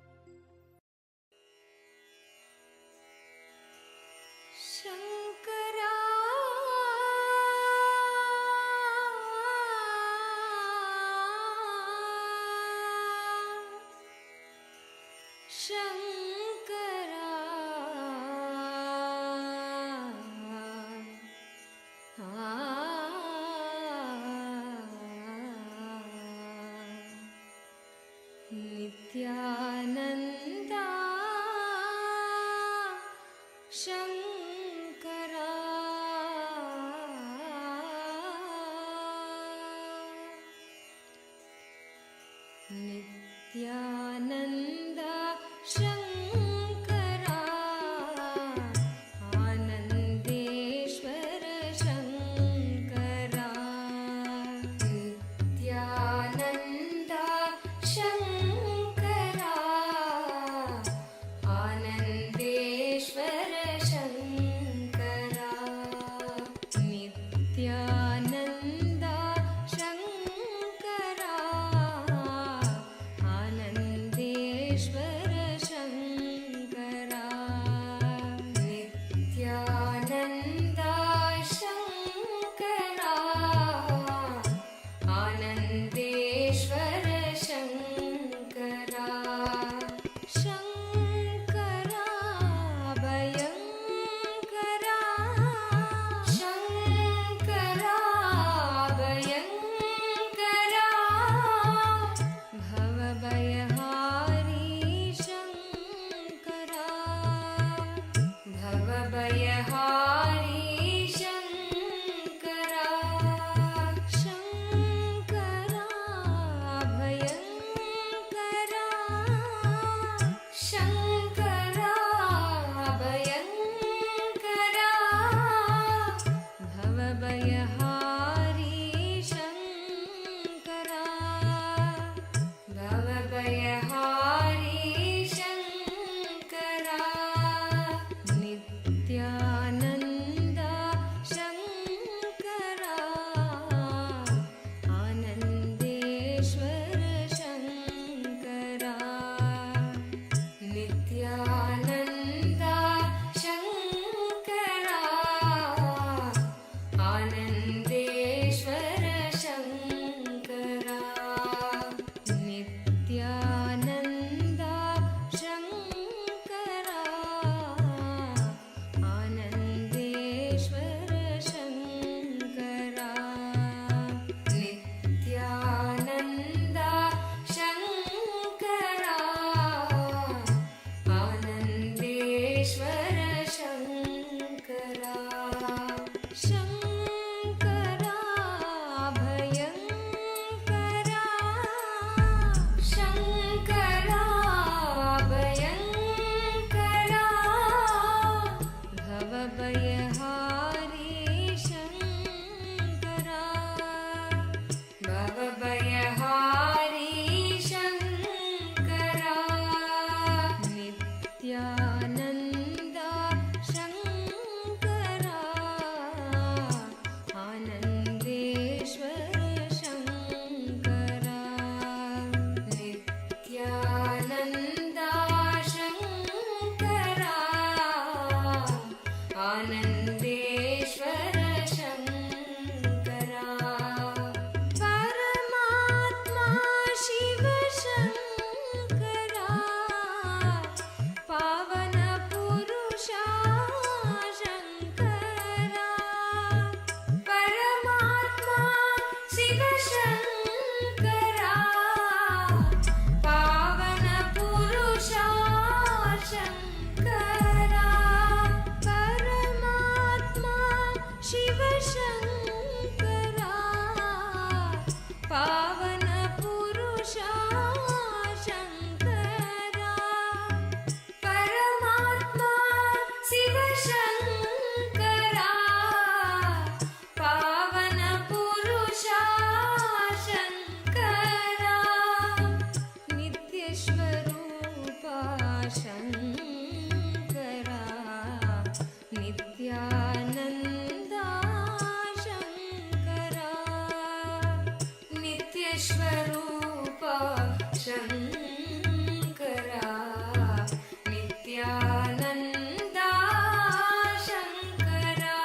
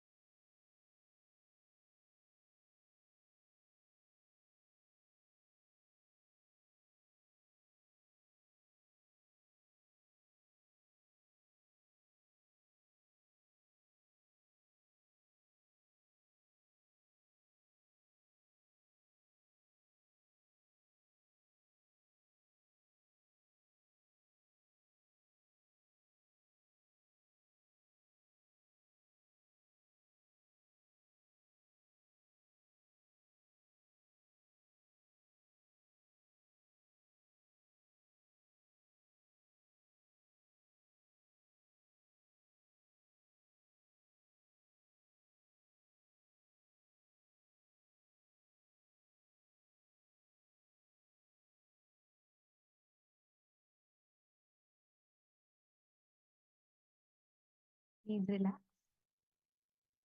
Can I request all the participants now? Please share. How many of you manifested? And what was the experience for each of you like? Come on, I request all the participants to go ahead and post. How many of you actually experienced that literally the divine fragrance happening?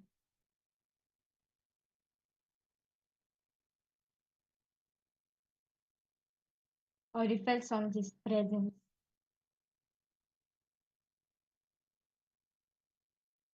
You felt, or it was your time with Swamiji. What your experience in wow, starting already. Wow. Ma Claire Lang has posted it, or she started experiencing, and Basma and had tears of gratitude. Excellent. Actually, Ma Claire, Swamiji tells, if you see the Guru and you have tears of gratitude in your eyes, be assured that is your last birth. Because after that, when that feeling connection has taken over, it will have such a strong, it has taken such a strong, deep rooted aspect of you that even after you leave the body, that will remain with you as your core quality. So beautiful. And how many of you tried and manifested?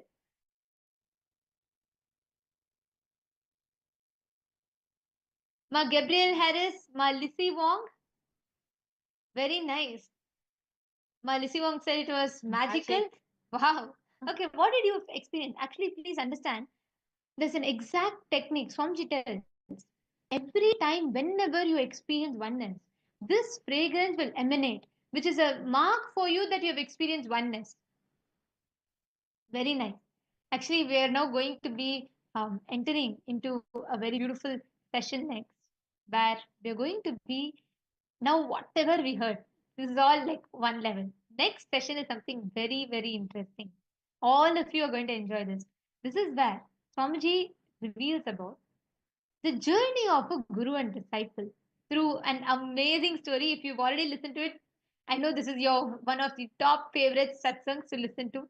This is the lion and cub story where Swamiji reveals to every one of us what is the journey of a disciple, how is a guru and disciple relationship like. So we're going to be entering into this session now. Let us all listen to this, and you're all going to absolutely enjoy this session. This is such a beautiful session where through a story, Swamiji narrates the journey of a guru and a disciple. Let's all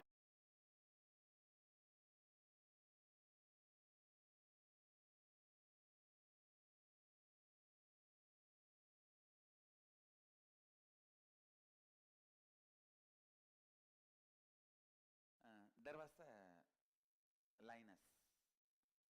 She was pregnant, about to deliver. But she is hungry. She only has to work and get the food. So she went for hunting. When she jumped to attack a attack a goat from sheep, attack a goat, it became a little too much. Instead of killing the goat, she fell on the ground. The blow was so much, she delivered the baby and died. The cub was born and the mother dead. Lioness died.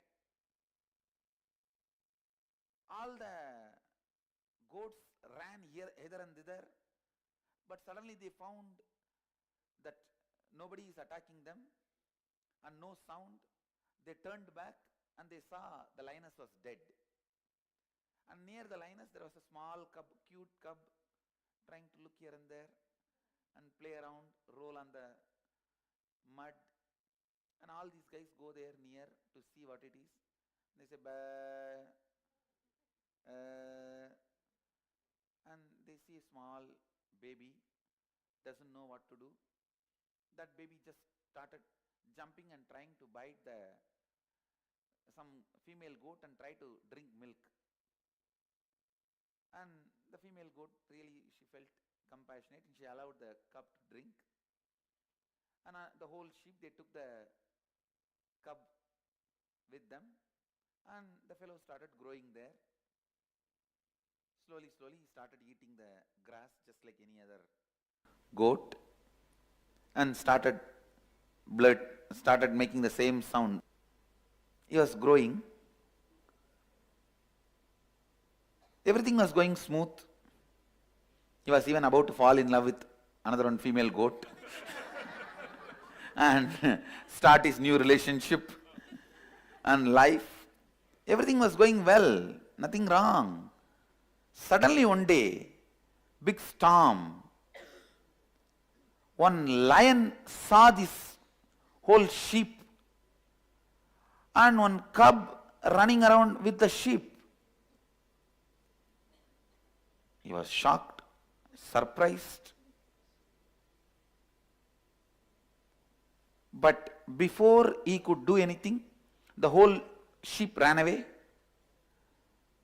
Next day the lion again came back to the same place, waited for this sheep to move, and he just jumped and caught only that cub. And that fellow started bleating same way. Ah, ah, leave me, leave me. Started shouting. This fellow caught the neck and said, hey, what are you doing in this group? This fellow said, I am a sheep, I will be there with them. I am a goat, I will be there. What am I doing? Means I am grassing, I am eating, I am grazing and I am eating the grass. This lion looks and understands nothing can be told to this fellow, and this fellow is begging, leave me, leave me, leave me. And the lion, all right, takes the hands off, and this fellow runs as fast as he can and goes and joins the sheep. And next day again he waits. Again he jumps and catches the same cub, holds him by neck and say, look, you are a lion, you are not goat.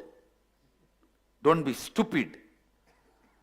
That fellow starts screaming, no, no, no, I am sheep, I am goat, leave me to be with my people. This fellow says, all right. He takes his hands off. That fellow runs as fast as he can, joins his team, goes back. But that night he was not able to sleep. That night that cub was thinking, what is this? That fellow was talking something stupid. But he seems to be compassionate. Otherwise, why he did not kill me and eat me? He left me. Experience of after seeing first day Satsang. Arkalpataru touch. He did not kill me. He left me. Why? No. He is telling, I am lion. Something is, he has some big plan. He has some conspiracy. Maybe he is going to make me do inner awakening. He has some larger plan. No. He is not a good guy. Come on. Let me be with my mother sheep, father sheep, brother sheep, daddy sheep, girlfriend sheep, and everything. Come on. Pull the blanket and try to sleep. But that eyes, which looked into your eyes, coming again, not letting you sleep. Next day morning you try to get up and join the whole team. But before coming near the region where the lion was there for last 2-3 days, when you are coming near that area, you have a doubt, should we go against that same area? Why not we tell all these fellows to change the route? But will they listen to me? Who? Why? I think, but we have come all the way. I'll quickly run before he catches me. Run as fast as you can. Next time when you see the poster somewhere, in the street, NKY, NDY, run as fast as you can. But again, he runs faster than you because he's a lion, you are a cub, and he catches you. Hey, did you think about what I told? You are a lion. No, I did not think about anything. Don't talk to me.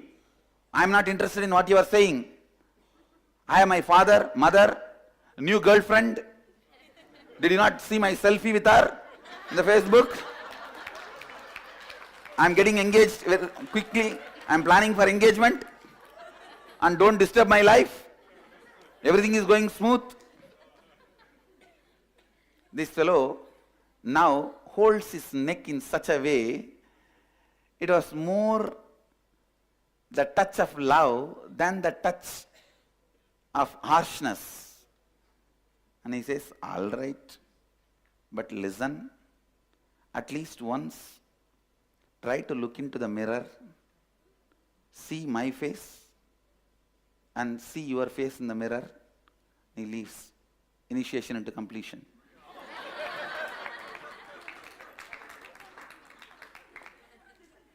That fellow does not understand what is mirror. He runs along with the team, goes and sleeps. That whole night he is thinking, what is mirror? What is mirror? What he is telling me to do? Why should he every day catch me but not eat me? And why is he letting me go every day? What is mirror? Next day, the same team, same group, same route. He stands from a distance and asks, can you tell what is mirror? Dial the avatar call.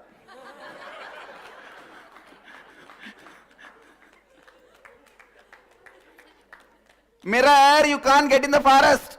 Go and see in the river water or in the pond water. In the silent night. That is the only thing you can do. Means blessing. I'll make it happen. Any way you want. The fellow from there itself runs. Doesn't want to come near. Runs. By now, the touch 2-3 times has made his biomemory believe he's a good guy. Logic says, no, you have a girlfriend, boyfriend, mother, father, so many things, your business, and you are the largest retailer of grass. And come on, what is this? And that fellow looks so arrogant. He's sitting in such big throne and looks with a long hair and a large hair. When he opens the hair, looks terrifying. And forget about it.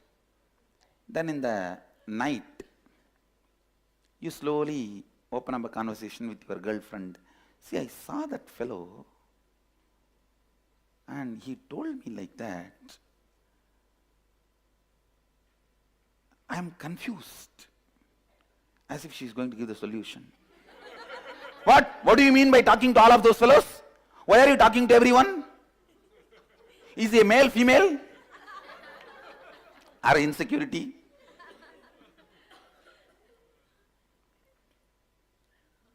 And this fellow understood. He opened the wrong subject with the wrong person. And he said, okay, forget about it. What is there? It's okay. Come on. Let's talk something good. What happened yesterday? Did the grass was nice? How was your day? Let's talk nice things.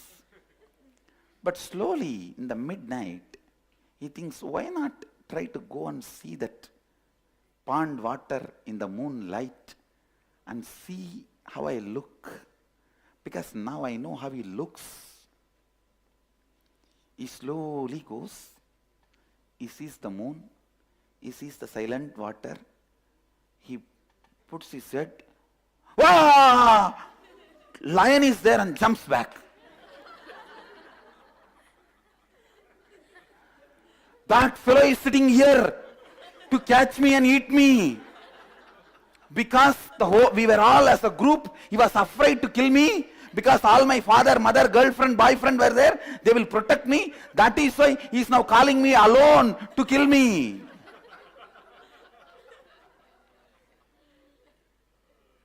Invitation to try the completion technique every night on your own with the mirror.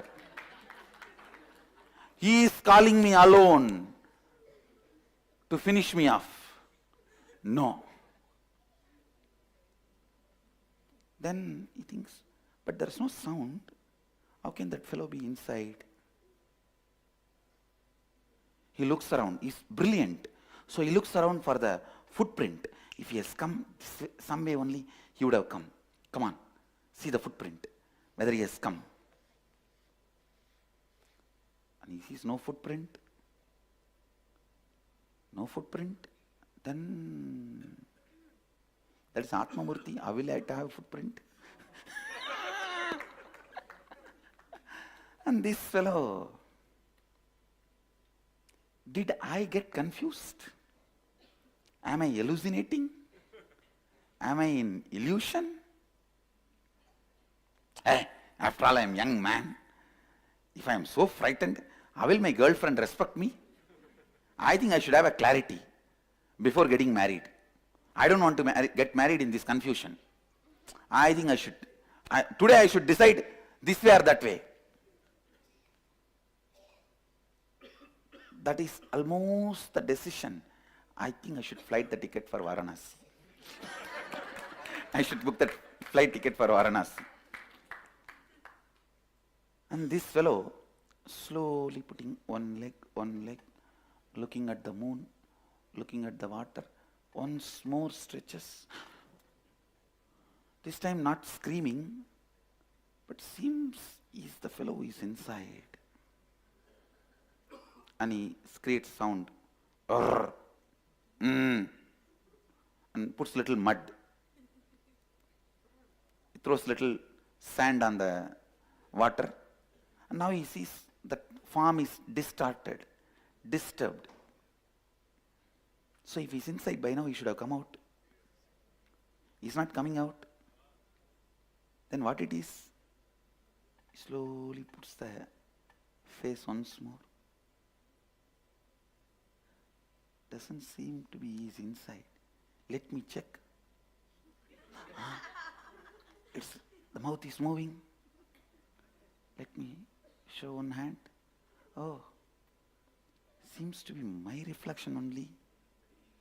Maybe this fellow has conspired and did some magic here. It is showing his form as my form.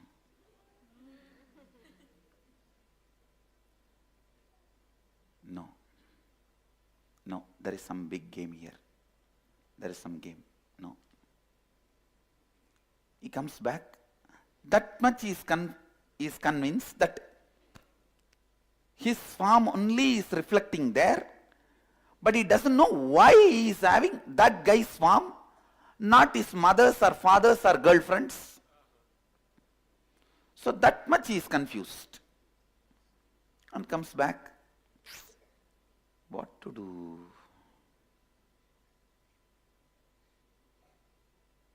He feels like somebody is lying to me, trying to cheat me. Either that fellow or these fellows. Who is trying to cheat me? Society or Guru? The confusion. These fellows tell in one way, he tells in the other way. He seemed to be a nice guy because he doesn't need to leave me so many times. So this time, next day morning, he comes, the same group, same team, same road. From distance, he stands. And that day, lion did not come. And he is standing there and waiting. What is this? Today he has not come. The whole sheep is moving. They are walking as usual. And he is thinking, hey, quickly come. I have to talk to you and go. My team is waiting. That fellow did not come. And he is hiding behind the rock and seeing what's going on here. And he looks this side and that side. And these fellows are walking and he is afraid to be alone here. And either I have to now choose whether I can join them or wait for seeing him. And suddenly he hears the sneezing sound. Ouch! He knows he's standing there behind the rock. Hey, come out, why are you hiding? That fellow slowly walks out and, what did you see in the pond? Yes, I saw. I saw you are trying to play a trick. You have put your farm there in the water. And this fellow says, no, that is not my farm, it is your farm. No, I know you are trying to cheat. He says, no, then go and try to put your feet on him, hand on him. Then you will understand it is your farm. He runs with the team. The day is trying to check out. That is the next level of initiation. Experiencing deeper level of completion. And that night he goes up moon, down water. He puts the leg and he says, yes. Oh God. He is not there under. Then am I? No. I know thoroughly. And by today, girlfriend recognizes that he is not normal, he is not usual. And she's screaming, why are you not picking up my call? Why are you not answering my phone? Why are you not responding to my message? You are not on the Facebook, you are not on the TV, you are not on the mic, you are not on the telephone. What is going on in your life? Are you planning for engagement or not? What do you mean? Drr. And this fellow says, leave me for 2 days. Give me 2 days. I just want to be myself. And I know from the day you saw that fellow from Bangalore, you are doing all these crazy things. And have you not heard about so many scandals about him?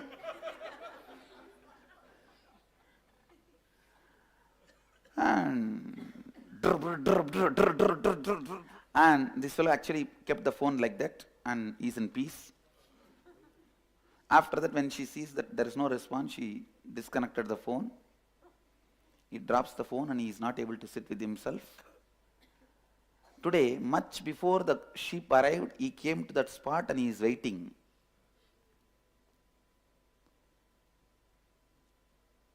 I checked yesterday. I went to the pond. From there, did you listen? I told you, it is not me. From there he shouts, then who it is?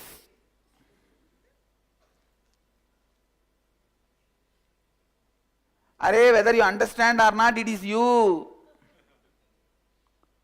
How can that be?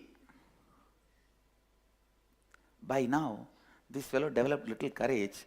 Asking all these questions, he slowly started walking towards where the lion is. But not closer, but where the lion is. And this fellow is sitting, maybe under a banyan tree. And this fellow, from a little distance, ready to run, with that high alert, ears up, legs straight, tail straight. Then who is he? Hey, it is you. How many times I am telling you? It is you. No. From the time I am born, I know I am a sheep. Hey, find your root pattern. First moment when you started feeling you are a sheep. When you started thinking you are a sheep. What is root pattern? Find the moment when you started thinking you are a sheep. And who told you you are a sheep? My uncle told me. Is your being is comfortable and okay with you believing you are a sheep? No, there is always uncomfort. But I don't know why, maybe because I don't have enough grass stock for me, for my future.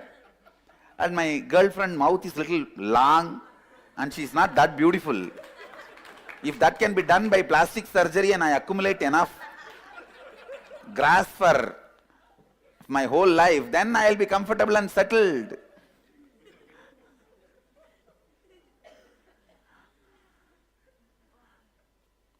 He says, no, you cannot.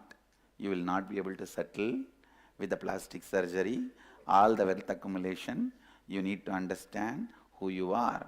I am confused. For last 3 days, my girlfriend is not talking to me. My business is not going well. I have left all my business and came here to see you. Okay.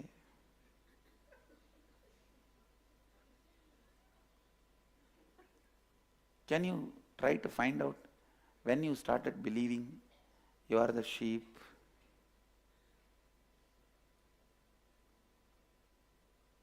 Okay. By the time he feels a little bored and afraid that sheep have gone long distance, he is all alone.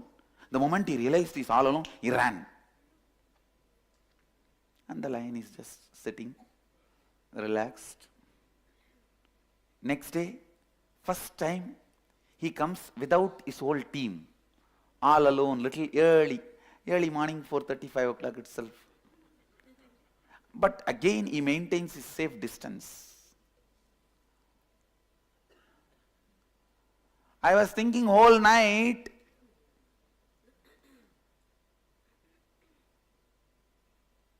but there are many questions about it.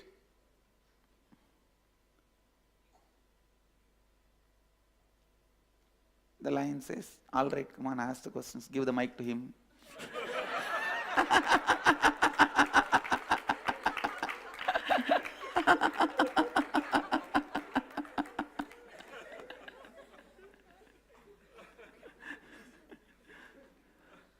Then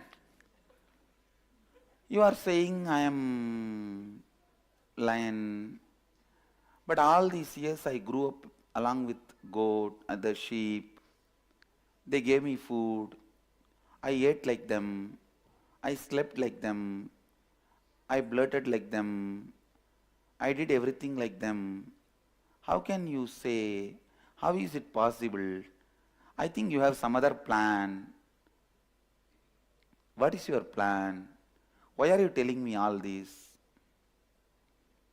The lion says, I have no plan and I have no vested interest. If you want, every night go and see in the pond, in the moonlight, who you are and meditate. Means practice completion on your own. Then you pick up the mirror, put your face into it. Drrr, drrr. When did I first think I am goat? There was a day I was trying to sleep outside the sheep. My uncle, who really cares for me, came and slapped and dragged me inside the team and put me to sleep with my mother. But he cares for me, na?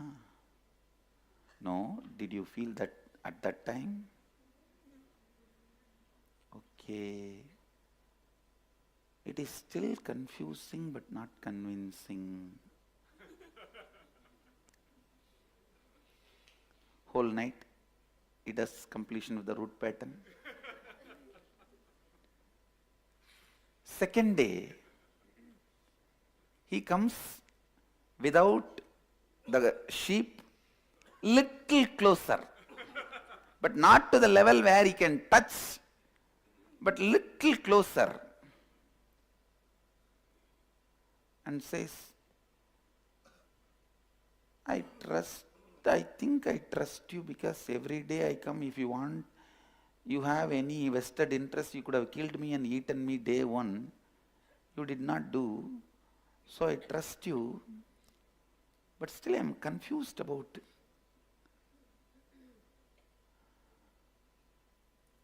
what you are talking. Yesterday whole night I remembered many times I have seen in my life my friends feel that I am separate and they can't handle even if I slap them friendly way. All that I am thinking through from last night. And I also started doubting I may not completely belong to that society and what they are trying to tell. I am not completely convinced about them, but I am also not completely convinced about you. But today, I just want to tell you that I brought something. Lion asks, smiles and asks, what did you bring? The best grass. I am a grass retailer. The best grass I brought. We all enjoy. I'll leave it here. Will you also eat a little bit? And Lion says, why? Why did you bring grass? This fellow feeling little fear and shy all together. He just drops the grass and says, runs to a certain distance, I brought it because I love you, and runs away.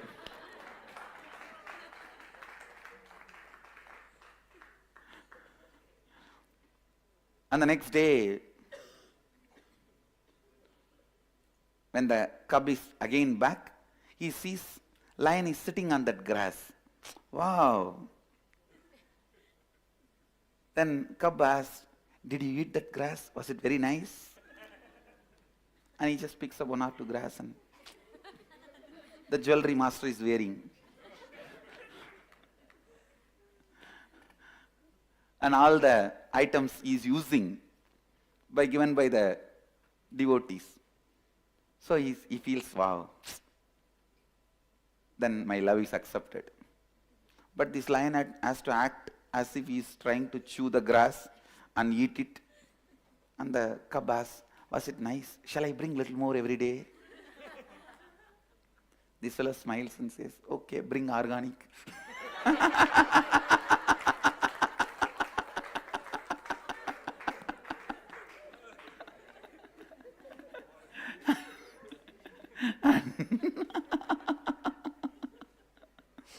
And now he has become little comfortable, and now comes and hands over the remaining grass in his hand itself. So when he took the grass, he slowly put the hand, and even then he was conscious whether he is grabbing my neck or hugging me. Okay. And slowly his nervousness settles down and puts his hand around and says, hey, I am telling you, I have no vested interest. I am not here to cheat you. I am not here to waste your time, waste your life. I am here to reveal the real you to you. And that's all matters. First time he looks into the eyes of the lion and sees the powerfulness and compassion.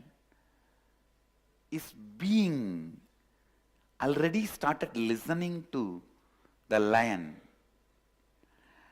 Now the cub knows he cannot deny the lion completely, but he is afraid what will happen to my business. And I am the largest organic grass seller in my whole area. What will happen to my mother, father, and so many other things I left? And am I? And he is sitting with all that.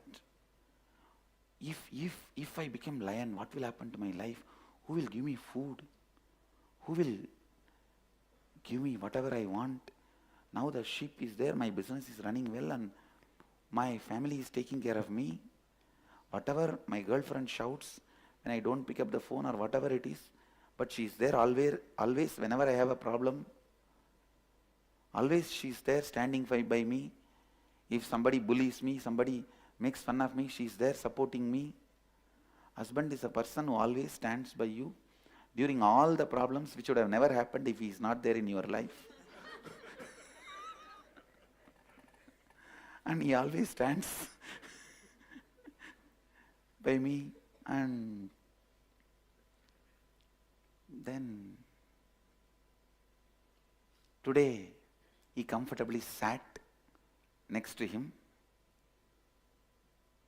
and it was very nice feeling without the crowd disturbance. He's just sitting, and suddenly the lion roars, roar, Shivoham sound. Shambhavi. And that cub,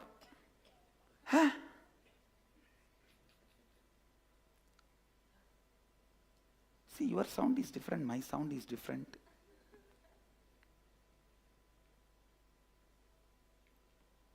Lion says, don't worry. Wait, come for a few more days.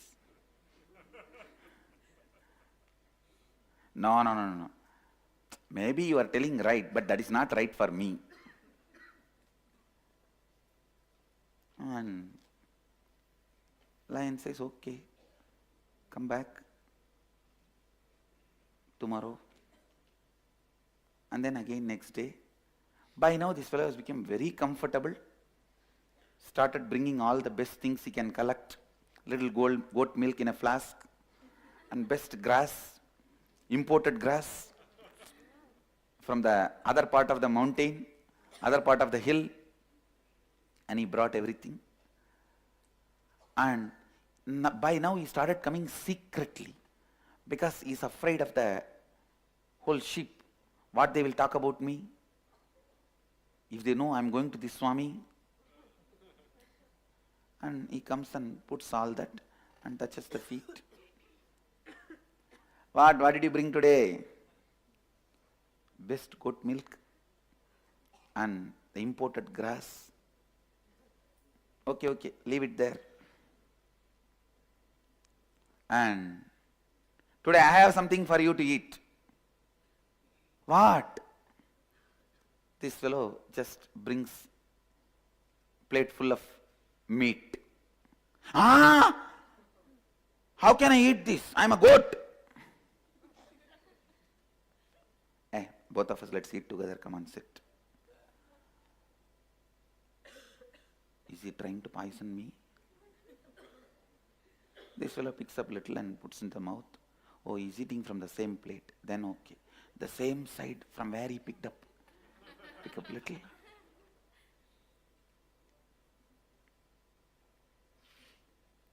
That goes inside. Slowly the digestion happens. Means the first initiation after Shivoham. And when that food went inside, before he picked up the second piece, he tried to bleep. The sound came. What? The sound looks like a mixture of bleeping and roaring. Puts the second piece. By third piece, it was almost like roaring. He gets frightened. No, you are trying to do something. You are up to something. You have a plan.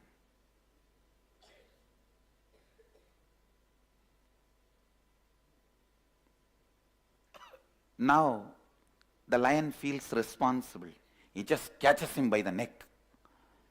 The cub is not completely frightened that he will be killed, but he feels, hey, why are you catching me so? Leave me. And lion has kept a mirror, and it just puts the mirror. Look who you are. Oh, that is your photograph?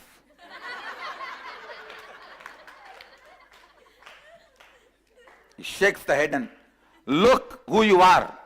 Do you see it is shaking? He says, you are shaking now. See, I am stable. See the mirror. See.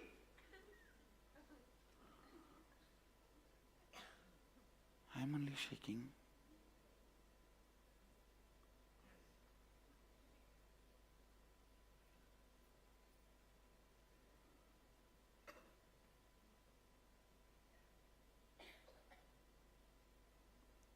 Then he throws the mirror.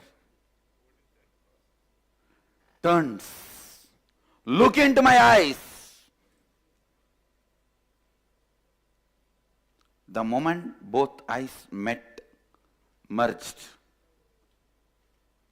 Awakening of the third eye. The fellow roars, yes, it is me.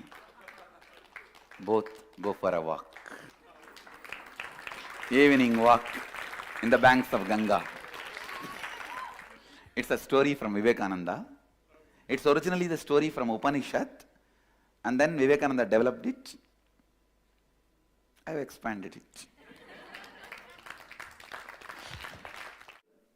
When both the lion and the cub, which is now the grown-up, or the lion, when both go for a walk on the banks of Ganga, suddenly the cub picks up the cell phone and sees the missed calls and messages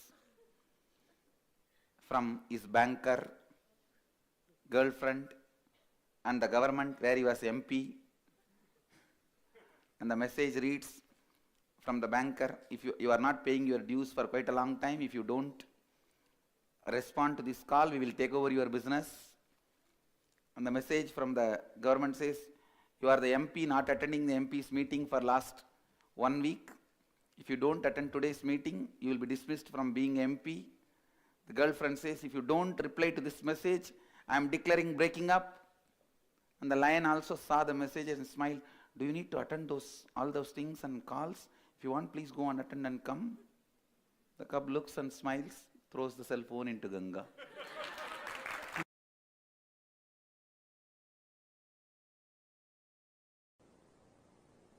I used to tell my kids, hey, me singa kutti siridi, means you are my lion cub. Roar. Roar towards the parasites sitting inside your muscle memory, biomemory, and bioenergy.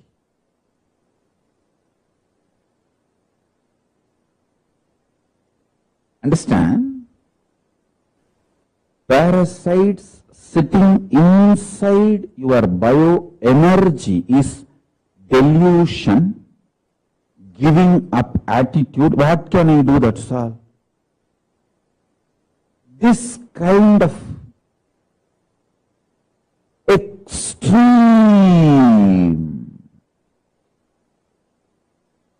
enlightenment, negative, anti-enlightenment attitude is the parasites sitting inside your bioenergy. Listen carefully, I will repeat. Delusion about life means knowing that you are wrong, you listen. If you understand this, I am a principle. You can have initiation immediately, intensely.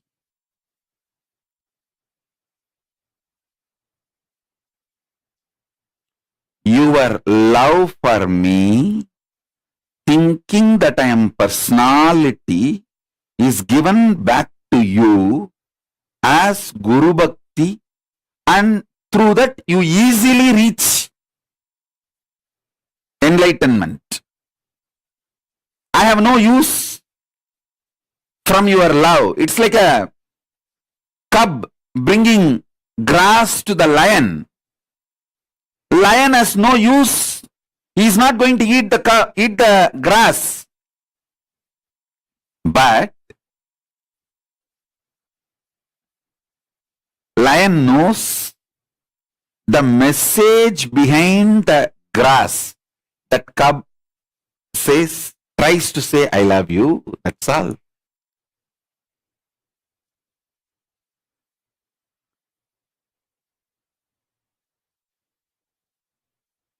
Your love, even if you show your love, devotion, thinking I am an individual, personal being, I give that love back to you as Guru Bhakti and initiation and energy.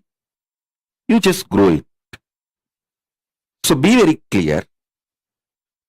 If you remember, I am a principle, not individual. Principle using this body and playing this whole drama.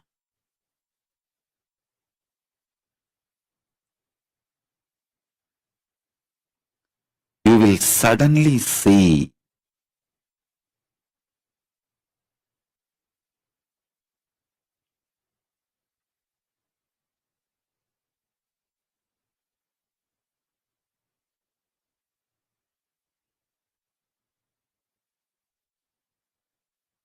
the intensity of initiation becomes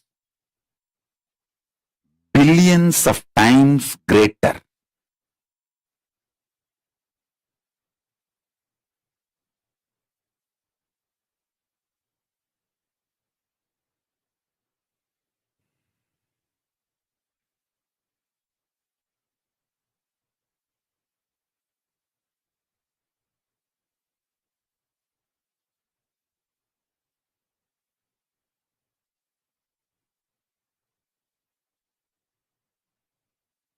I have seen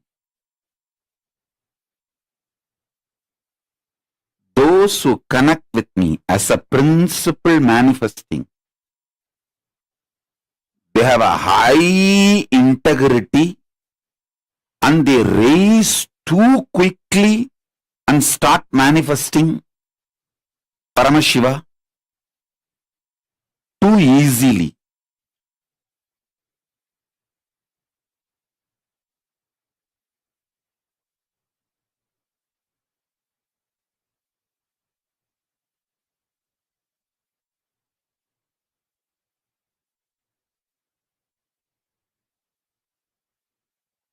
Remember, I am a principle manifesting through this body, not person, personality, individual, individuality, nothing. It is just hollow bamboo. Paramashiva is manifesting through it.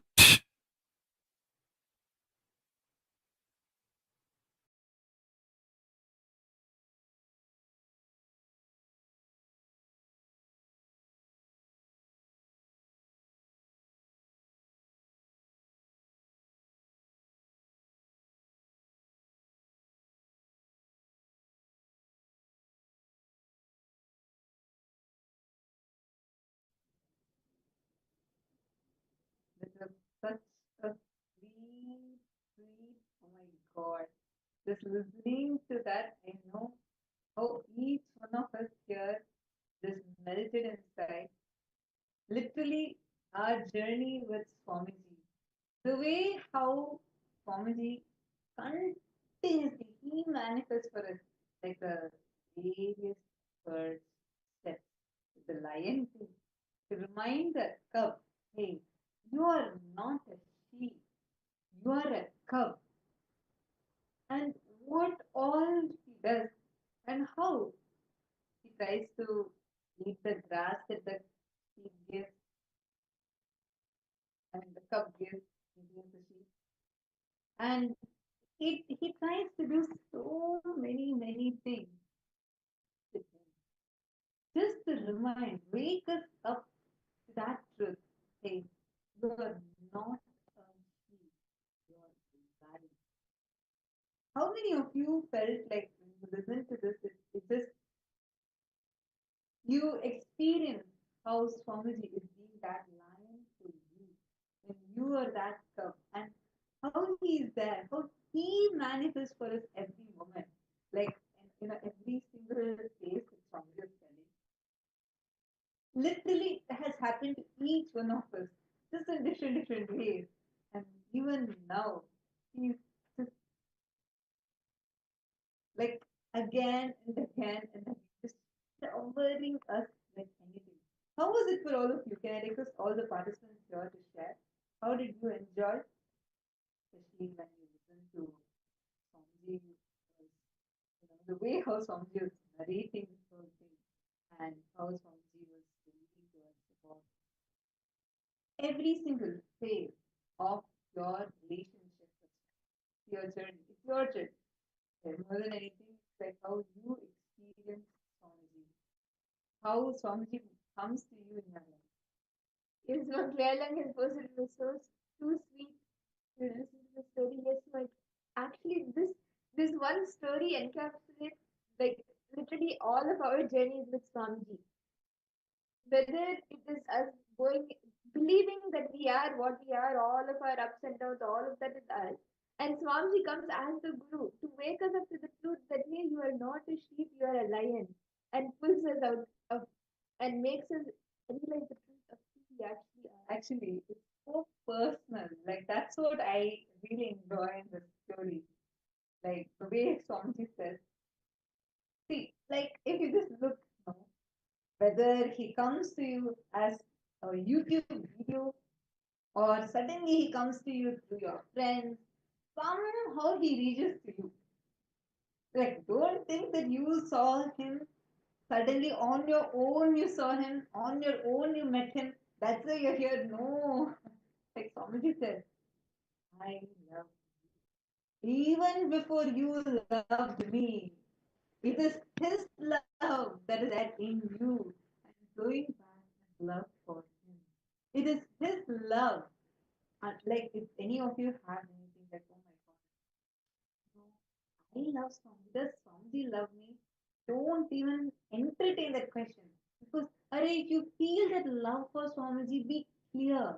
It is only because he's overflowing with that love for you, it's entering in you and flowing back as love for the master. Otherwise, how do you think right now, as you're all here, billions of people are there on the internet scrolling. Swamiji is appearing in millions of screens, but only when he chooses, then starts to choose him. How that lion kept coming. Oh my God. I was like, wow, isn't that what Swamiji does to us? How and all and what always comes, whether through completion process or initiation to third day awakening, or comes and does so many things. So that, how many of you here? Look into your life. Oh God, how many situations you would have faced, some social issues you would have faced, family issues you would have faced. How many of you here have come and attended programs after facing real wars, probably in your home or in your job? You had to face that, but Swamiji made sure you got to be there with him. How many of you had experienced? Basmati Shanmugam Magyagir Malti Maklelan. See, that experience that you're having, that it's like you can't really verbalize, you can't really say, you can't really explain, but you know deep inside you, like Swami said, you've been already started listening to him. And that love in you, it's so much that you're ready, like you just do what it takes and you just go.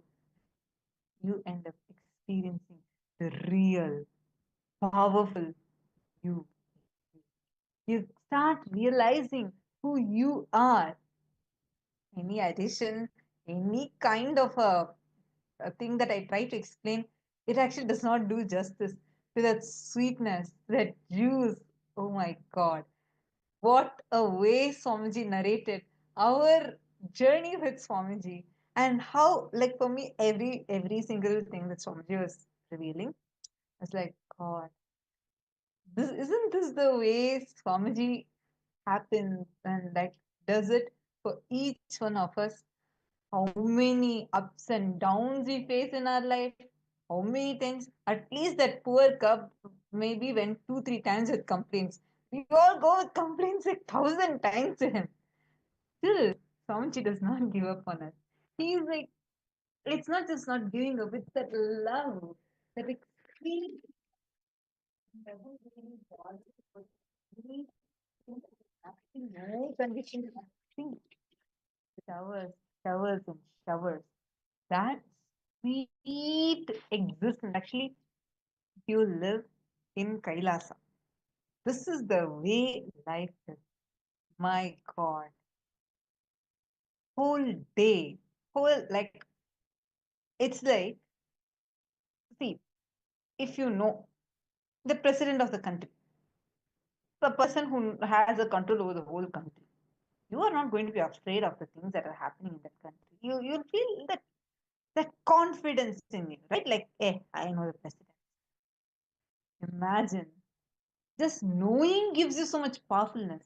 Here, if see, not just the president, you knowing the president, even the president should be knowing you, then you'll have that confidence. Here, the king of the cosmos, when he becomes your father, when he is there with you as your own guru, holding your hands, he says, hey, don't worry about anything. I am there. Every time, for every situation, he changes the situations for you. I have heard so many Kailasavasis getting this boon. And don't worry, for this, what moving the situation, I'll move the planets for you. That is the way Swamiji is. Like really, life in Kailasa as a Kailasavasi, like this is the exact experience we have. And when Swamiji was telling, right, like what all reasonings we come up with, creative reasonings, and like how the tub did, it tried to come up with different reasonings. Maybe because my uncle told me this. Maybe because my girlfriend's face is not good. That is why I'm like this. We give all these reasons, and we tend to try to move away. But his love, that divine compassion that Swamiji has, it's just unconditional. Just you can't really put it into words. You can't really verbalize it. You can't even grasp it. It's so deep. When you just get into it, you only dissolve into it. You just melt into it, and you just become one with it. That is that love. I request each one of you, see, I know how for each one of you the same type of journey is there. How it's not that you suddenly just saw Swamiji, immediately you got connected. It's like even that, there is so much of juice that happens at that time. A delicious way. See, that is the beauty of why Samipya Samadhi is way more, even more enjoyable than Sayujya Samadhi. In Sayujya Samadhi, you become one with Paramashiva. You just merge. Samipya Samadhi, it is like you're having an entire, it's like you're an ant and you have a huge sugar cube which you can sit and enjoy for the rest of your life. That is Samipya Samadhi. That is the deliciousness that you get to enjoy in your life. Your life becoming so delicious. I request each one of you to share. How did your journey with Swamiji happen? When did you meet Swamiji? How did you meet Swamiji? And how was it for you? What was your favorite experience? How did it happen for you? When was that moment for you?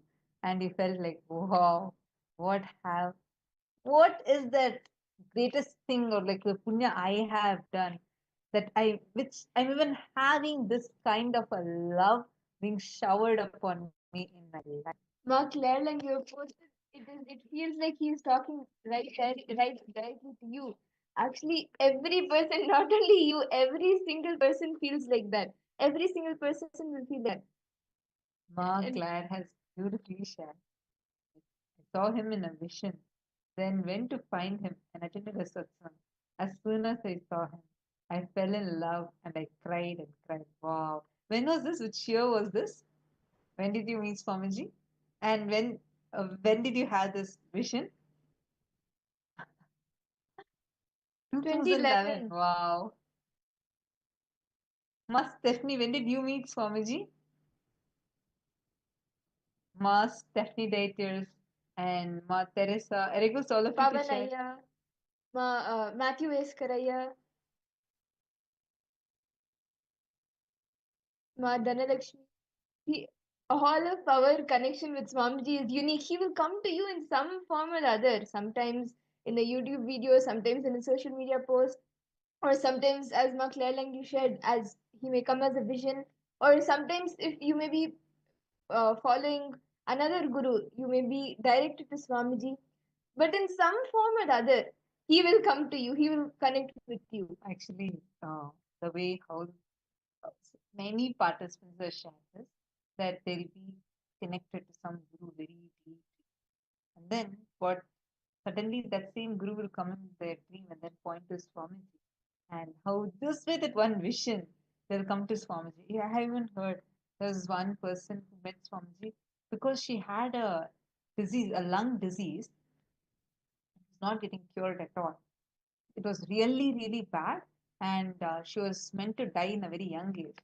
And she, the way how Swamiji happened to her, just one like on Facebook, and then someone told her about Swamiji, and then she saw Swamiji liked her Facebook post, and that one like, she came and attended a program with Swamiji. The doctor said that she's actually going to die. If she will go, she'll die. She doesn't care about that. She comes and attends the program, and Swamiji blesses her. The moment Swamiji blessed her whole lungs, the whole issue completely gets healed.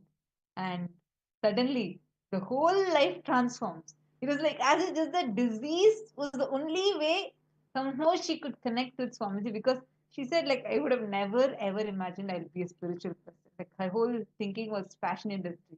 But just because of that one thing. And then she just saw Swamiji, fell in love, got deeply connected. And that's how the whole life transformed. She became a sannyas. Ma Claire Lang also saying, I saw someone in one program who couldn't walk at all, and they walked by end of the program. Yes, yes, yes. I remember in Adi Kailash this program was conducted, and she was actually for 20 years almost she was paralyzed. We even had the video, and for almost 20 years she was paralyzed. And the first day of the program, she didn't want to come to the program, but her daughter-in-law told, no, no, you come to the program, and she got her to the program. And first day, Swamiji told her, don't worry, ma, by end of this program, I'll make sure you can walk. No, she couldn't believe it. She said, like, how is that possible? 20 years, I have a wheelchair. How am I going to walk? And Swamiji, every day she'll be taken in a wheelchair and taken to initiation. On 20, just the 20th day, tomorrow program is going to end. The previous day, Swamiji again calls her, sends Swamiji, give her a crutch. So they give her the crutch, and for the first time in 20 years, for the first time, just with one initiation from Swamiji, and Swamiji told her, come. She just got up and started walking from the chair. And not just that, Swamiji said, by today evening, I'll make sure you are able to walk without the crutches. And after that, the very next day, she started walking even without the crutches. The doctors could not believe. The whole family was just in such deep gratitude to Swamiji. The way how Swamiji manifested this was so And beautiful. there are millions and millions of stories like this, where people through some or the other way they will come to Swami and they will experience breakthroughs. What they will desire the most in their life, Swamiji will shower them with that. Can I request all the participants now take a few minutes and write down what is that line and club moment that you had? How did this happen to you in your life? How, what kind of a delusional thing you were stuck in, and how did something happen to you in your life? And how are you enjoying this delicious journey with Swamiji? Can I request all the participants to take a few minutes and please post? I mean, like, at the moment I'm asking, only seeing wide smiles everywhere. Take a few minutes, all of you type and post. Ma Gabriel, Ma Lily Wong, Ma Dhanalakshmi Thirumal, Margarita, Ma Iqbal. Take a moment and post. Actually, sometimes, like really, Ma Iqbal, sometimes the diseases become a way just to get healing for so many people. One Naya was there, one person has been issue for almost 25 to 30 years before. The doctors had told him he had some severe liver issue and related to diabetes also was there. So 2, 3 issues he had, and the main problem was he cannot eat most of the foods. He can only eat very specific foods, bland, very that too to limit quantity. Otherwise, it's dangerous for his very life. 25 years almost, he struggled with this, couldn't eat anything. Not just not eating, he struggled with disorder. It's a disorder and the disease that he had. He had some kind of an autoimmune disease coupled with the liver problem, coupled with the issue with diabetes, like severe diabetes. So the doctors estimated that his life ends. And this was a situation. And he comes and meets Swamiji. He hears from someone that through Swamiji you can get healing. So just that healing, he and wife, both of them, the moment they see Swamiji, thing happens. Both of them get so deeply connected. Like they just melt, like the whole being just melts. And it was such a powerful darshan. He had not experienced this an ecstasy in his very being, and his whole body could experience it. See, he had not even eaten any sweet, no sugar, nothing. His body, the way how he was experiencing life was very different. Just that darshan, not even the initiation or anything. The darshan was so like ecstatic, blissful. And he goes for the darshan. He tells Swamiji, this is the problem he has. He requests for him. Then Swamiji says, don't worry, just wait, I'll heal you. Next, and then Swamiji told him to stay in that. And that person also stayed in that. In 2 days, Swamiji suddenly called him. Swamiji said, go and have lunch and come. And Swamiji told him, I've already told them to prepare the lunch for you. Eat everything and come back. This was the exact instruction. Okay, and Swamiji said, he goes to the room and see. There is a long banana leaf. Traditionally, we in Hinduism, that's the way in our tradition. That's the way we eat. We put spread a big banana leaf. A banana leaf is used as a plate, and all the dishes. He sees almost 21 different items. So many sweet jalebis are there, laddus are there, and nuts are there. Like everything he has not even like literally eaten, touched the last 25 years. Everything is kept in front of him.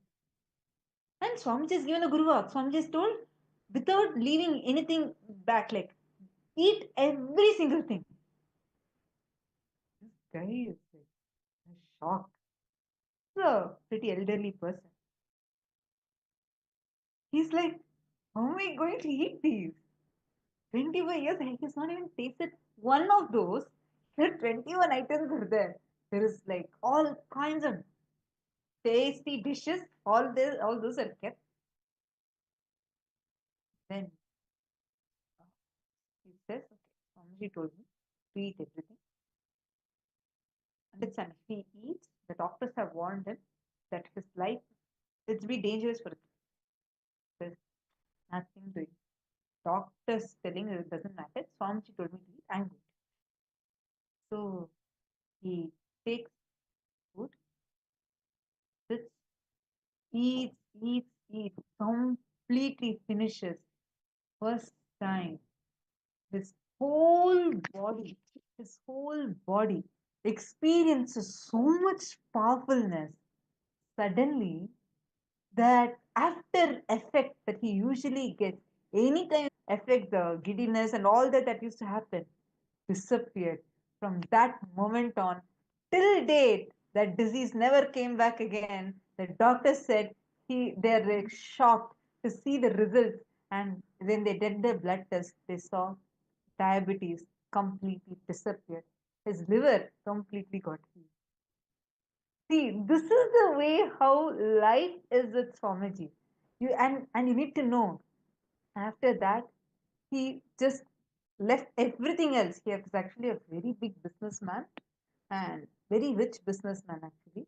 He left behind the whole life, became a sannyasi, and is even now living in Kailasa.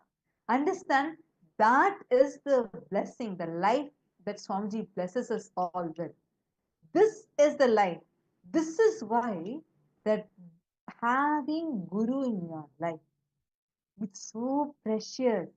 Do you think it's a coincidence that you're in the human body when Paramashiva is in this human body? No, it's the rarest of the rarest of the rare. First of all, an avatar happening is that, and see, human birth itself is very rare. You being in the human body is so rare. On top of that, you having Hinduism in your lifetime, being a Hindu, is even more rare. It's even more and more rarest is having Guru in life. And only just a small handful of beings, the most rarest beings, get the blessing where an avatar is their Guru when they're physically there in the body, not after leaving the body. No, physically when you're in the body, having an avatar who is also physically in the body. Understand? Don't think you sitting here is a coincidence. No, this is a divine cosmic orchestration. It's so meticulously planned, grandly planned by the cosmos for you to be here today, for you to have Swamiji as your Guru, to have him in your life. Remember that. Connect with, don't just think you chose, you saw a video, you saw some poster, you attended some program. No, he chose you. That is the reason why. Even after so many years, you're seeing that your being is only yearning more for him. That is a very clear sign. You, not just this birth, for birth lifetimes together, you have been praying for this, being connected with Swamiji, just to be here as a part of this avatar. And understand, this blessing you have received in this life is something that you have been chosen for after so many janmas and janmas of waiting. And this is one thing that you should never miss or never lose. For whatever reason it may be, you shouldn't lose that feeling connection with the Guru. Because he keeps on pulling you back, pulling you back, pulling you back. Whatever questions you may have, whatever delusions you fall into, just like the cub, all of that, pulling you out of that, the Guru gets you back and strengthens your feeling connection. And if you are here, it is not an accident. You are blessed. You have been chosen by him, by himself, to be along with him in his living form when he has come on, as he is in his, as he is alive in his body now. Absolutely. Understand? That is why if any of you see whether it is as a lead Peraman or you becoming a Kailasavasi or this, it's only for you to achieve that purpose your own. This is such a sweet Like, I just love listening to this session. I have listened to this so many times, but each time the session is just so sweet. It melts our very, it just melts our very. I saw so many of you who were just not able to stop smiling through the session. So now, with this, we are going to be moving on to the next session. Here, the session we are going to be entering into is about how bhakti, devotion, is the ultimate expression. Can I also request all the participants here? You will also have some of these most cherished moments. How Swamiji happened for you in your life, how Swamiji came to you, the way how Swamiji was like, is being there, the miracles he has done in your life. I request all of you to take a few minutes and share that here. Please post it here and share your experience. Take a few minutes and please post. And now let's all continue to listen to this revelation from Swamiji, how bhakti is that ultimate ecstasy.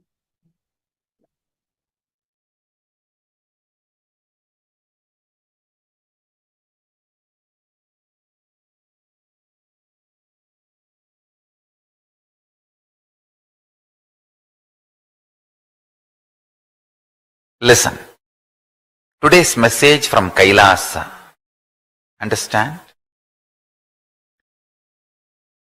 Devotion is the highest possibility and power of human being to get back to his original state of Paramashiva. Understand? His original state and his present state, the bridge, the connection is devotion. Because of the devotion to Paramashiva, he becomes Paramashiva. All beings. Understand? To whatever you are devoted, you become that. In Vedanta and Siddhanta, we have a beautiful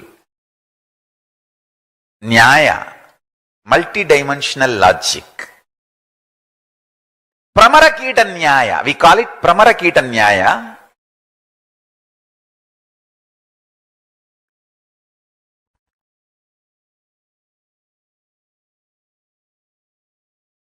I'll tell in Tamil and then translate. Kulavi புழு கொணர்ந்து கூடு சமைத்து தன் குத்தலாலும் உயிர் கூறலாலும் புழுவை குளவியாக்குவது போலே. This is Pramaragita Nyaya. A bee brings worm, keeps a small home built for it, and by infusing its energy, biomemory, an intense sound makes the worm into the bee himself. Listen.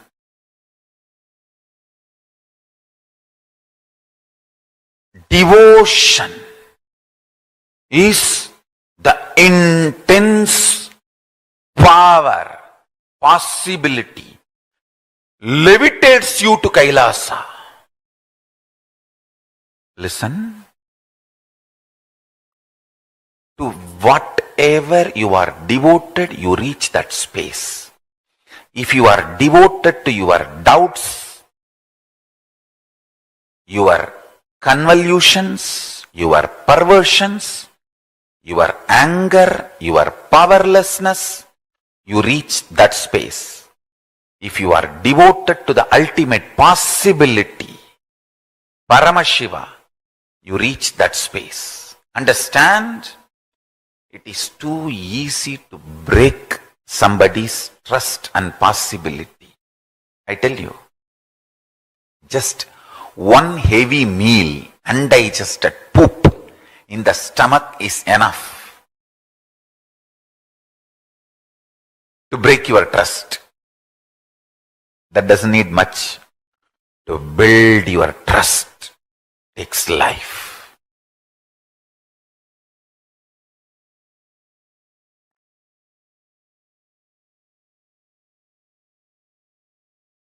Devotion, feeling connection, is something extraordinary. The great power of the being. Understand?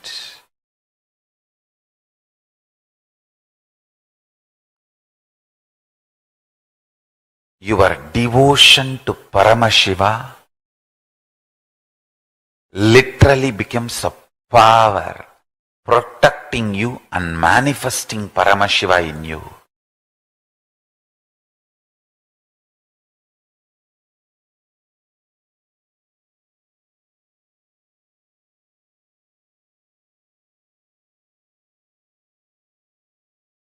Listen. It is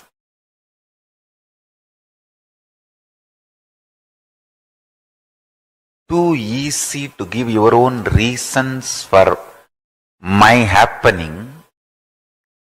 You can create your own ideas of how I am happening, and you can even add your own facts and figures for my happening. And you can give your own reasons for my happening. Listen. Listen carefully.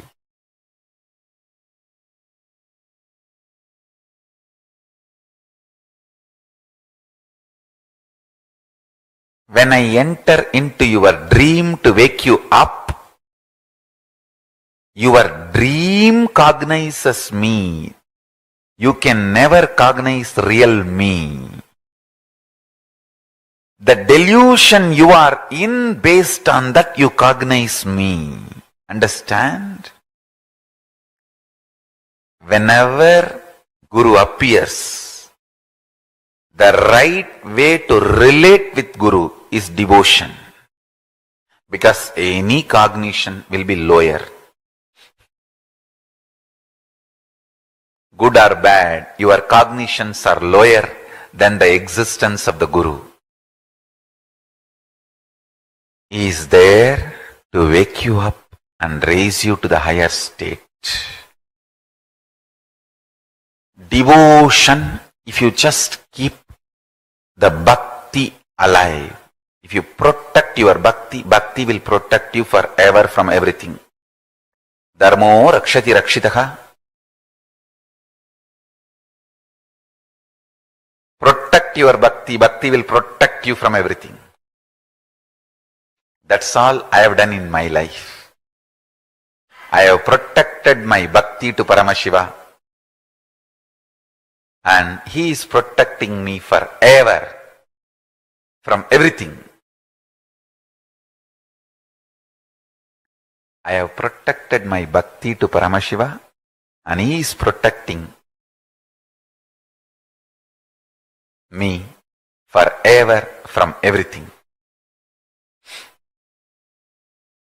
Understand?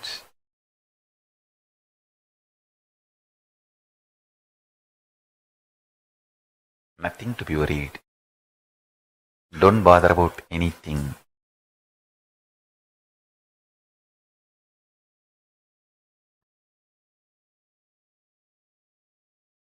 Just intensely keep your devotion alive.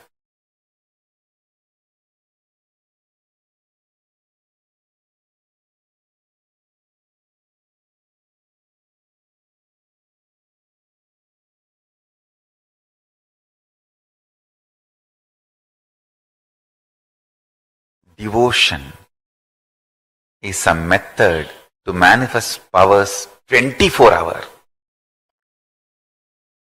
24 hours. Devotion is the way to manifest powers 24 hours. I have seen that. I have seen that happening.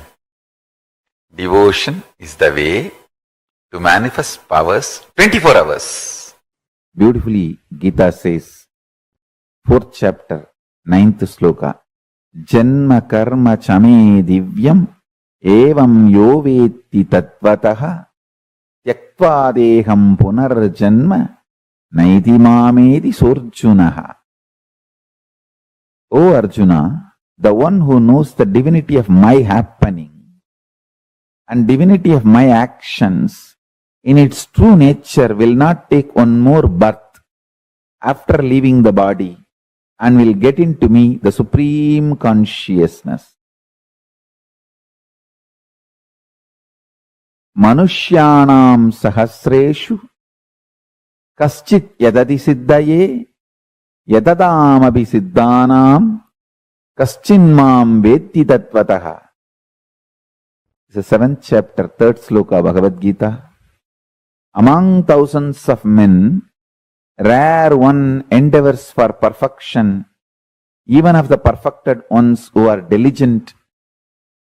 One perchance recognizes who I am. Recognizing the identity of an incarnation is the fulfillment, completion of life. That's it. Bhaktya mamabhijanati yavan yaschasmi tattvataha tato mam tattvato jnatva vishate tadanantaram. Bhagavad Gita's 18th chapter, 55th sloka. By devotion he knows me in reality what and who I am. Then having known me in reality, he forthwith enters into the Supreme.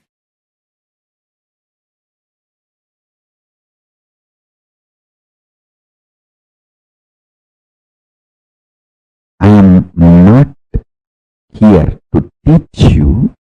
I am here to initiate you. My initiation will teach you. Every day I come to Satsang not to teach you, but to initiate you, to give you the Shakti Pada. Actually, to give you my smile, to love you. My love, my initiation will teach you. Your bhakti is your internet connection. My love for you is my internet connection.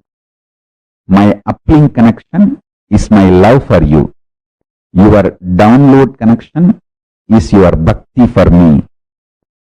The connection actually happening is Shakti Pada, initiation. I am here just to love you. My love will teach you. I am here just to initiate you. My initiation will teach you. I am not here to teach you. I am here to love you. Every morning I am here just to say, I love you guys. How are you? Doing well? Why you did not shave? Why there is no vibhuti in the face? Why did you put the round kumkum? Why can't you put the Trinetra Tilak? I am here just for that.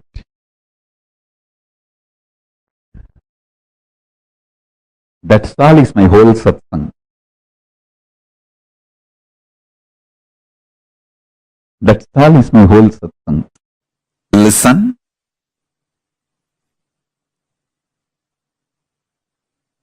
Greatest that can happen to human being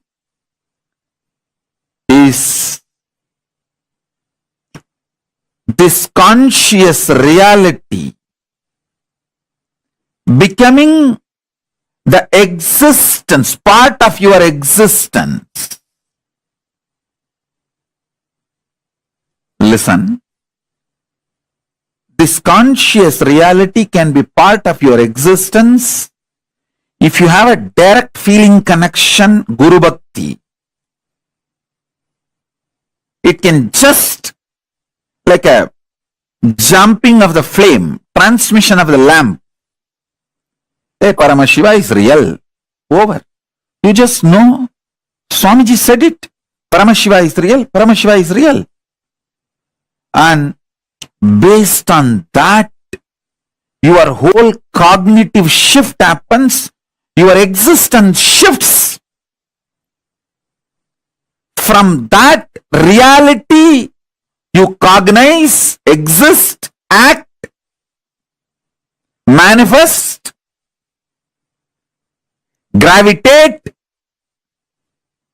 do everything. I tell you, Ramakrishna says beautifully, just by, see, the first teaching of Ramakrishna, if you have read his Gospel of Sri Ramakrishna book, the first word of Ramakrishna and last word of Ramakrishna is one and the same. He says, by remembering your Ishta or Guru, means your God or Guru, if the tears roll in your eyes, this is last Janma for you. This is the first word and last word of Ramakrishna. And nobody gave you glycerin. Nobody asked you to remember your mother-in-law. Nobody asked you to remember the pains of your life. And the instruction was not remember all the pains and incompletions of your life. No.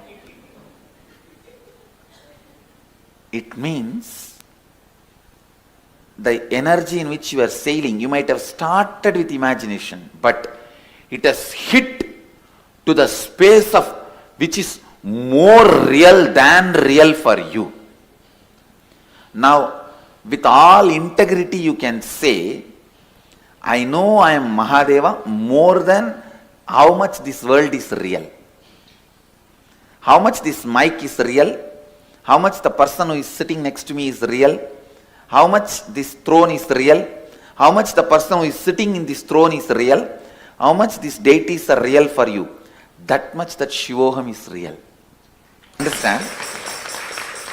Now the next thing will happen is, even that Shivoham will become more deeper real than this.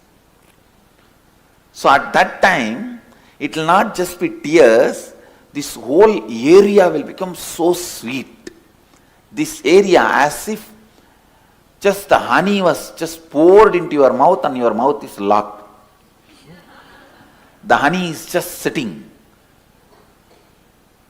Then you will see that Shivoham has become more real than anything you perceive.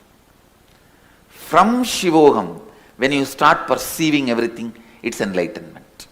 Feeling the whole world is inside you is what we call in the Shastras embodiment of being Devi. The mother, Jagat Janani, who is the mother of the whole universe.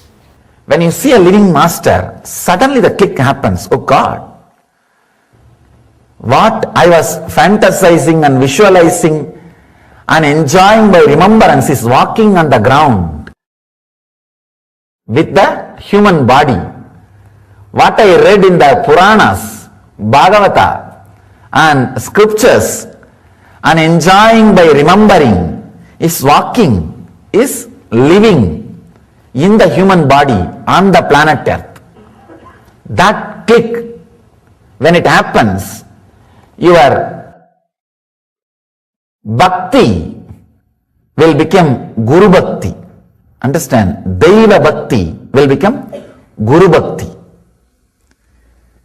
The connection, suddenly you will see exactly the same divine, same God, same energy walking in the planet Earth in front of you in the human body. That is why when a living master happens, if you are already devoted to Shiva, you will see Shiva in him. If you are devoted to Krishna, you will see Krishna in him. If you are devoted to Devi, you will see Devi in him. If you are devoted to any other master who left the body, you will see that same master in him. He is a fulfillment of all your visualizations and expectations and beyond. That is why you will see all those dimensions in him. All those dimensions expressing in the human body. Deva Bhakti will become Guru Bhakti. This is the 6th standard. Blessed are those who experience the state of Deva Bhakti transforming into Guru Bhakti.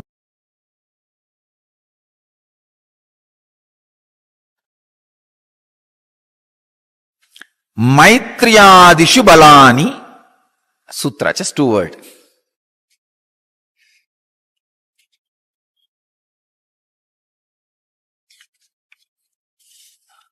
Swami Vivekananda translates this sutra as, by practicing samyama on friendship, mercy, etc., the yogi excels in respective qualities.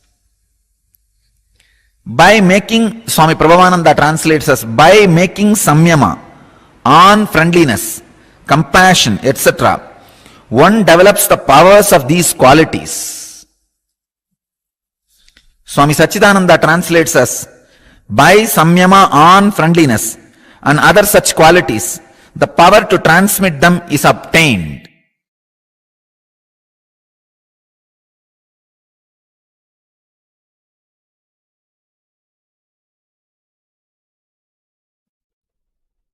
Love.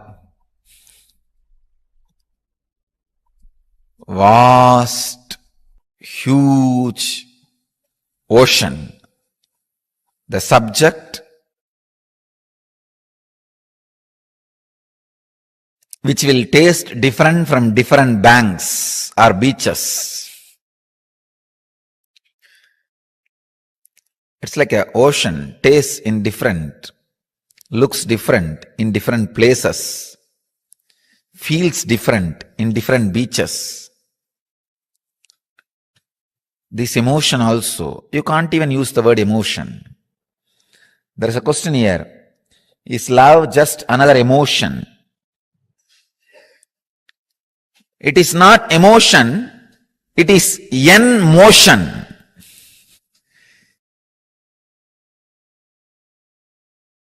It is the energy which makes motion happen in you towards enlightenment. From enlightenment towards enlightenment. When the glimpse of enlightenment starts in you and motions you towards enlightenment, the ultimate enlightenment, between that period, what you experience is called love. Sweet experiences of love constantly reminds you when you open up. I'm not talking about only romantic love, which is towards one person. I am talking about the love suddenly opens up in you towards whole and your very self. Rarely you will fall in love with yourself. The yellow journalist who is sitting inside you, constantly writing articles and editorials about you, is damn for love. The fear he creates about love is not protection for you, it is destruction for you. Dam is not a protection for river, it is a destruction for river. Only embankment is a protection for river. Love is embankment. Logic is dam.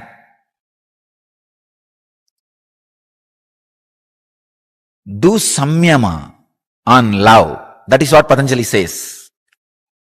Means sit and meditate on the intense, beautiful inner space you go through when you are in love with you and with the whole. Understand? Here,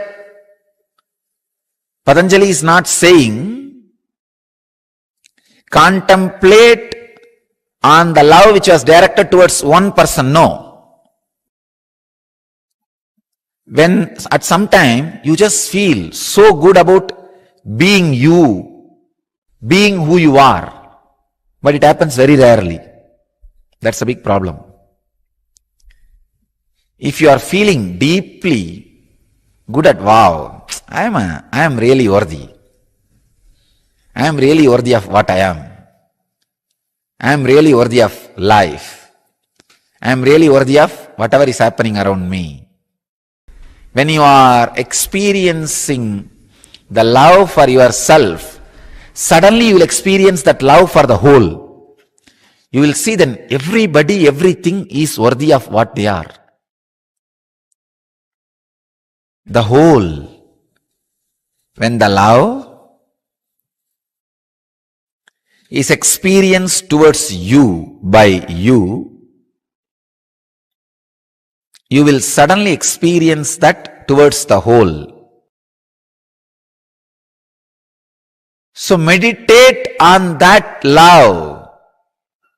Surely every one of you would have experienced that kind of moments at least few times in your life. When you feel love towards you and the love towards the whole, everything, you feel like blessing everybody and everything. Do samyama on that inner space. Not just the love directed towards one person. That may have its own investments, vested interests and all that. That is okay, nothing wrong. But that is not supposed to be the ultimate, or Patanjali does not expect you to do samyama on that. Do samyama on the love experience which you had towards you, towards the whole.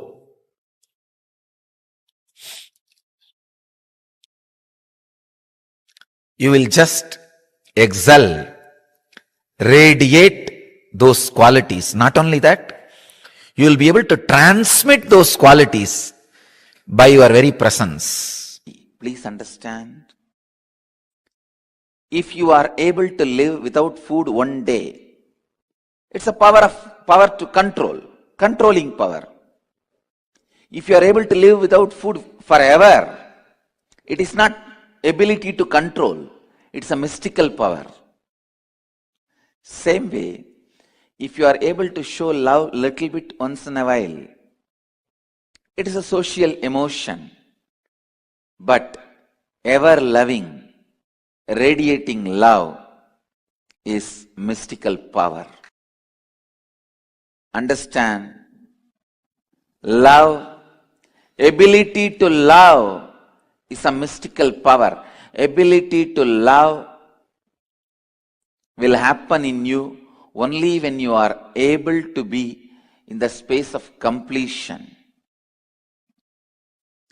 Ability to be in the space of completion only if you can complete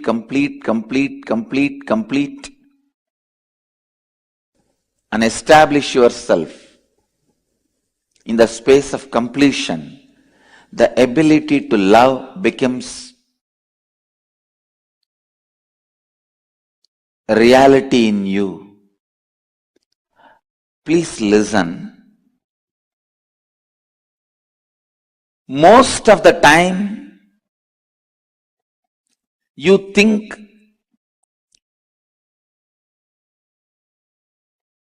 the external world is responsible for your incompletion. Yesterday, one of my ashramites was asking me, when everyone is doing so many mistakes, never become responsible, how can I be complete?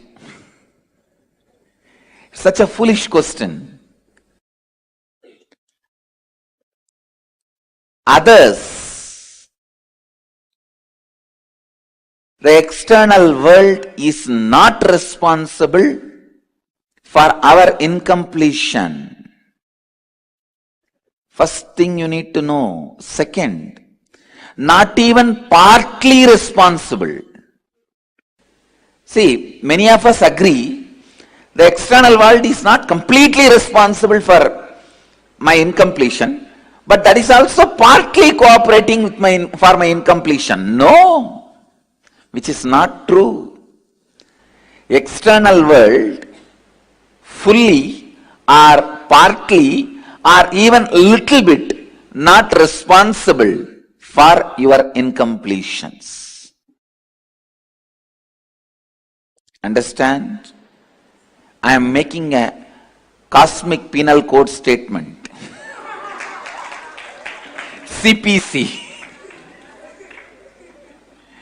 External world is neither fully nor partially or even little bit responsible for any of our incompletions. Please understand, incompletion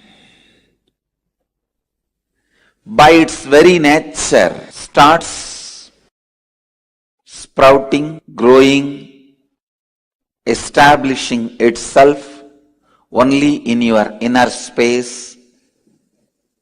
Its roots never comes to the external world. Please understand.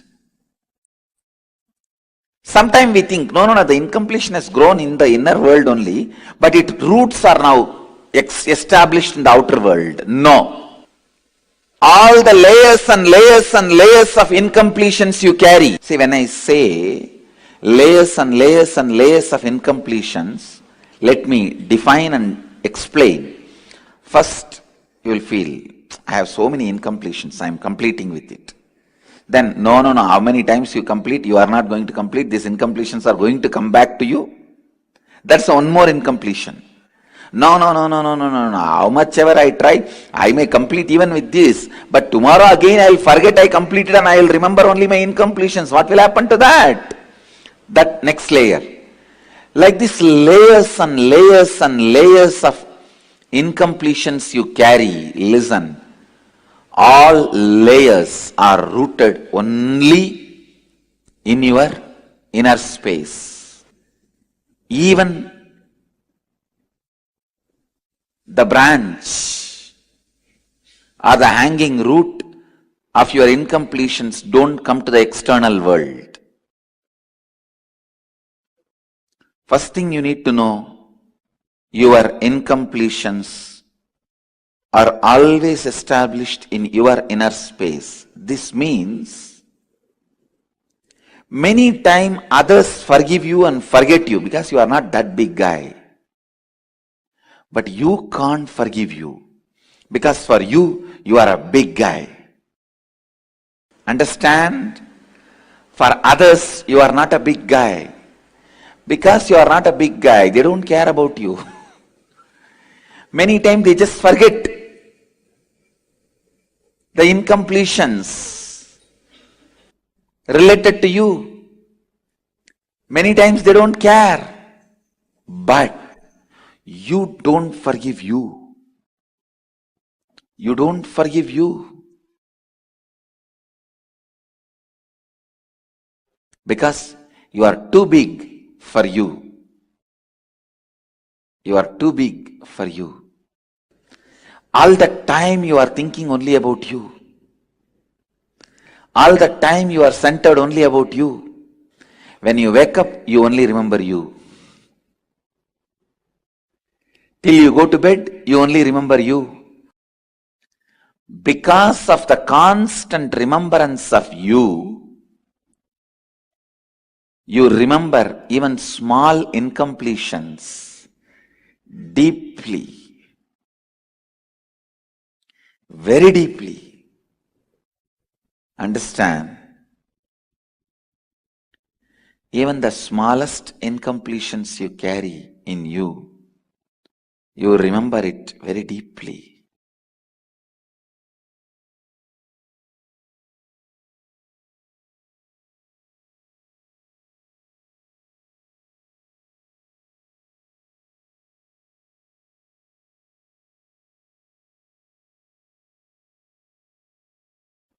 The ability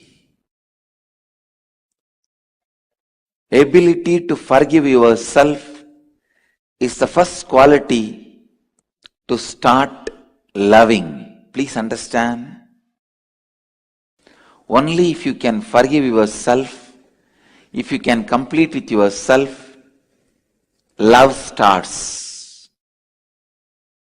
Only then love starts expressing itself. Love starts happening in you.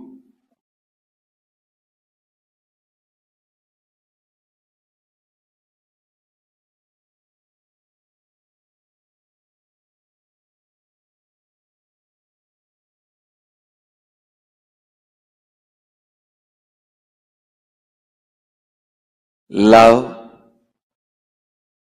can happen only when you are in the space of completion. Listen. The ability to forgive yourself, ability to love yourself, ability to live with yourself, ability to be with yourself.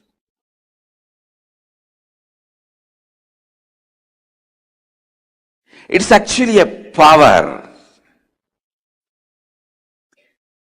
Whatever I am describing, please understand, it is not a quality, it is a power. Once in a while,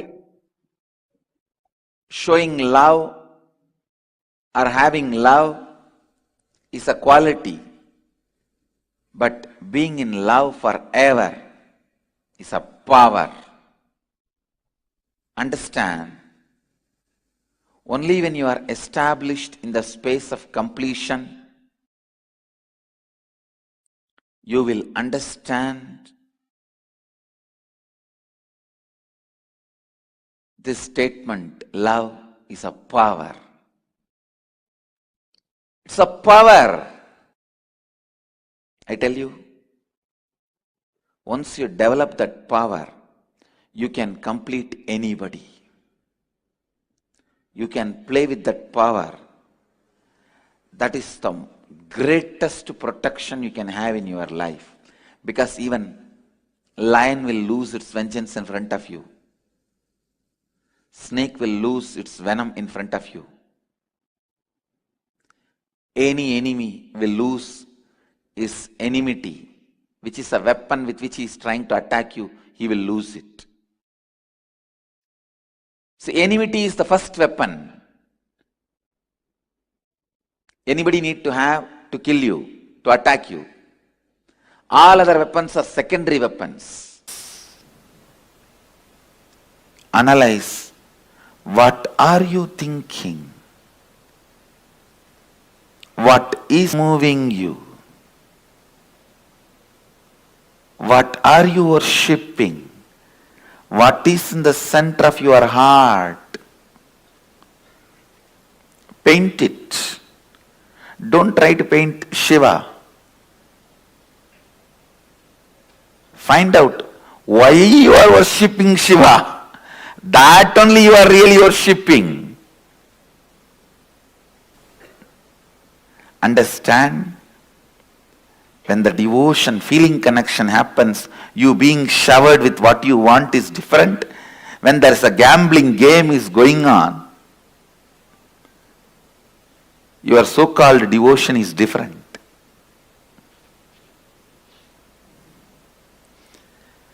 When you build your mind on perishable, your life will be logical. If you build your mind on imperishable, your life will be magical. That's all is essence of today's satsang. Whether you want to live a logical life or magical life, you decide.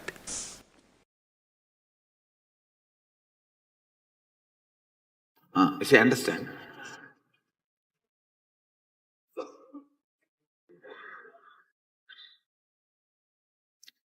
With anything you feel connected, love. your biomemory starts meditating on it constantly and it becomes that. For example, a egg from chicken is taught to meditate on snake. Snake will come out of the egg. See, Prahlada came out of Hiranyakashipu.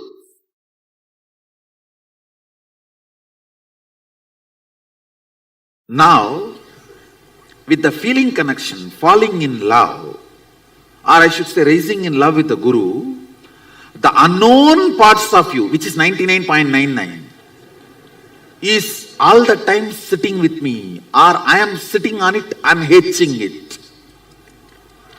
All the parts of you which is in love with me, I am hatching it. All the parts of you which is in love with you, you are hating it. That part gets just hatched and you become me. So feeling connection or Guru Bhakti is like a quantum way of manifesting Sadashivatva. It is not logical or breadth, it's a depth way of manifesting Sadashivatva. See my Balasans, not just manifesting powers, talk to them, every statement, their body language, everything will be literally mine. How many of you have observed that? It's like my DNA. That is because of the raising in love. So raising in love or feeling connection is kind of a, see, inch by inch, burning all the karmas, or just put the forest fire. Feeling connection is just put the forest fire. If I have to sit and convince you step by step, yes, we will do it. When? I'll only be your retirement entertainment story. When you are retired, you will call all your grandkids, great grandkids, or the neighbor kids and tell a story in those days, long, long ago. Once upon a time,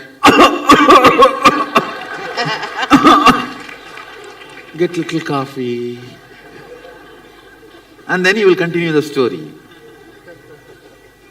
If I have to be sitting and convincing, I can convince. I am ready. I can sit and go on be giving satsangs. But I will only be your old age retirement story. But if you catch it, he has already established the authenticity of the system day one. He has established his adhikaratva to teach. Now after this, asking him to show the ID card every time is waste of time. Understand? Now it is waste of time. It is time to jump over, fall head over heels and go with it and make it happen. When you decide to fast track your Sadashivatva, that's what I call feeling connection. See, nothing wrong initially waiting for logical, convincing conclusion. But when you know already, I have established and demonstrated successful cases from your background. If I do, you know, you will push me out. You are different, you are different. Okay. So I am not doing. I am picking up people from you. They have done the demo. So I have established the authenticity of the system. Then it is time to go head over heels, all over, and make it happen.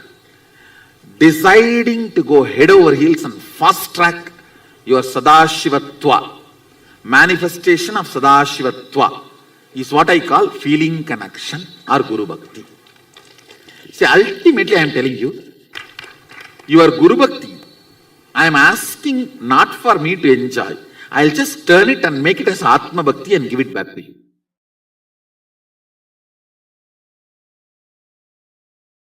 When you complete with GDHD, I will complete with your SDHD. That's all. I'll just turn the energy, make it into your Atma Bhakti. It's like a cub bringing fresh grass for lion. Is he going to have a lunch or dinner with that grass? He may act in front of the cub, not to disappoint the cub. See, I'm eating, and he will turn this side and and maybe he will keep it there for the next cubs to come and have lunch. 1 or 2 meals they need to have before they realize they are lion. That's all. Understand? Somebody asked me in the Facebook from the Sadashivoham team only, how do you handle all that attention and adulation? I am not. I am not receiving. I am only just turning it into your Atma Bhakti. Everything showered on me, the Bhakti, everything, I just turn that into your Atma Bhakti. Guru Bhakti is recommended only to be returned with multiple times. I should say it is more like a investment, not like giving it away. Always Guru Bhakti turns into Atma Bhakti. Yes, actually all you need to do is as much as possible engage yourself in depth creation. Length and breadth automatically happens. People who created length and breadth neither will have length and breadth nor have depth. People who generated depth will have depth and length and breadth.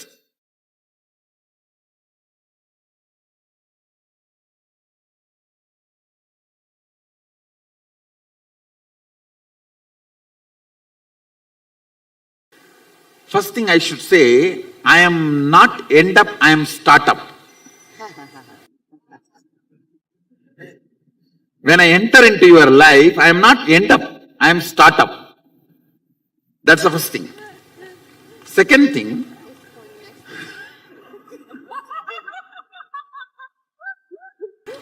see, you should look at the whole thing. The word end up is wrong. Word startup is right. Now this answers your remaining part of the question. Always with startup, the depth increases, everything else follows.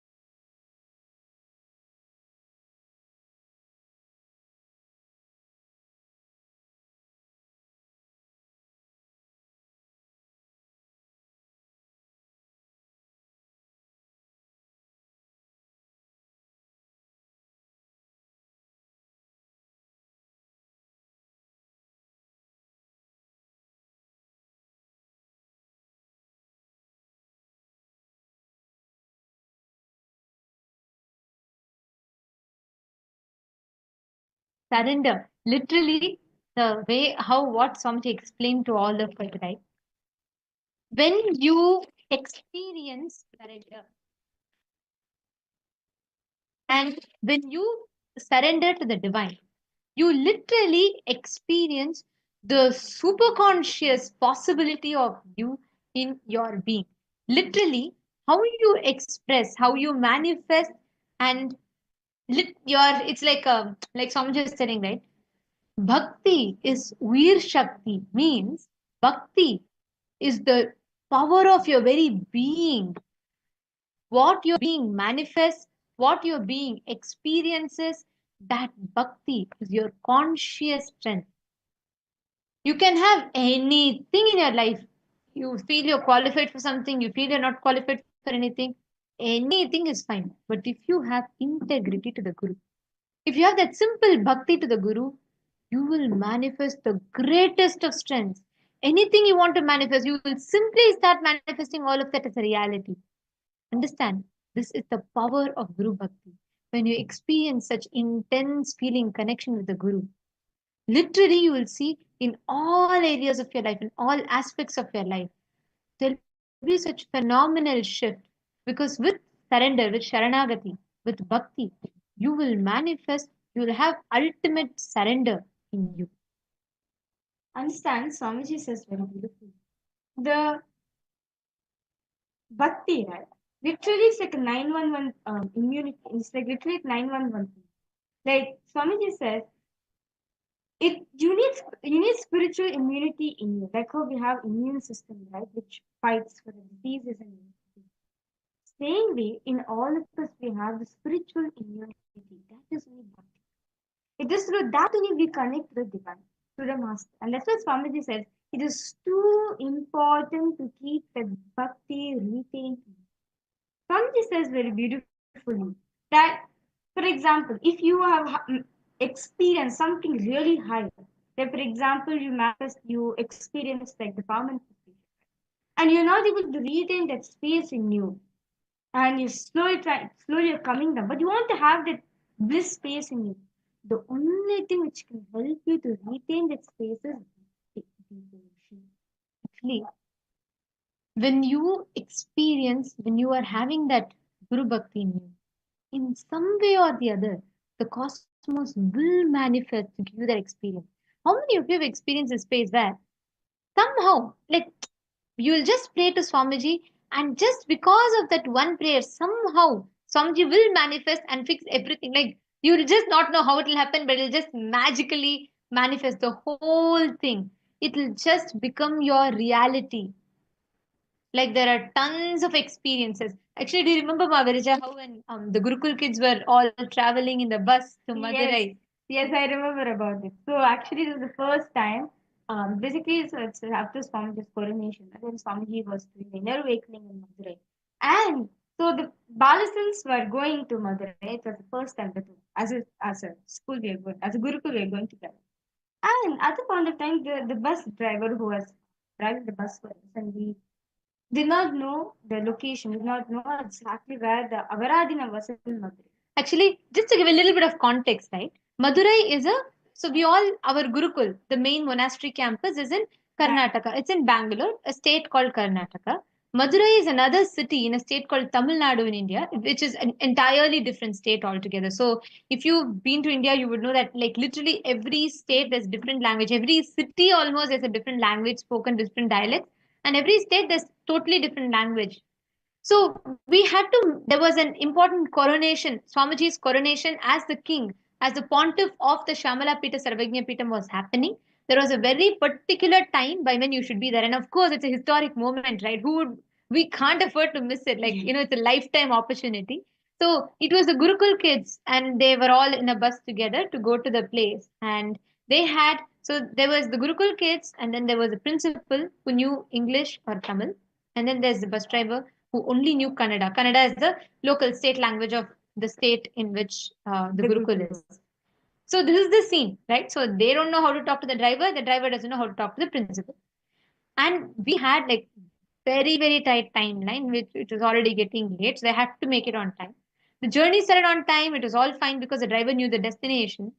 But after entering into the city of Madurai, which was early in the morning, in just a few hours, the coronation would start, and they have to be on time. If not, they were going to miss it.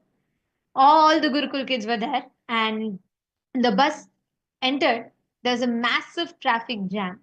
The bus driver got confused which direction to go, Yes. and he stopped. So he got lost actually. So he knew where he was supposed to go, but because of the heavy traffic, he lost his way out. So of course now he's confused. So we are stuck. We do not know what to do and everything. And understand the time for a coronation is it's coming to an end, and you can't miss this auspicious happening. It's like lifetime thing. So of course all of us were like Swamiji. Like of course the space. And so one thing is if you establish the Guru Bhakti, if you have the connection with Swamiji already, wherever you are, he knows you need him. That's one thing that I myself felt so many times. You may be in different parts of the world, but if you just intensely connect to Swamiji, he immediately, some other way, he showers, he somehow he greets. So yes, you can continue. So actually, at that time, the driver got stuck. The principal is trying to tell, no, please go, go, go. The driver is saying, where do I go? I don't know the location. And in this language, trying to communicate, both of them are getting more confused and time is ticking.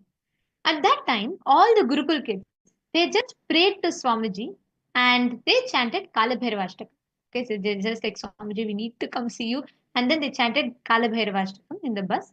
And then the principal is like, she's all around, she's trying to sort out something. The driver is also getting, tense. He wants to take us on time and he doesn't know what to do. Suddenly, it is, and mind you, this is early in the morning, around 2:30 a.m. in the morning. And you are like, we can understand at 2:30 a.m. there's going to be no one. You can't expect, you can't even reach out to someone locally because it's early in the morning, it's untime. Suddenly, out of the blue, early in the morning, there's a tall, dark, handsome man that walks up, middle aged, and in that night, he is wearing orange shirt and orange track pants, and then there is a full basma as if he just came, freshly got ready and came, and at 2:30 a.m. in the morning, and like full basma, everything, and this man happens to know all the three languages. He happens to know Kannada, he happens to know Tamil, he happens to know English. Exactly what was needed. This is something too good to be true, right? And to add on to all of this, he himself comes. No one reaches out and no one calls him. He himself comes, walks up to the principal and he says, "Don't worry, I will take care." And he communicates to the driver in his language without being told anything. He himself tells like what needs to be done, and he speaks to the principal. He syncs them up together, and he gets down. He clears the traffic. He gets back. He guides the bus up until the exact place it was supposed to be in, and just in time, the bus reached that just in time. So because it was like too quick, right? Immediately all the kids, everyone rushed. But there was this one, the teacher to thank the person, the man who had come. So she was like, she tried to tell, the darshan will happen. Why don't you also come? And this man gave a very mystical answer. He said, yes, I come to the darshan every day. I come to the darshan. I come to the satsang every day. And then this teacher was like, okay. And she even asked him for his number. She took down his number. He gave a phone number. She took down his number. And by then she just turned to settle the kids and turned back. That man was nowhere to be seen. And they were all like surprised. And she called the number back. See, when the man had given the number first, she rang that number and it worked. Now she called the number again and it said the number does not exist. So she was surprised. She was like, we couldn't even thank him properly. Who was it? And all the Gurukul kids also wanted to express their gratitude. Someone who made it on time for them to get to this once in a lifetime opportunity. And they wanted to thank, but they could not get in touch with that person at all. And understand even the phone number which she gave also, as Mantyanta was saying, yes, it did work when he was there. But as soon as he went, it stopped working. It says invalid. And now this teacher was like, all of us were curious. Everyone wanted to know who was this person. So they decided the only person we can ask is Swamiji. So they decided and they went, Swamiji gave the Kalabhairu Akashik reading. After a few days, Kalabhairu Akashik reading happened. During that time, They narrated this entire incident to Swamiji, to Kalabhairava, and they asked, who came? Who was it? Kalabhairava, with a loud laugh, Swamiji said, it was I myself who came down in that form to guide you all. And I myself made sure you reached the spot on time just because of the prayer. Understand, when you have the will, this, like even as I share now, I get goosebumps. This is such a powerful experience. Kalabhairava himself, Swamiji himself assumed the form, embodied form. He came down. Can you imagine 2:30 a.m. in the night? And all answers were mystical. When we invite him for darshan, he'll say, I come to the darshan every day. Of course, he does. He's the one who gives the darshan. So this is like something, phenomenal. Life with Swamiji is this. And the best part, whenever you experience bhakti, whenever you experience this feeling connection, you manifest this exact same state where not just you feel you belong to the divine, you feel even the divine belongs to you. You feel like Swamiji is that, he will do it. Ma Claire Lang is also posted, my first inner awakening. Someone stole my luggage at the airport. I had nothing at the ashram. So during darshan, I asked Swamiji to please get my luggage back. He said, I'll take care. The next day, I went to the welcome center, and there, by the door, was my suitcase. We checked with the security, and nobody came to drop it off. It just appeared. Nobody could explain it. I saw Swamiji during the darshan that night, and he asked me if I got my luggage back, and I said I did. Wow, so phenomenal. Oh my God. Even I'm getting goosebumps reading your experience. And Ma Miri said, even I had the exact same experience in Bangalore in Inner Awakening. Wow. See, Swamiji, like literally, I feel like this is what I always feel, right? See, even any other insurance you take, right? Any other life insurance is death insurance. They wait for you to die and then only they give. But Swamiji is like the cosmic life insurance, the real, like real 911. Because anything happens, he is there. Some way or the other, he will reach out to you. He will take another form and come, and he will reach out to you. Some way or the other, he will make sure he reaches out to you. He will just be there. I remember in just few years back during the pandemic time, there was one Paramashivoham participant, a very interesting experience she had. She was, she had attended, she's from a Malaysian Chinese. Okay. So she is an atheist, and she had the cervical cancer, and she got diagnosed with cervical cancer. She didn't know about Swamiji. She didn't know anything about spirituality, and she's an atheist, right? So she didn't believe in gods, or she didn't believe in the possibility of divinity or anything exists. So she had come, and I remember this very well, Claire Lang, because as soon as you said this, it somehow reminded me of her experience. Because so she was in once she was like that day she got the news that she's been diagnosed with cancer, and she's like, lost all the hope in life, and she's like, okay, what will I do now? Right? There's nothing I can do, and she didn't even have enough money to go and get the proper treatment done. So she was like almost sure that she's gonna die. And that day, she just felt like, can there not be something that can help me? Some way I can change, something will happen. And then she was like so frustrated. She walked up, she went to a cafeteria kind of a place, and she went to eat. And in that stall, she happens to see a flyer like of Swamiji, right? And nothing about the flyer attracted her other than Swamiji's form. She's like, what? Who is this person? Is that a man? Is that a woman? Who's wearing so many ornaments? Why does he look so different? Who is he? So she just pulls up that flyer and keeps it in hand just in case. And just because it was nice and she wanted to know more about it. And in less than a week, she had like lot of things happening in her body, and especially with that diagnosis, so many things changed in her life. And at that time, she somehow she saw she like when she was like frustrated and depressed, she saw this flyer again. It just came in front. It was just that, and she had not noticed. She forgot about it. Later, in one day, she just saw that flyer and she remembered. And she looked up and she went one video of Swamiji she watched on YouTube, and she did not stop. She binge watched all of Swamiji's videos, one after another, one after another, one after another. And then she landed up in Paramashivoham. That time Swamiji was offering during the pandemic time, there was Paramashivoham online program 24/7, not even 16 hours, 24/7. She immediately joined the Zoom. I still remember because I had, like, as soon as she joined, I had interacted with her and she shared this experience with me. And I still remember she was like, "Who is Swamiji? Is he God? Is he man? Is he woman? What am I? How am I supposed to connect with him? I do not believe in gods." And I still remember by the end, I think she attended that one season fully and she got deeply connected to Swamiji. She would ask, like, initially she'd be like, "Is it God?" And I'm not still believing in God. I'm not still believing in God. By the end of it, she got so deeply connected to Swamiji. She said, "Whatever I understood as God is all just nothing. Really, what God is Swamiji." And she went back to the doctor. She almost forgot about her whole cancer diagnosis and everything because suddenly she started experiencing so much of passion for life. And by the end of the program, when she went back, the doctor said there is no trace of any diagnosis of cancer in me. Completely healed. We have even this testimonial available on YouTube. And the cancer that was diagnosed completely healed. She'll say, "I didn't even spend a single penny to heal my cancer. I just came and sat and Swamiji did it for me." Like whenever, sometimes he doesn't even wait for your surrender to happen. He just manifests. That is the divine intervention.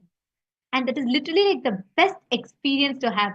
So, like, if we start talking, we can go on talking about this. But this is bhakti. There's so many miracles like this Swamiji has done. Like, see, all this to understand that it's just one step required for you. Very beautifully, Swamiji said in one Satsang, "I do millions of steps, and then ask you to take one step for me." Understand?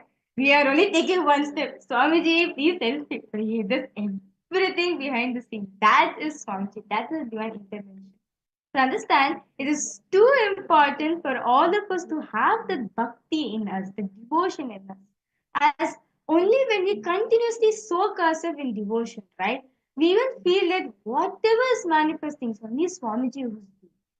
See, the only thing we need to understand is you need to stop terrorizing yourself. See, Swamiji can do everything for you. Everything. The only thing, even Paramashiva cannot change is your individual will.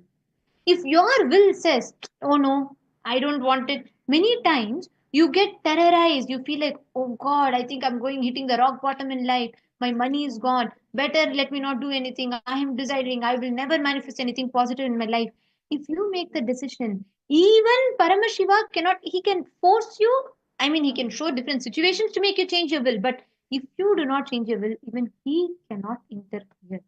Swamiji's blessing is eternally there. It is like Ganga's Pravaha, eternally available. But if you stop, if you are deciding not to jump into it, if you're deciding not to consume it, then you are stopping it. Even Paramashiva cannot interfere and he cannot go against your individual will.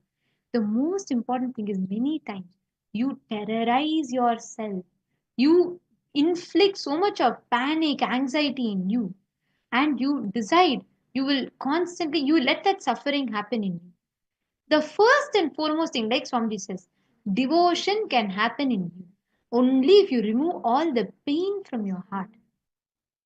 There's a beautiful line Swamiji tells in Tamil. "Pasi tangal udal shakti, pari tangal manashakti, bhakti tangal uir shakti." Means the ability to bear hunger is the strength of the body.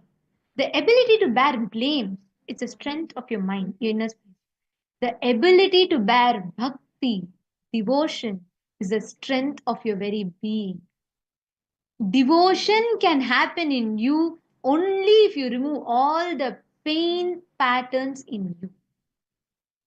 The first step, identify where all you get panic, you terrorize yourself. Sit and identify those areas. Take a few minutes. I request every one of you to pen down. Identify all the areas in your life where you terrorize yourself, you get afraid, and you start creating that panic and terrorizing yourself inside of you.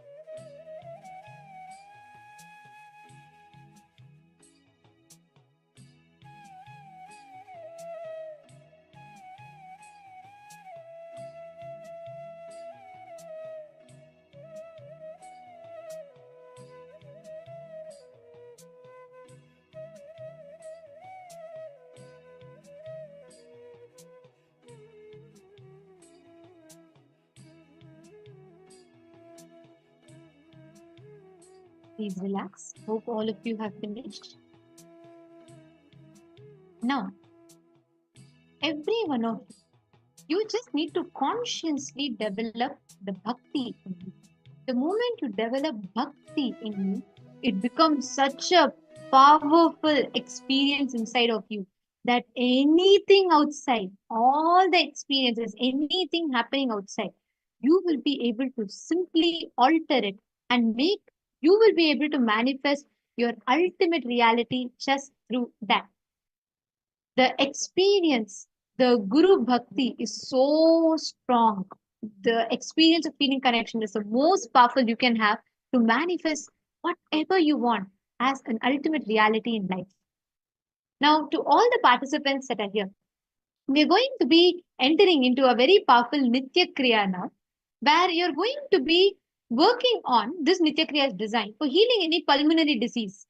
And this Nitya Kriyas are compilation from various different yogic techniques, methods described in the Hindu scriptures that Swamiji has compiled together to give us for a particular result that it is designed for. So if any of you have any medical conditions, please check with your physicians before you do this Nitya Kriya, and please make sure that you are taking the check with the physician and only then do. And we're going to now be entering into the Kriya for pulmonary cure. And now let's all enter into the Nitya Kriya.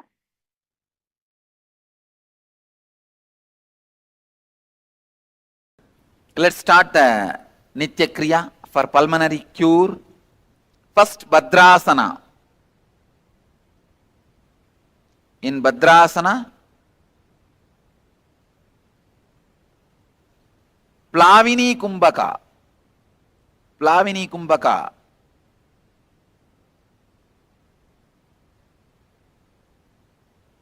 Inhale completely, contract the throat and rest your chin on the chest.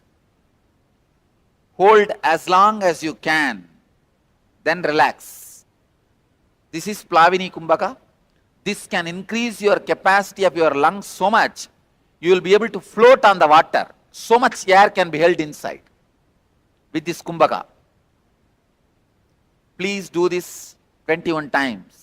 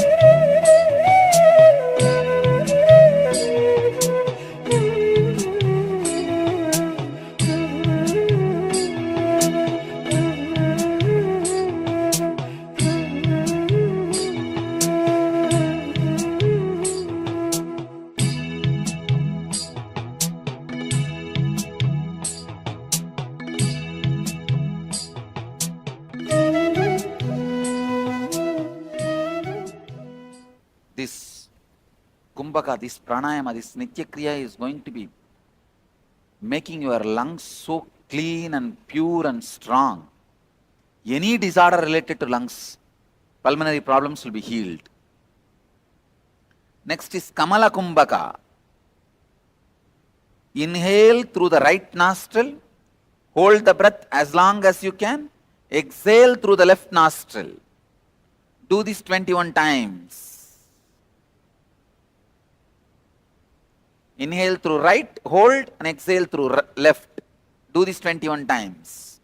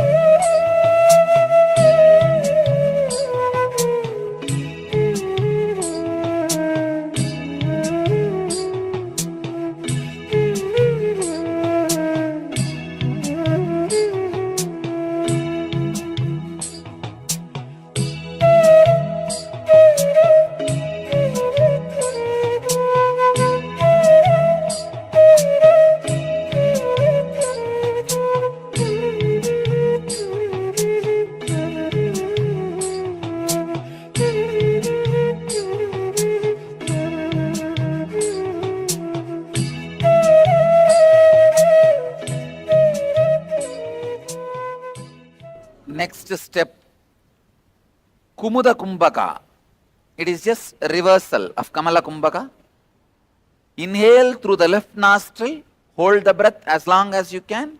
Exhale through both the nostrils, not just right, through both the nostrils. Inhale through left, hold as long as you can. Exhale through both the nostrils. That is Kumuda Kumbhaka. Do it.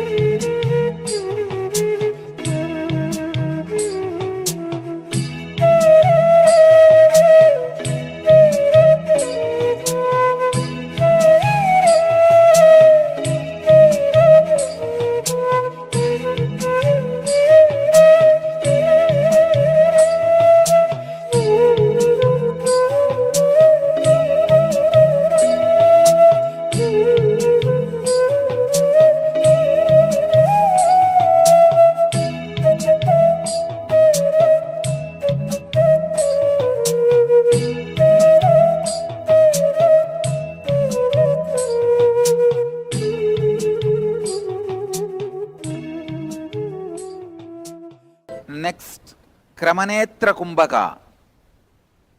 Inhale through the right nostril, hold the breath. Inhale through the left nostril, hold the breath. Exhale through the right nostril, hold the breath. Exhale through the left nostril. Will completely clean the whole prana waste in your body. Do this 21 times.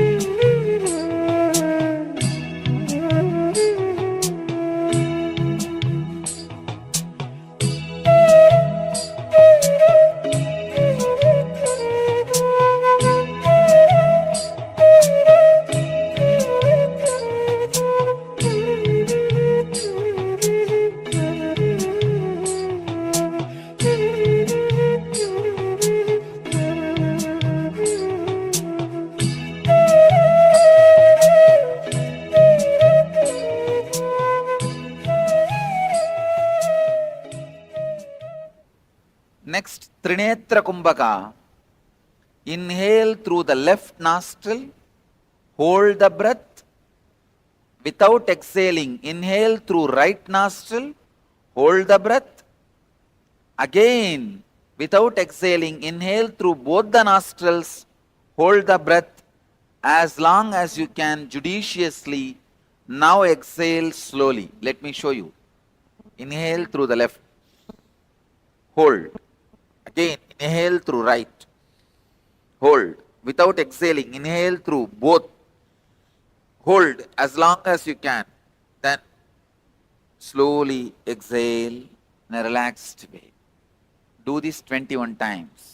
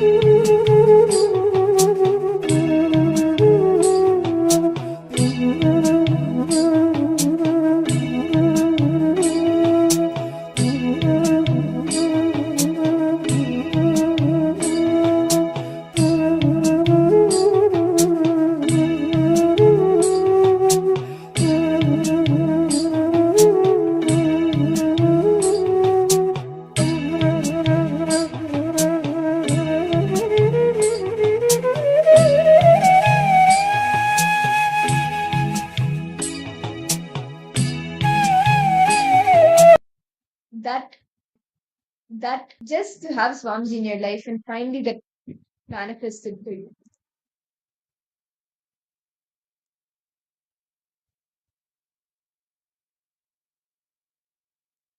See, actually, many of us, we feel, okay, I need to surrender myself in devotion.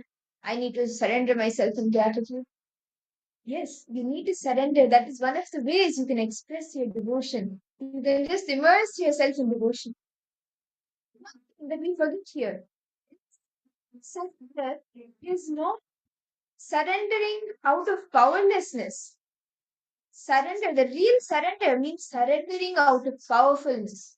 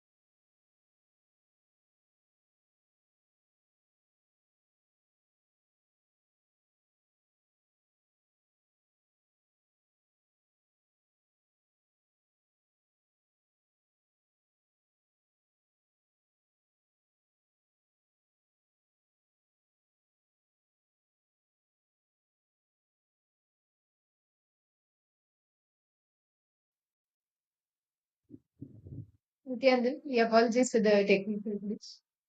So yes, as I was sharing, Swamiji beautifully reveals how surrender is not surrendering. Like, many of us, we just go and we just, when we're in some problem, when we're going through some crisis, we just go in front of Swamiji, in front of God, whoever, and we just say, okay, I'm surrendering all my problems to you.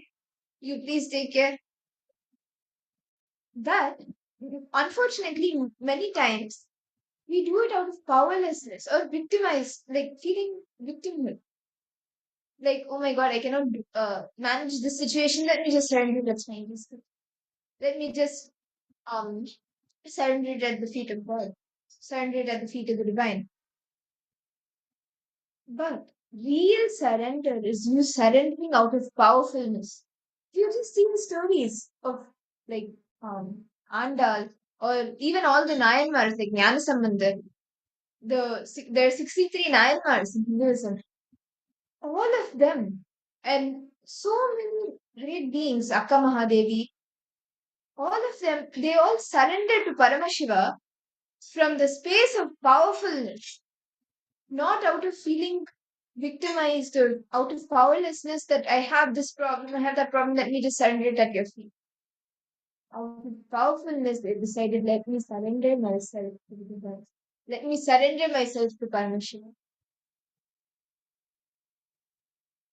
See, understand all the participants. As how many of you were listening to the past 2 days Satsang Swamiji was revealing, right? It was a very great, very beautiful revelation Swamiji speak about how our attention span is very low, like literally like over the Swamiji said in the current day, especially children's and youth in the modern day, right? Their attention spans actually is quite low. And this is actually because of the scrolling of the social media which happens, due to which lots of anxiety and depressions are even starting to kids in a very young age. Kids who are 12 years old are suffering from depression and anxiety. This is the state in which all of us are heading right now. And understand, so as Swamiji says, see, the antidote, if you want to free yourself from anxiety and depression, the only solution for you is intense prayer. Bhakti. Intense prayer to God will make you, will let you to come out of anxiety and depression. See, anxiety is mean nothing to do. Constant fear, worry, which is happening in your head constantly without even knowing. And depression is about what? Your powerless cognition about yourself. Understand? The powerless cognitions about yourself. When the antidote for these two is intense prayer. How many of you are catching this point? It's actually a very beautiful thing Swamiji revealed that if you want to manifest anything you want in your life, right? If you want to come up with any problem, just have prayer. When you have intense prayer in your life, you will see how you'll be able to manifest anything you want. I see so many participants logged in. Ma Sophia, Nithyanandam, Ma Ananda Premini, Ma Kaili Wong, Ma Sharme, Ma Rita, Nithyanandam, Ma Shulini Durga, Nithyanandam, Ma, how are you feeling? Yesterday we did the scanning. For your request to the post, Ma Shulini Durga, how are you feeling? Okay.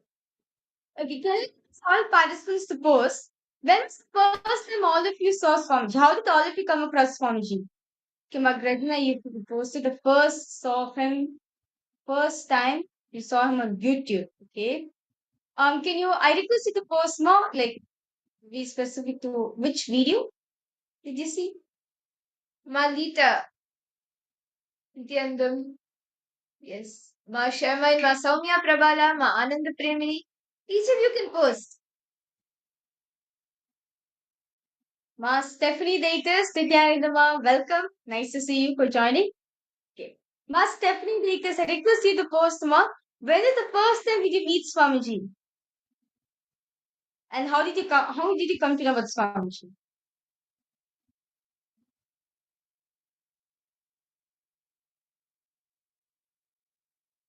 I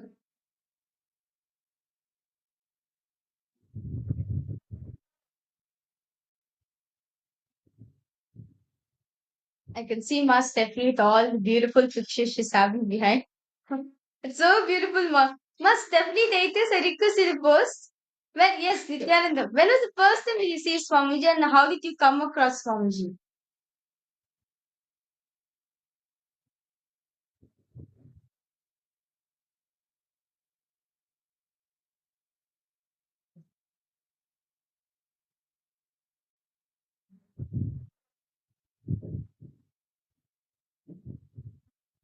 I see a new participant name. Um, Zashari Meet. Nithyanandam, Zashari Aya, welcome. Are you new to this program, Aya? Where are you joining us from?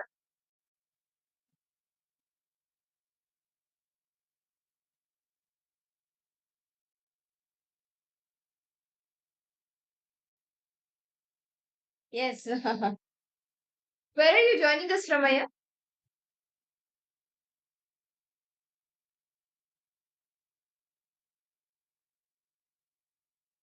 Australia. Wow. Oh, that's nice. Do you want to share how you got to know Swamiji? How did you come across Swamiji? See, actually, as we are getting prepared for the grand Jayanti, the Nithyananda Dinotsava, the day Swamiji was born, these 21 days, we are actually just immersing ourselves in devotion. Okay, as Mark Resina you posted, I just Googled at the time, maybe in 2010, but wasn't ready yet to be his disciple. Well, that full Namakshi Swamiji would say, the first time you see Swamiji, right? The first time you saw Swamiji, like even though you're being like, I don't believe on this. I don't think I'm fit to be a disciple. Even though you feel all this shit, right? But you will not be able to forget Swamiji. You will not be able to forget Swamiji. I still remember, like the first time when I saw Swamiji physically, that time Swamiji came to Malaysia, and we were having a Kalpataru program. So Swamiji came for blessing all the participants who came for the Kalpataru program.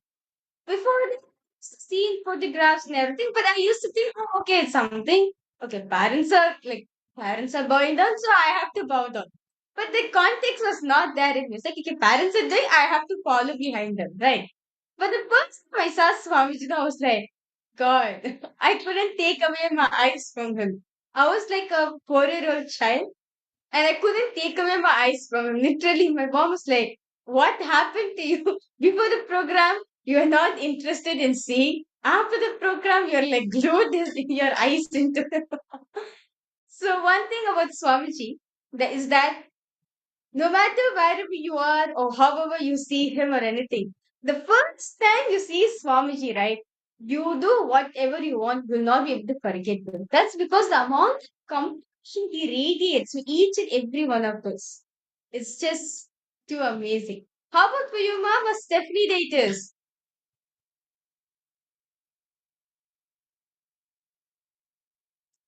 Okay, okay, you're from Australia and you met Swamiji 10 years ago. Okay, that's great. That's nice to see. How did you come across Swamiji Aya? Zachari Aya? Like, do you remember the YouTube video you saw? Okay, 10 years ago by YouTube you saw. Okay, that's nice. That's great.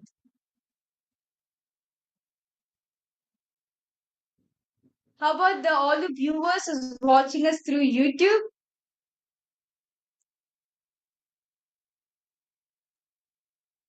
Okay, I see a participant named Healing Master. Sorry, a viewer named Healing Master. I request you, if you can change your original name, it'll be good. It's for the security protocol of the of KAILASA. Chitre Aligu Ayya, Nithyanandam, Karthik Narayan, Nithyanandam to you, Divyananda. Ma Divyananda, Nithyananda Ma, welcome for the program. Yes. Can I request all participants to post? How did all of you come across Swamiji? Like, what is it that gave you that pull? See, only if Swamiji chose you. First, Swamiji sees you, he chooses you, he picks you up. Only then he thinks of you only, then you think of him.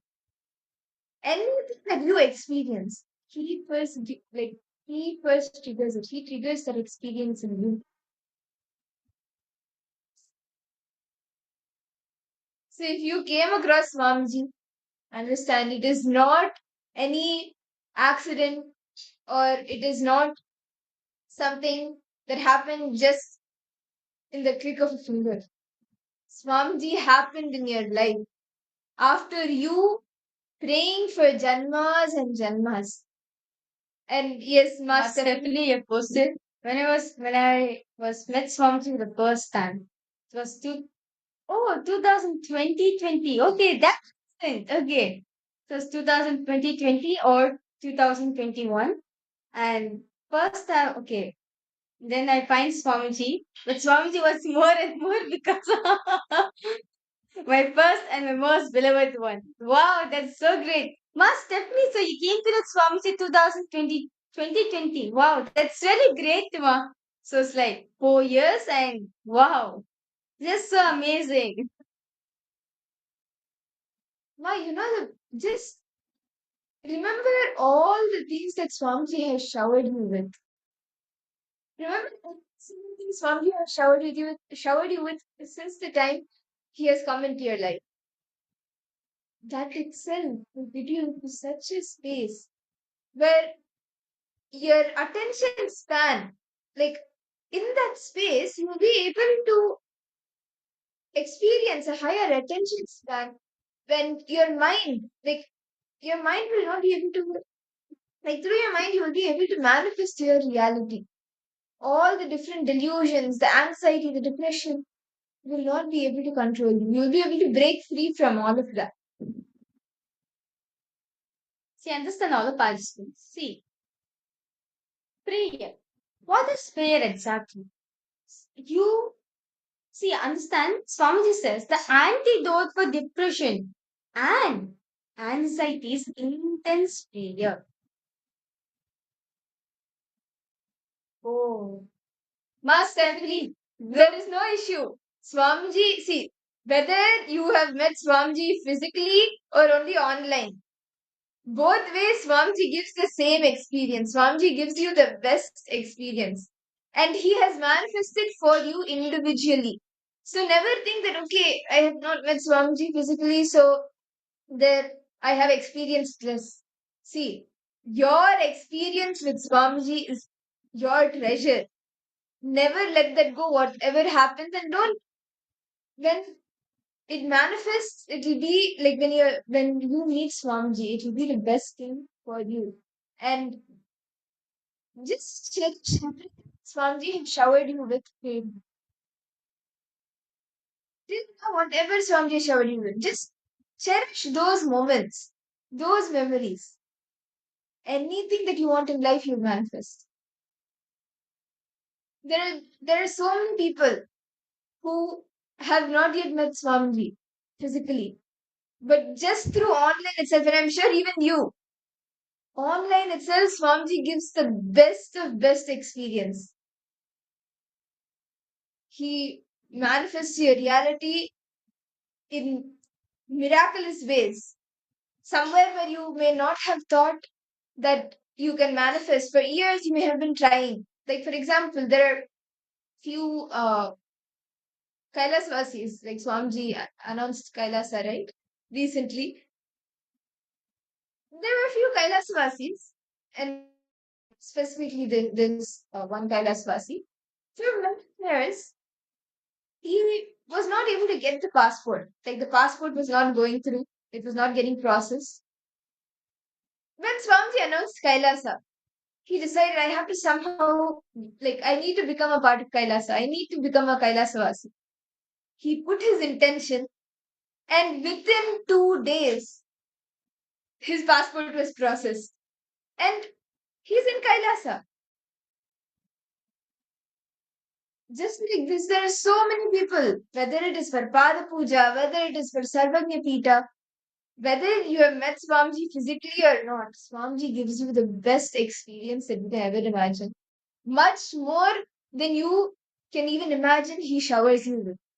See, to all the participants, today all of us were very beautifully learning, right? How to harness the power of Guru Bhakti in you.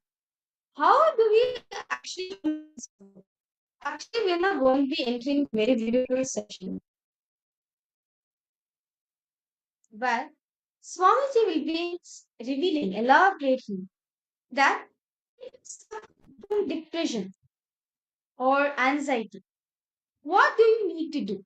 How do we come out from it? As nowadays, like literally kids in such a young age, they are getting into depression because of device addiction and everything, right? And actually, this is also proven. Like in Australia, they said it is a rule which is being passed down that kids below the age of 16, right, are banned from using social media, banned from using device itself because of the amount of damage it causes in the brain. Understand?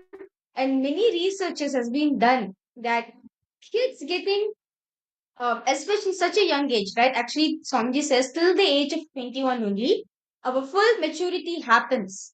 Like after the age of 21, the physically, psychologically, and emotionally, our body is fully prepared. It gets matured. Okay.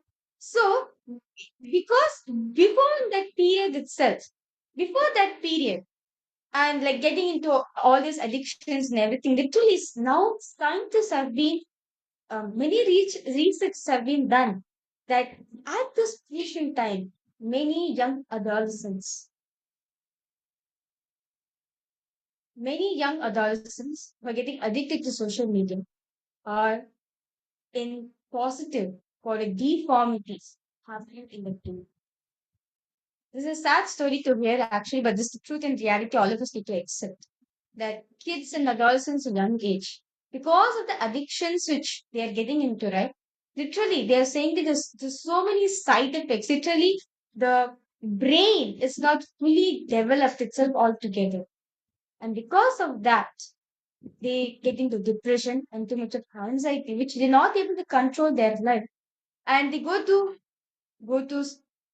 psychiatric and take psychiatric medicines. And at the end of the day, what's gonna happen? Going to put themselves into more and more depression and more anxiety in their life. At the end of the day, they are going to be suffering in their life. Swamiji gives a very beautiful solution for this one thing. In this prayer to God, in this prayer to Paramashiva, as all of us were learning about how to harness the Guru Bhakti in each and every one of us. Yes, but we need to harness that energy. We need to harness, we need to hold that energy, cherish, nourish the Guru Bhakti which is there in you. We're not going to be now understand from Swamiji how intense prayer can be the cure for, can be a cure and immediate relief from anxiety and depression.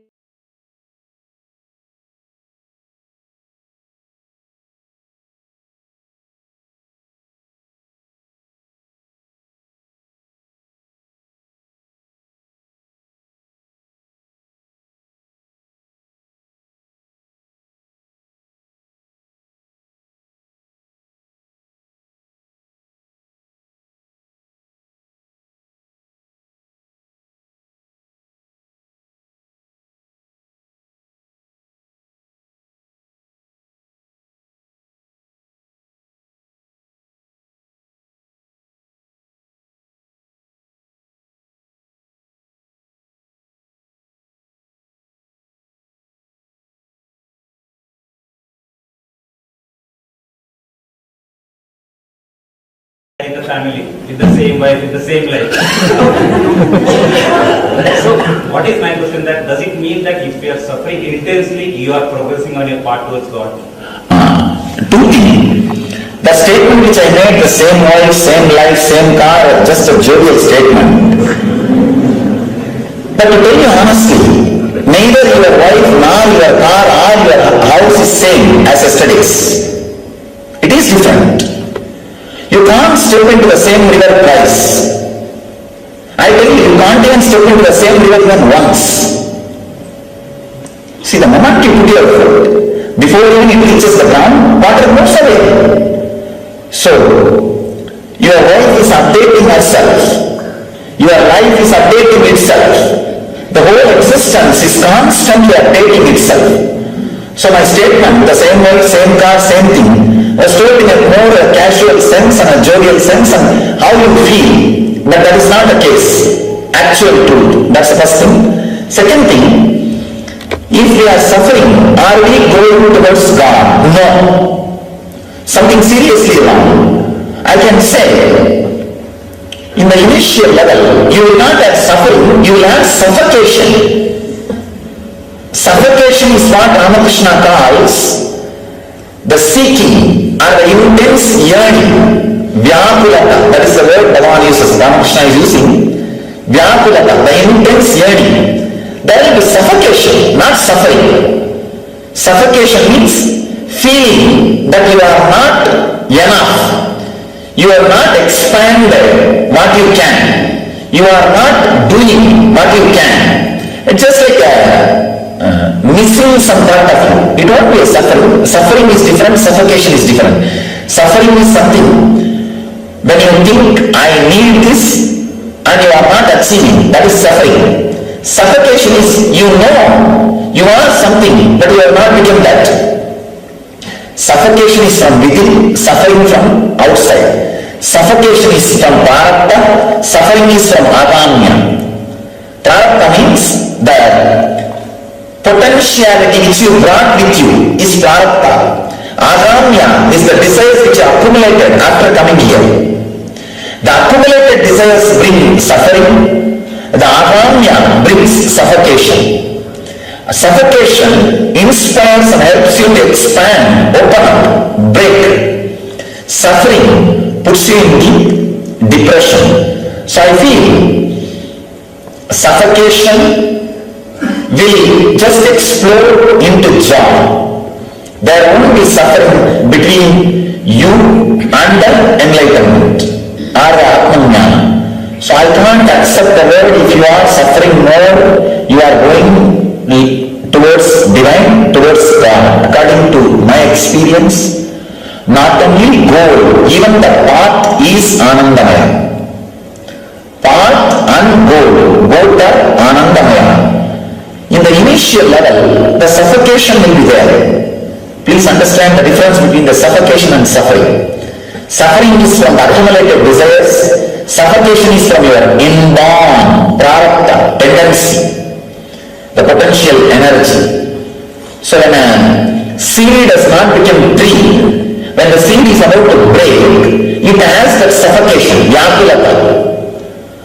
But suffering is after you become tree, suddenly you want maybe 2-3 houses built on you or 2-3 cars so that you can get into that. Tree cannot move, which you try to accumulate something which is not directly yours, you are very poverty. That is what I call suffering. Suffering is from agamya, suffocation is from prarabdha. Prarabdha, suffocation may be there in the initial level in your spiritual path, but agamya, the suffering, a depression cannot be there in your spiritual journey. Then there is something wrong if the suffering is there. First sit and clear the suffering. That's a basic need to start your journey. Thank you.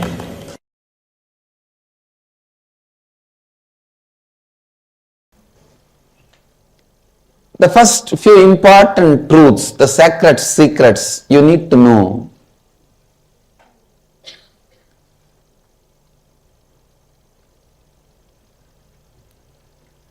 Biggest human suffering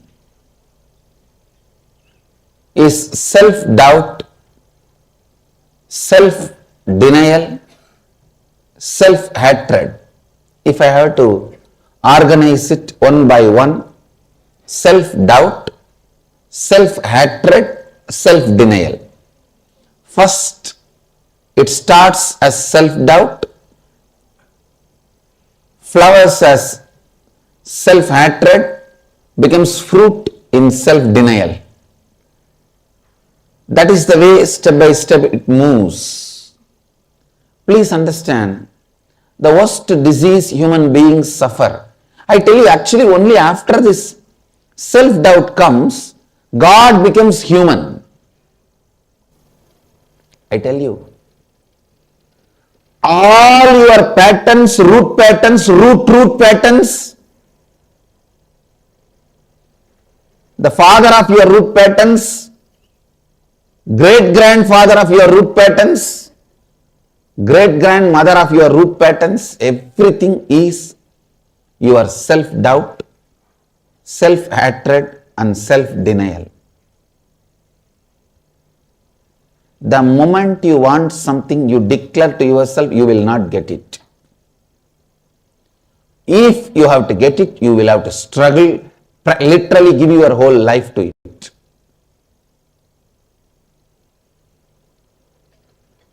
How many of you are able to cognize what I am saying? That is what exactly I call it self-denial, which is not true. Please understand. Even though society makes you believe your self-denial is fact, it is not fact. All incarnations land on the planet Earth just to tell you this one truth. Your self-denial, your self-hatred, self-doubt is not truth or fact. That's all. That's all. You are more than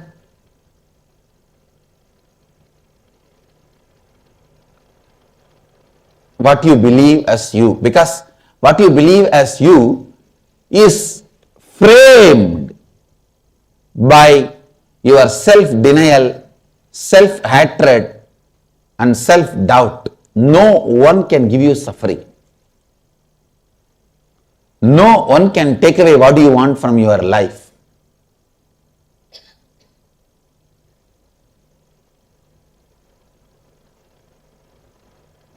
The great hope,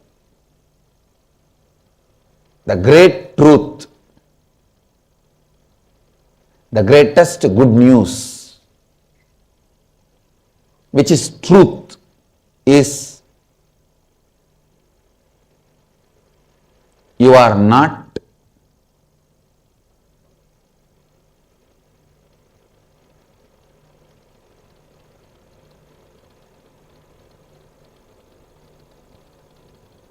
an ordinary being as you perceive because of your self-doubt, self-hatred and self-denial. Complete all these three. Every human being should be taught the science of completing with self-doubt, self-hatred and self-denial.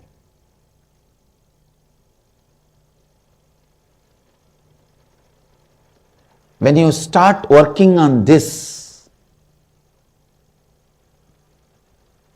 completing with self-doubt, self-hatred and self-denial, so much of Kundalini energy awakens, that energy will automatically guide you to create what you want, achieve what you want.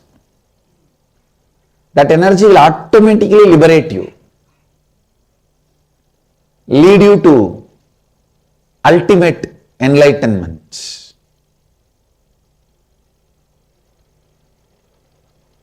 In my temples, only 3 demons will be portrayed. That is self-doubt, self-hatred and self-denial. People should complete with these 3 and only then enter my temple. Only then you can enter into the space of divine. Please understand, all hatred you have with others is hatred which is there in you, about you.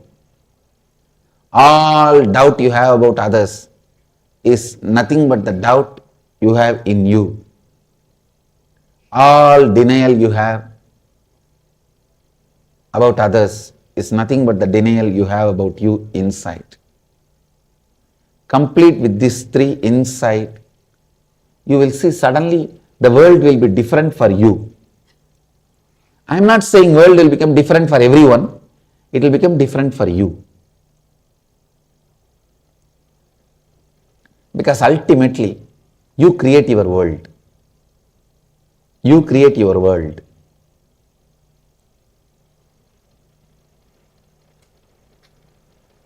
Self-hatred,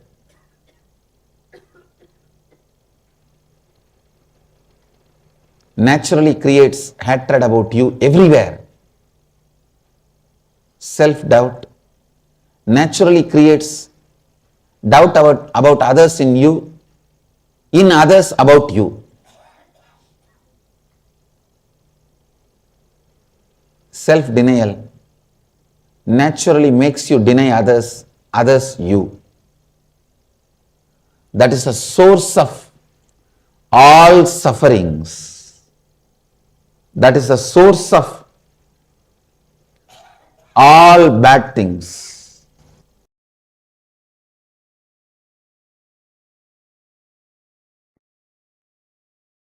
Ferociousness means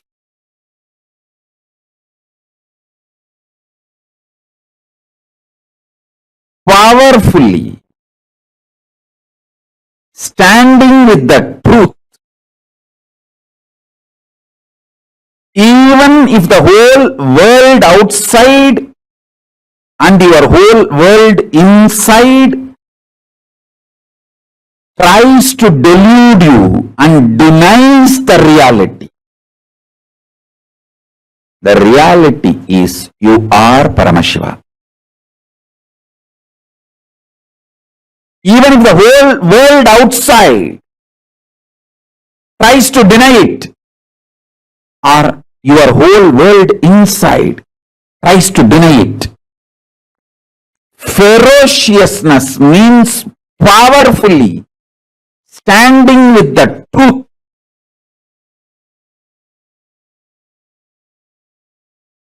uncompromising, absolutely not letting the outer world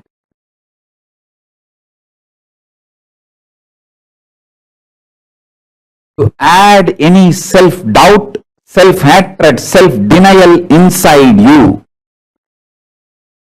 The world or my world. See, your outer world is the world and your inner self, your inner space is your world, my world. For you, my world, for me, my world. The world or the impacts of the world on my world, nothing should be allowed to dilute you, to lower you, powerfully standing up with the truth.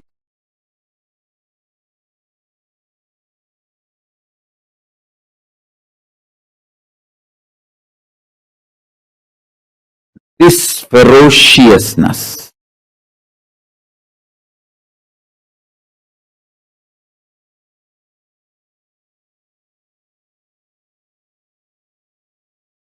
listen.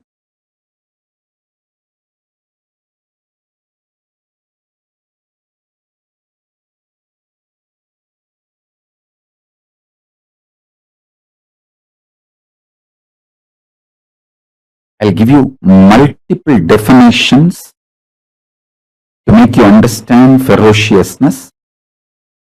This is the first definition.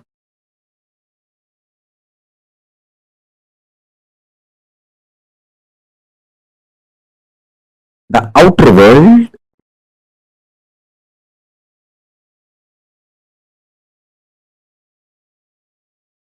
whether it manifests, behaves as you want or not, or the impact of the outer world on your inner world, whether that goes as per your whims and fancies or not, the truth, absolute truth, the ultimate truth should be cognized, powerfully concluded, uncompromisingly. I will repeat now. You are Paramashiva is the truth, ultimate truth.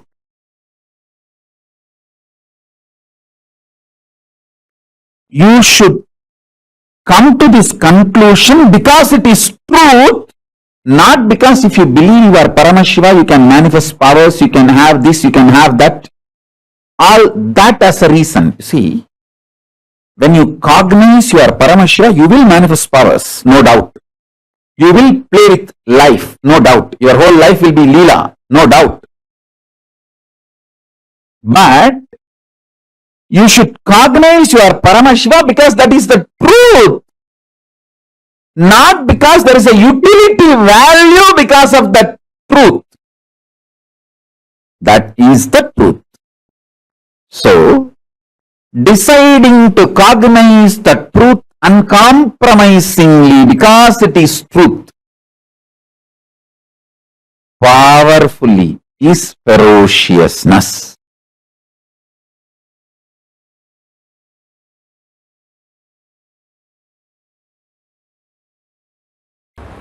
Patanjali explains the great truth about our deep craving for suffering. Please understand. Constantly we crave for sufferings. So many reasons. One, when suffering happens to you, you get lot of attention from others. Many kids fall sick just to get mother's attention. Otherwise, mother is too busy. By and by, your unconsciousness learns the habit. If you fall sick, you will have attention. The next step is not only to get others' attention, even to get your own attention, you fall sick. You think if you don't fall sick, you are not attending yourself. You are too busy and society demands you to attend too many things. Body and mind says, no, fall sick, that's the best thing.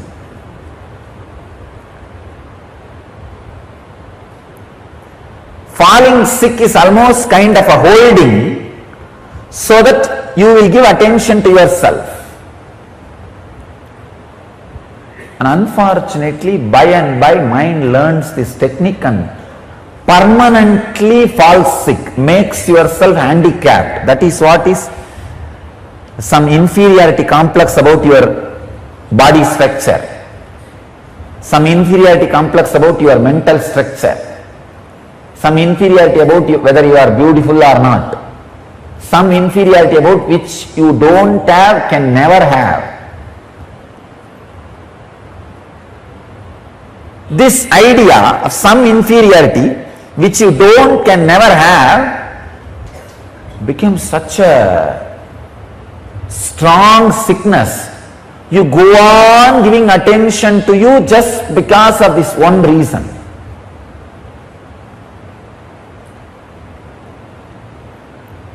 Suffering gives you a kind of a heaviness, shape, identity, feeling of existence, boundary. Joy always gives you the boundaryless feeling. You can see people who are levitating, the first thing I see in them is the joy in their face, extraordinary joy and the laughter. Just yesterday, one devotee from Bangalore came and told me, Swamiji, I saw that 3-minute video and tried and broke my back. I said, don't try.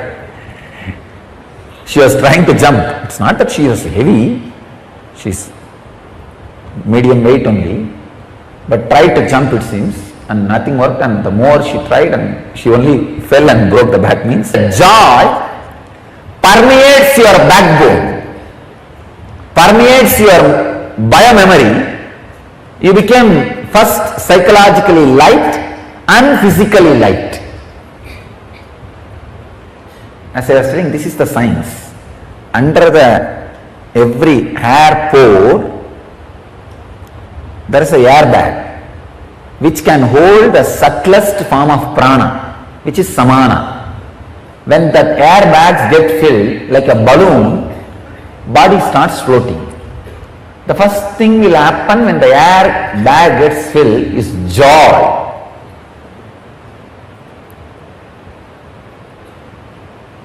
Even when you work out physically, if you bring joyful memories, that air bag will get filled. Never have violent memories, violent thoughts when you work out. When you move your body and put weight on your body, start working out, don't have violent thoughts. Let it be more romantic and pleasant. Have photographs of the people or memory of the people who create romance and pleasant feeling in you. Not violent, aggressive. If you have that pleasantness, romance, the samana will get filled.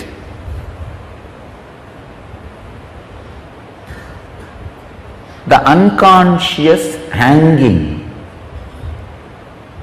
unconscious craving for pain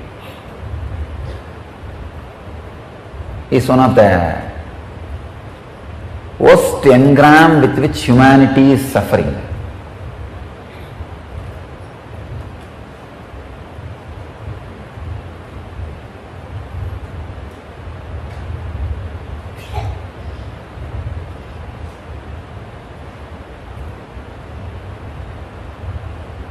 Somehow the hypocrisy-based society always has a deep craving for pain.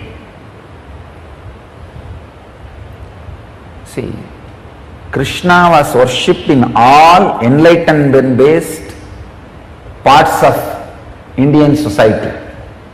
Indian society has two major parts, the enlightenment-based part and hypocrisy-based part. That's what they call morality. The social morality. See, understand, the social understanding of morality is just hypocrisy. It's not morality. It's like a weapon used to pull somebody when you don't have any other weapon, any other way. Like this is society, civilization, that part of India worships Krishna. But for enlightenment, you cannot feel attracted to Krishna. And this hypocrisy-based civilization,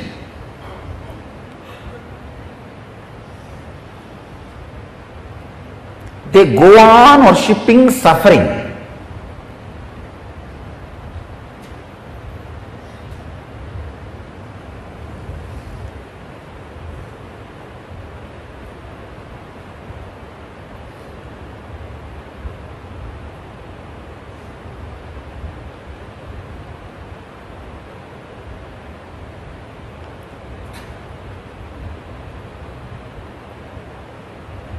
Krishna's consciousness, such a extraordinary joy. I wanted you to know some of the details. Krishna lived with Gopikas only till the age of 11 years only. Afterwards he was out.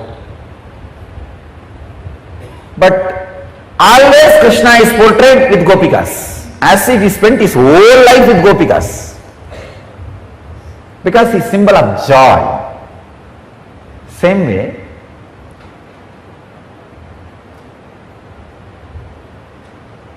he lost and ran away from one war and got killed by a hunter. I think many of you may not even know this story. Krishna was murdered. He was killed by a hunter with poison arrow. You would have never even heard this story. You will never see a photograph or a statue of Krishna being killed, because he is representation of joy. And you will always see Krishna victoriously standing and giving Vishwarupa Darshana to Arjuna, or winning the Mahabharata war. You do not know, 17 times he was defeated by Jarasandha. 17 times Jarasandha came back as Gajini Muhammadu and destroyed Dwarka and Somnath. Jarasandha and Krishna ran away from the war field. Ranki Chor Rai, they call in Gujarat, Ranki Chor Rai. Ran away from the war field. But nowhere it will be represented, because he is embodiment of joy. Even running away was such a romantic experience for him. Nowhere the pain is painted, because the pain was never painted in his inner space. It could never be painted in his biography, in his history. Unless something gets painted in your inner space, it can never be painted in your history. If something is painted in your history, how much you try to change, it will be painted in the biography. In your inner space, anything is painted, will come out in biography, in history. Because the incidents shows Krishna lived only till the age of 11 with Gopikas, and you will be surprised, the love affair between Radha and Krishna was only 1.5 years. Really, only totally 1.5 years of love affair only is recorded. The romance was only 1.5 years. Before that they were kids and they did not have chance to spend time together. They spent time together only 1.5 years. But if you see, they are shown as eternally together. Anywhere you see, Radha will be there. Where Krishna is there, Radha will be there. Whether it is a temple or painting or statue or anything. But one funny thing, Sita was away from Rama only 6 months. Only 6 months. But always the Ramayana is painted, portrayed as if they suffered a long separation. Chronologically it is just 6 months.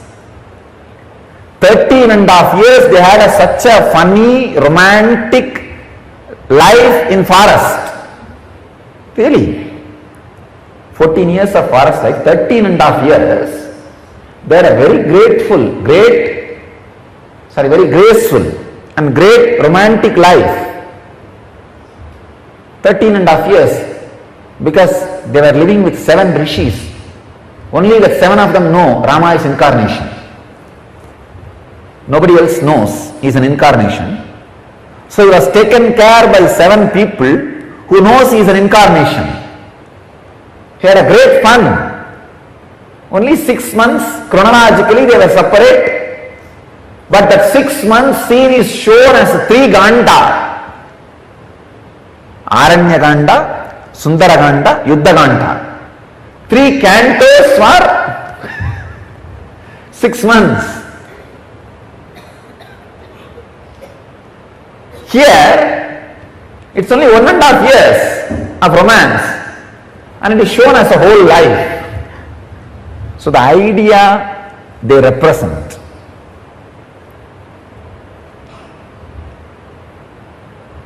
Krishna represents the joy and ability to shed all the sufferings. I tell you, joy is the only way where the way to wither away your will. Your will can never wither away by pain. With more pain, your will become more stronger on you. With joy, it will just wither away.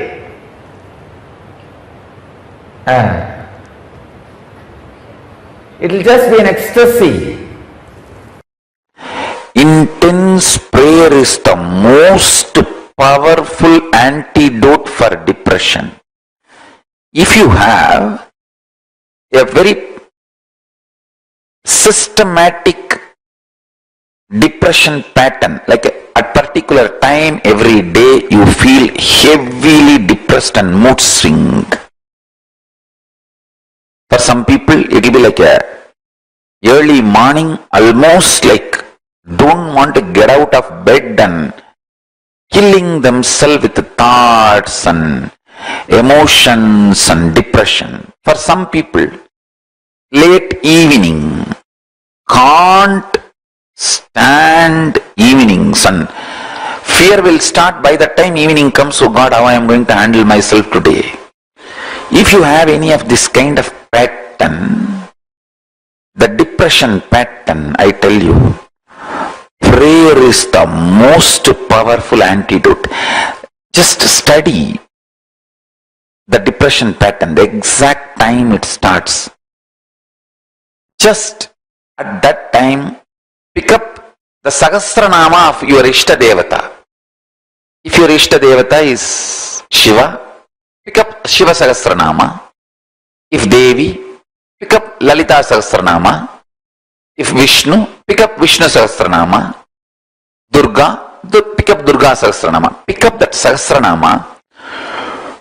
Do not do the stupidity of just like a ritualistically Visvam Vishnu Vashatkaro Bodha Bhavya Bhavat Prabhu Bodhatma Bodha Pratyatma dan. No, don't do that.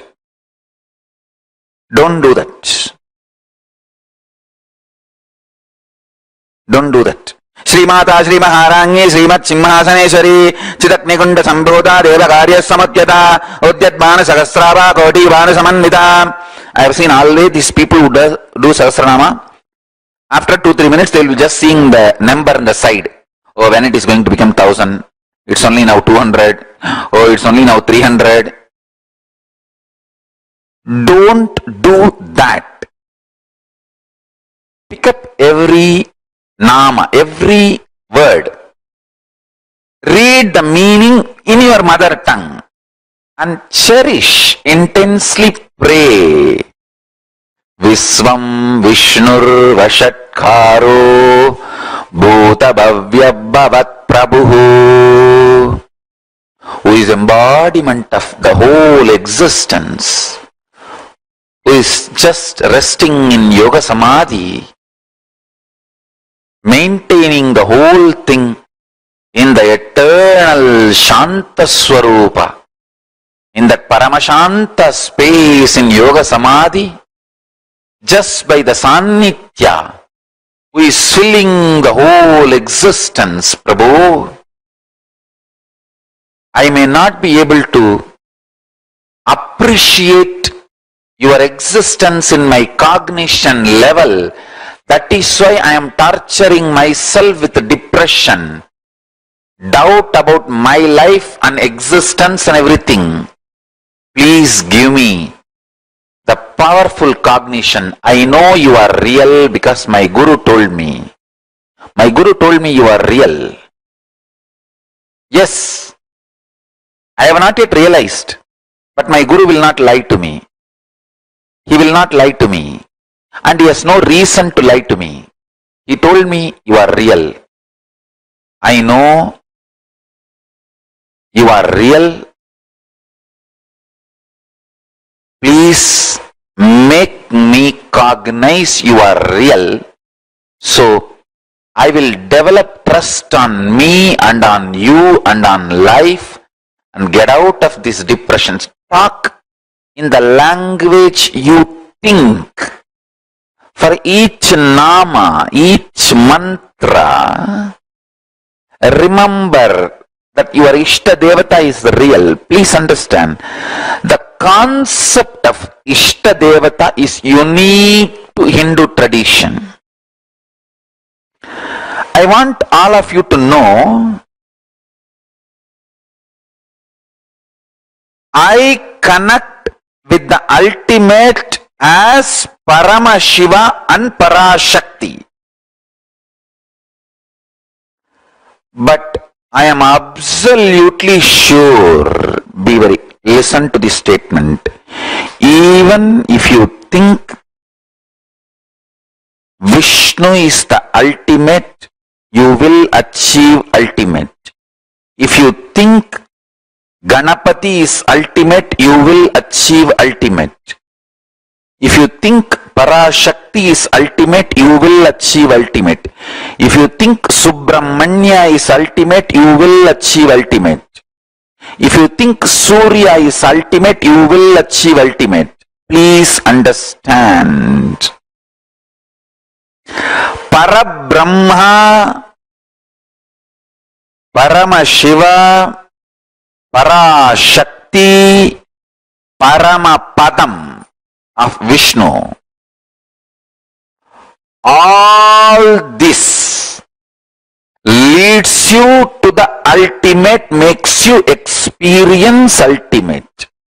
Please understand. The truth of Ishta Devata is unique to Hinduism.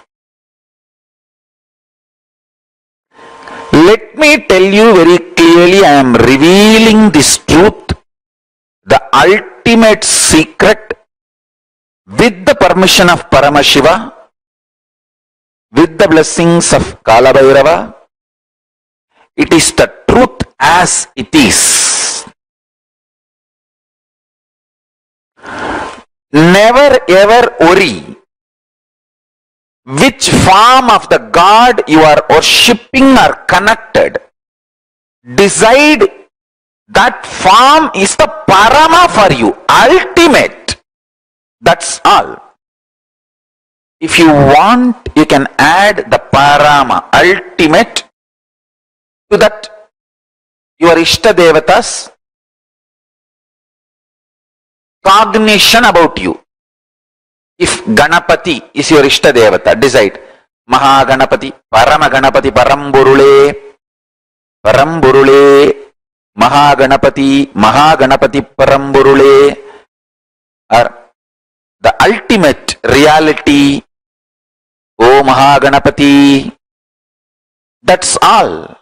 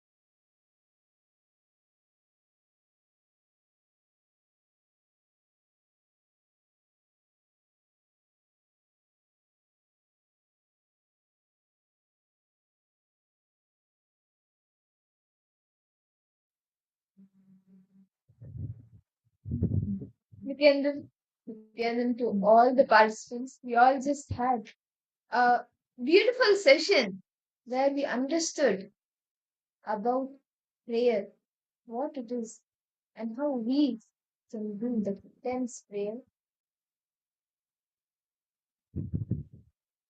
See, in this session, very beautifully, Swamiji spoke how intense prayer, having intense prayer to come out of any situation, the most difficult problems in your life, as Swamiji revealed in this Satsang life.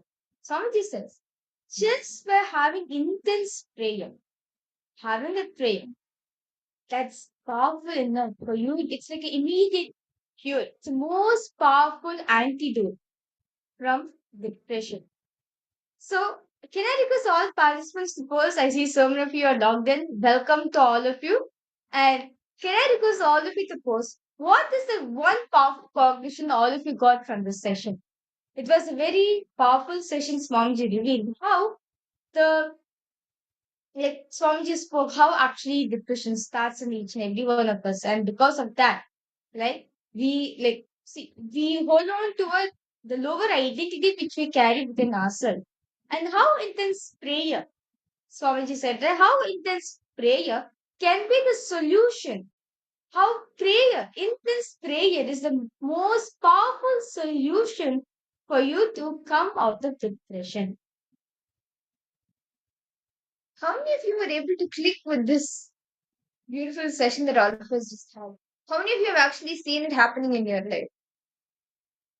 Whenever you may be going through any ups and downs, where you would have been in your worst down times, but just when you sat to offer puja, to offer your prayers to Swamiji, that moment you just forget everything, all the problems that you're going through. Can I request each of the participants to post?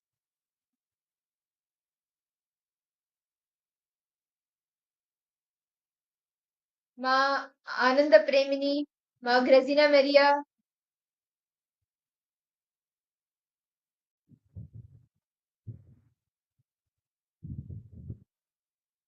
See, all the participants, see, now in this session, Swamiji said, right, how intense prayer. Prayer. See, when you're having intense prayer, right, see, prayer comes from a powerful space where you're asking Paramashiva, where you're commanding the cosmos to fulfill the reality for you, right? In this session, Swamiji gave a methodology also how to experience, how to activate intense prayer in ourselves. So we're going to be understanding deeply how can we actually have intense prayer. What should we do in our life? How to create an intense prayer? So we're now going to be understanding deeply. Can I request all participants now to please take out your notebooks and come? We are now going to be writing a very powerful exercise.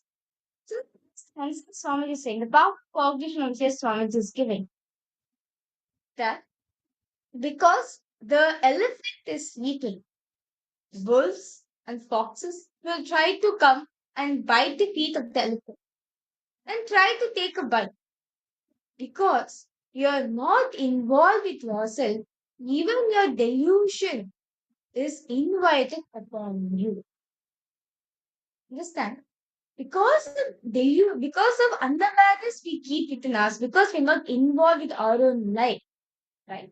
We are not even aware that delusion is coming. Actually, Swamiji says in Satsang that delusion is nothing but you not knowing that you are in delusion is delusion. The moment you analyze, the moment you realize you're stuck in delusion, you're liberated immediately.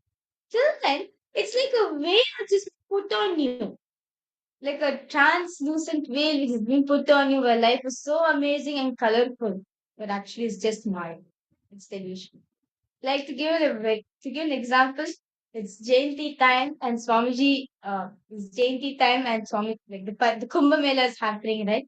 Instead, it's the correct time where many job opportunities come and you're being promoted, and things are going. Suddenly, things are starting to move for you. Your relationships, like what your long term relationship, suddenly starts to move, and you're like, oh my god, what's happening? All the auspicious things, all the good things are happening. And currently, is the same that Swamiji is calling all of us are coming for Kumbh Mela, right?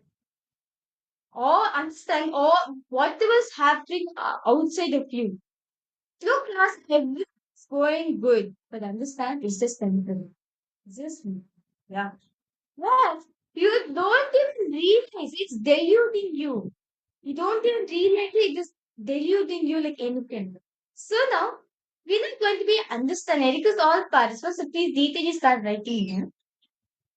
Look at incidents from four aspects of your life: career, relationship, health, and wealth. When you manifest the suffering, I repeat myself, can you request all participants now to please start writing? Look for incidents of your life, both aspects in your life: your health, your wealth, your relationship, and your career. In these four aspects, where are you manifesting suffering? Please start writing it down. What is it that you why is it that you're manifesting suffering in your life? Right. Detail write them.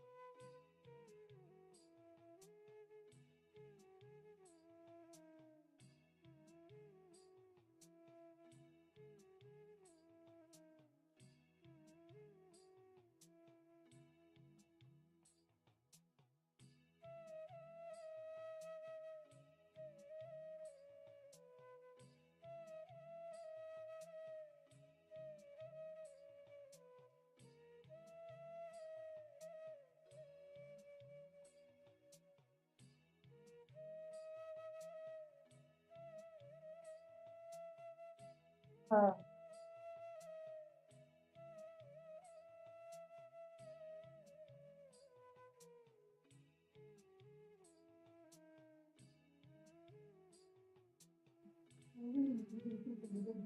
yes. Nithyanandam to all participants. Hope all of you done writing the first incident.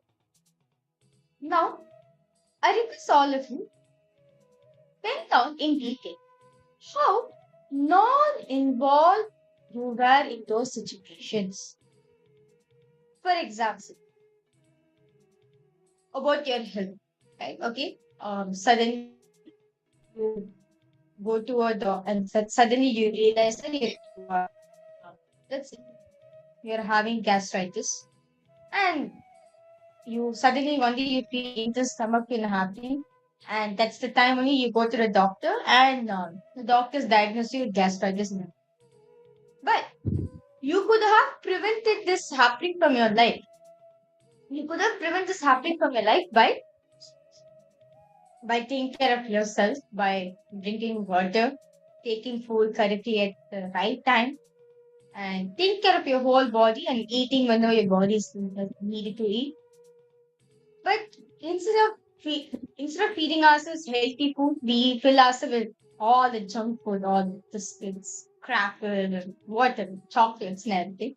And instead of with water, we fill up with soda, coffee, tea, hot chocolate, water, food. Right? And then today, what do you manifest? We are suffering from a disease called gastritis, right? This we could have prevented when you are actually involved in your life. When you're involved in your life, you'll see every single moment you'll be aware, Swamiji says. You'll be aware of what's happening in you. How many of you are understanding this? Now, I request all participants to pen down in detail how non-involved you were in those incidents, and also pen down how more involved you can become for each of these incidents. First, I request all of you to write down how non-involved you were in those situations happening in your life.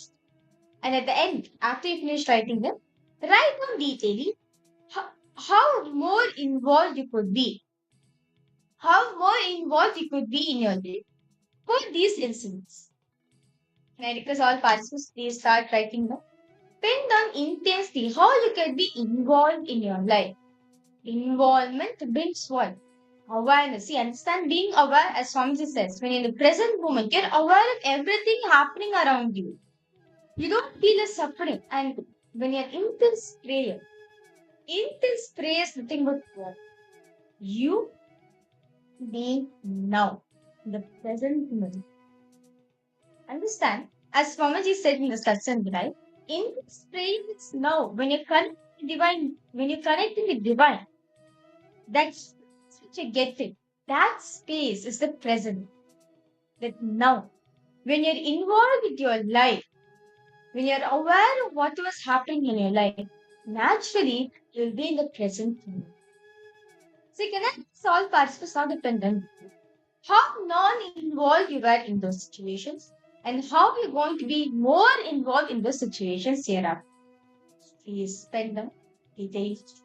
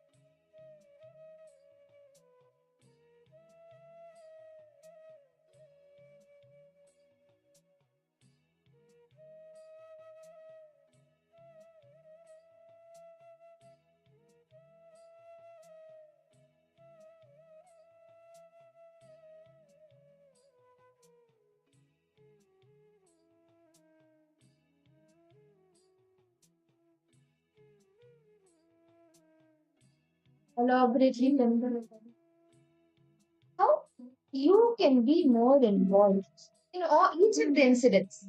Ma Lita, Ma Irene, Ma Stephanie, Ma Yoga Jnana, Ma Shulini Durga, Ma Saralananda, Ma Kella.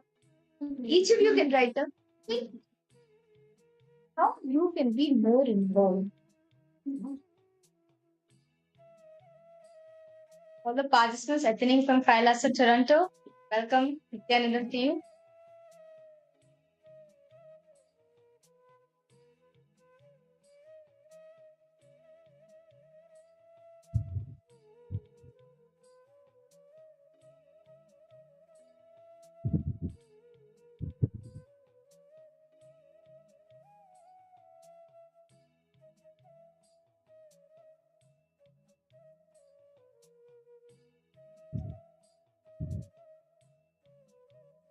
Hope all participants are done writing. If you have any questions, any doubts, do feel free to post in the chat section. So now we're going to be entering into a very beautiful story actually. How in this prayer, will actually will let you to experience the how intense prayer, like at the time the crisis time when how intense prayer can actually relieve you, can actually help you from any point in time.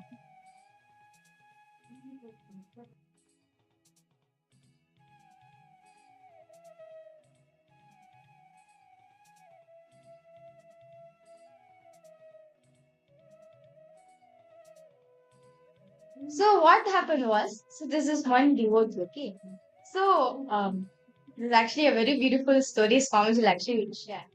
So what happened is this is one devotee. He used to sing to Paramashiva every single day. He's considered as the temple singer. So everything what he does is only what he does every day in the morning. He sings to Paramashiva, and of course in the Lord that bhakti, he literally feels Paramashiva is there. He dedicates himself that life, like literally he have taken that as a life for him. So what happened was, and the whole city of Madurai came to know about this. That he's such a great singer he is, and such devotional sing. He actually this priest sings only devotional songs and everything. So what happened is one day this priest was actually in Madurai. Actually, this Leela was actually given done by Paramashiva in the Madurai city. So what happened was, so he sings and everything.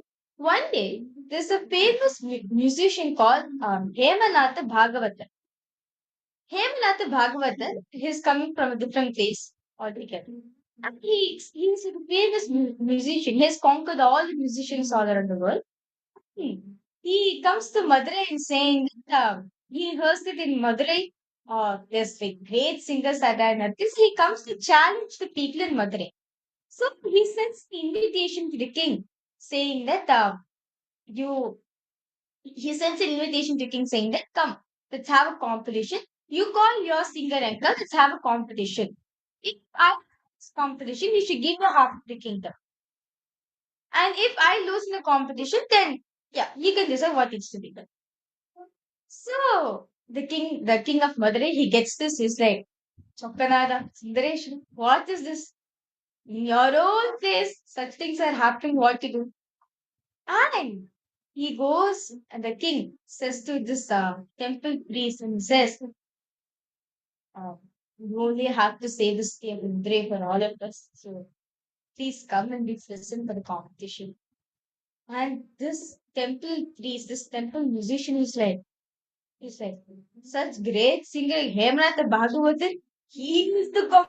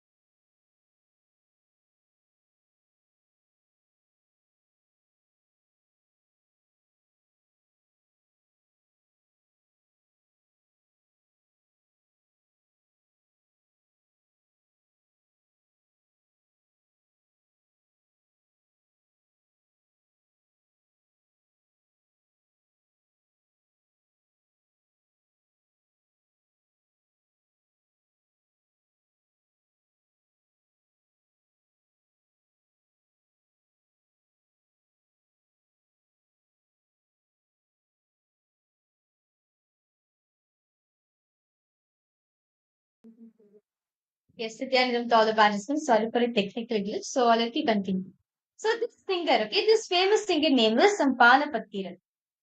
So he is like he tells like he is like he goes to Paramashiva temple. He's like, I can't compete anyone in the great singer like Hemanatha Bhagavatar. I can't do anything. I'm sorry, I can't. He goes to Paramashiva deity. He goes to Sundareshwara. He says, Chokka, please help me. I can't beat such a great singer Hemanatha Bhagavatar. You really have to come and help me. And he surrenders to Paramashiva's feet. Of course, Paramashiva will he let his devotees down? Understand, Paramashiva will never leave his devotees down. Swamiji says, even till the last, Paramashiva will always test you, but he never puts you down. So, what happens is, of course, to save his city, and of course, to help the disciple, Paramashiva assumes the form of a wood seller. He comes, appears the forms of wood seller, and he goes. And as a firewood seller, he goes, he walks to the Madurai temple in the Madurai city. The citizens of Madurai are shocked. What? Like, did he come to a level where firewood has to be sold in the market or what? Like, oh, did we understand that advanced our economy was? This shows that how beautiful, how the economy of Hinduism, how dharmically it was made. And so, of course, Paramashiva goes. He knows all the of course, Paramashiva knows everything, right? So he goes and he sells firewood and everything. Then night, he comes and sleeps in front of the corridor of the guest, Hemanatha Bhagavata. So, actually, by the time Hemanatha Bhagavata, he comes to Madurai city and the next day is a competition, right? So then Paramashiva goes, he kinds of lie down in the corridor, in the veranda, right outside the house of Hemanatha Bhagavath. Actually, more than me saying English, listen to Swamiji himself. The way Swamiji shares it, it's just like literally you can visualize a leaders happening in front of your eyes once again. That it's like a very beautiful story actually. So what happened was, so Paramashiva act as if mosquitoes are biting him. From that, right? Paramashiva sings a song. The song is only called the Patum Nani Bhavam Nani, meaning the song is mine and even the bhava, the attribute is also mine. It's very beautiful music is this. Then him, the Bhagavatar who's sleeping in his court present, suddenly he wakes up and says, who's this person who's singing such a beautiful song in such a time? He's completely shocked. Such beautiful song. Then in this verse, Paramashiva sings, there's one line where Paramashiva says, um, so basically this whole world, right, this is to Paramashiva's command. Because of Paramashiva's command, only this whole world moves on. And when Paramashiva says this,